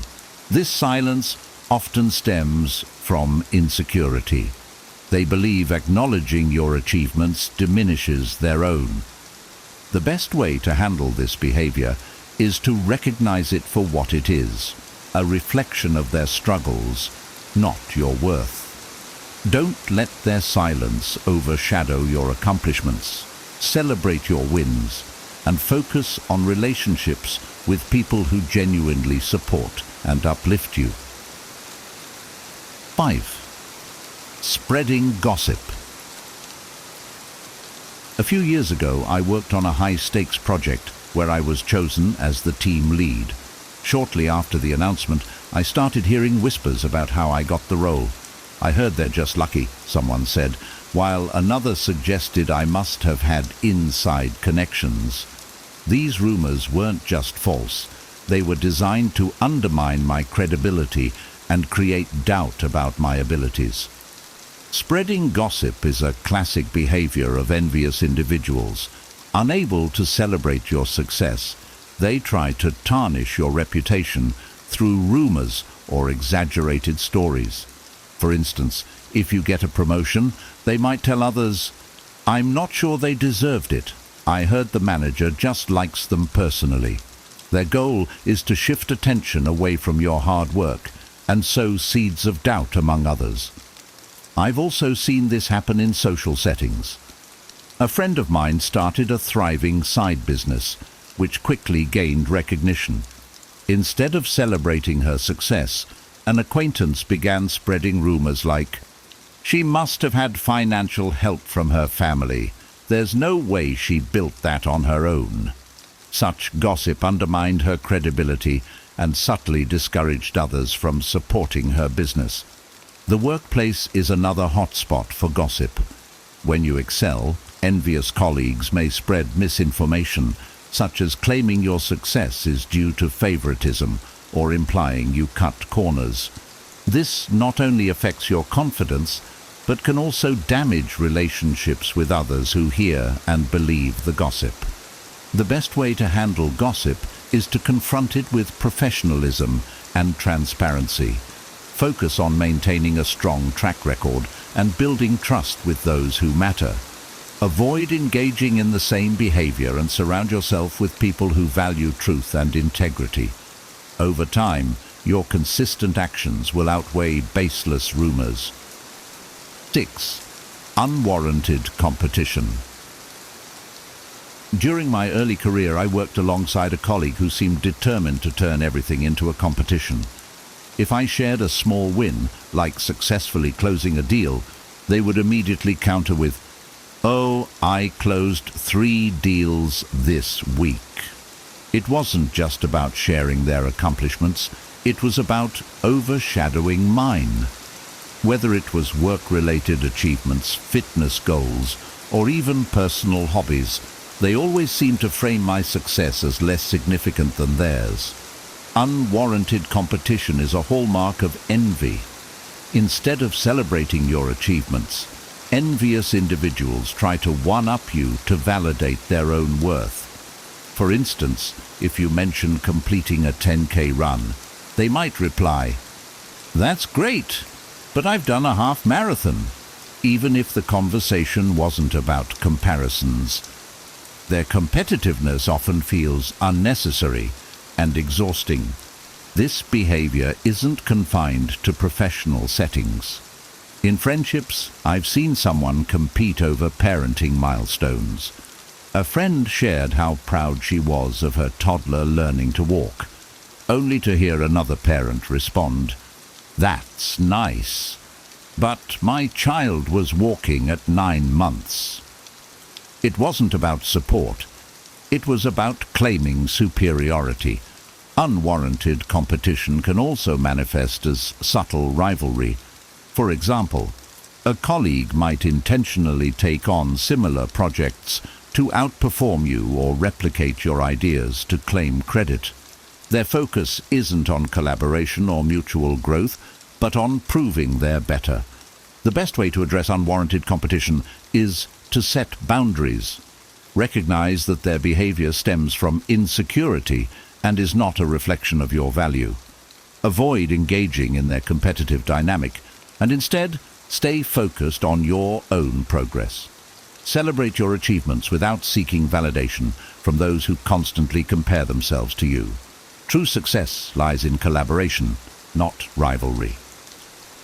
7. Feigning support. I once shared an ambitious goal with a friend to run a 21K marathon after years of not training. At first, they seemed supportive, saying things like, "That's a great goal, you've got this." But over time, their true feelings started to show in subtle ways. They'd say, "Don't push yourself too hard, you don't want to get injured," or, "Honestly, I don't think you'll have time to prepare with your schedule." Their words sounded caring, but they left me feeling more discouraged than motivated. Feigning support is a deceptive form of envy. The person appears to encourage you outwardly, but undermines you with subtle doubt or negativity. For example, if you're starting a new business, they might say, "That's such an exciting idea. But have you thought about how hard it is to succeed in that industry?" Most people fail. While the surface comment seems helpful, their intention is to shake your confidence. In workplace settings, this behavior can be even more damaging. A colleague may initially back your project saying, "I think it's a solid idea," but then subtly criticize it to others or fail to provide the promised support. This creates roadblocks for you while allowing them to maintain the appearance of being helpful. In personal relationships, this dynamic can be draining. A family member might encourage you to pursue a dream like going back to school, but consistently point out obstacles. It's wonderful that you want to study, but won't it be hard to juggle everything with kids? The best way to handle feigned support is to trust your instincts. If their support leaves you feeling less capable, it's likely not genuine. Surround yourself with people whose encouragement uplifts you and fuels your motivation. Genuine supporters inspire confidence, not doubt. 8. Mood swings around your success. I remember a time when I shared some exciting news with a close acquaintance. I had just landed a dream job. At first, they seemed happy, congratulating me with a smile. But as the conversation continued, their demeanor shifted. They became quieter, less enthusiastic, and even a little distant. It was as though my success had triggered something in them, and they could no longer maintain their initial excitement. Mood swings around your success are a subtle yet telling sign of envy. While they may start with a cheerful facade, their true feelings often surface as discomfort, irritation, or withdrawal. For example, when you announce you've bought a new home, they might initially say, "That's amazing," but then quickly change the subject or seem disinterested in the details. Their reaction isn't about you, it's about their struggle to process your achievement. This behavior is also common in professional environments. A colleague might praise your promotion in a team meeting, but later avoid you or seem resentful during one-on-one interactions. Their mood shift reveals they're in a conflict. They want to appear supportive, but feel threatened or jealous deep down. In friendships, this can manifest when someone reacts positively to your personal milestones, like getting engaged or starting a new venture, but soon after becomes distant or starts highlighting their own struggles, as if to regain attention. The key to handling this is to maintain perspective. Their reaction is about their internal struggles, not your worth. While it's natural to want genuine support, not everyone can provide it. Surround yourself with people who can celebrate your success wholeheartedly. At the same time, practice empathy. Sometimes their discomfort reflects their own feelings of inadequacy, and your success might inspire them later. Stay focused on your path, regardless of their fluctuating emotions. 9. Mirroring behavior. When I started a new fitness routine a few years ago, I noticed a curious pattern with a friend. After I began sharing my progress, new exercises, goals, and achievements, they suddenly started doing the exact same things. They'd join the same gym, post similar updates, and even copy the specific workout programs I was following. At first I thought it was a coincidence or that I had inspired them, but over time it felt less like admiration and more like competition. Mirroring behavior is a subtle sign of envy, where someone imitates your actions, achievements, or style in an attempt to match or surpass you. While imitation is sometimes flattering, in this context, it often feels forced or disingenuous. For example, if you launch a creative project like a blog or YouTube channel, they might suddenly create a similar one. Instead of supporting your journey, they're trying to replicate it, often to compete or draw attention to themselves. I've seen this happen professionally too. When I pitched a new idea at work, a colleague soon presented a nearly identical concept as their own, tweaking it just enough to make it seem original. Their mirroring wasn't about collaboration, it was about claiming recognition. In personal relationships, it can be even more pronounced. A friend might start dressing similarly, adopting your hobbies, or mimicking your lifestyle choices. While they may claim it's because they admire you, the underlying intention often involves competing for validation or attention. To handle this, maintain confidence in your unique path. Remember, their attempts to replicate you are a sign of their admiration mixed with insecurity. Avoid letting their behavior affect your self-esteem or progress. Authenticity always outshines imitation, and staying true to yourself will keep you ahead of the curve. 10. Exaggerated complaints about fairness. I once worked with a colleague who constantly complained about fairness, especially when someone else was recognized for their efforts. When I received an award for a project, they made comments like, "It's nice you got that, but let's be honest, it's probably just because you're closer to the manager." Instead of acknowledging the work I had put in, they framed my success as the result of favoritism or luck.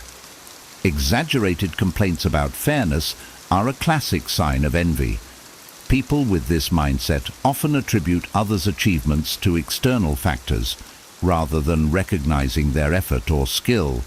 For instance, if you get a promotion, they might say, "Well, it's only because they needed to fill a quota," or "That's just because you've been here longer, not because you're the best at the job."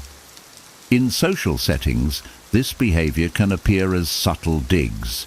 If you share news of a personal milestone, like buying a car or taking a dream vacation, they might respond with, "Must be nice to have that kind of money.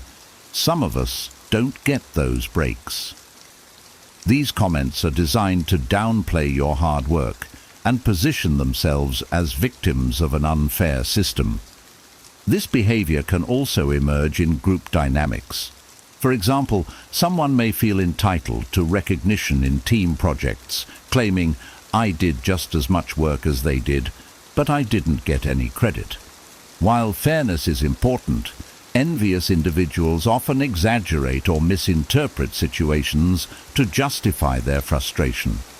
The best way to handle these complaints is to stay grounded in your truth. Don't feel pressured to justify your achievements. Instead, focus on your effort and results, and surround yourself with people who understand and appreciate the value of hard work.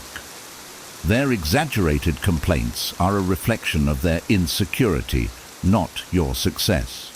Recognizing envy and falsehood in others is a vital skill for protecting your peace and maintaining healthy relationships. By understanding these 10 signs, you're now equipped to navigate these challenges with clarity and confidence. Remember, the behavior of others reflects their struggles, not your worth. If you found this video helpful, don't forget to like and subscribe to the channel for more insights on personal growth and relationships. I'd love to hear from you. What signs of envy or falsehood have you encountered in your life? How did you handle them? Share your thoughts and takeaways in the comments below. Your stories might just inspire someone else.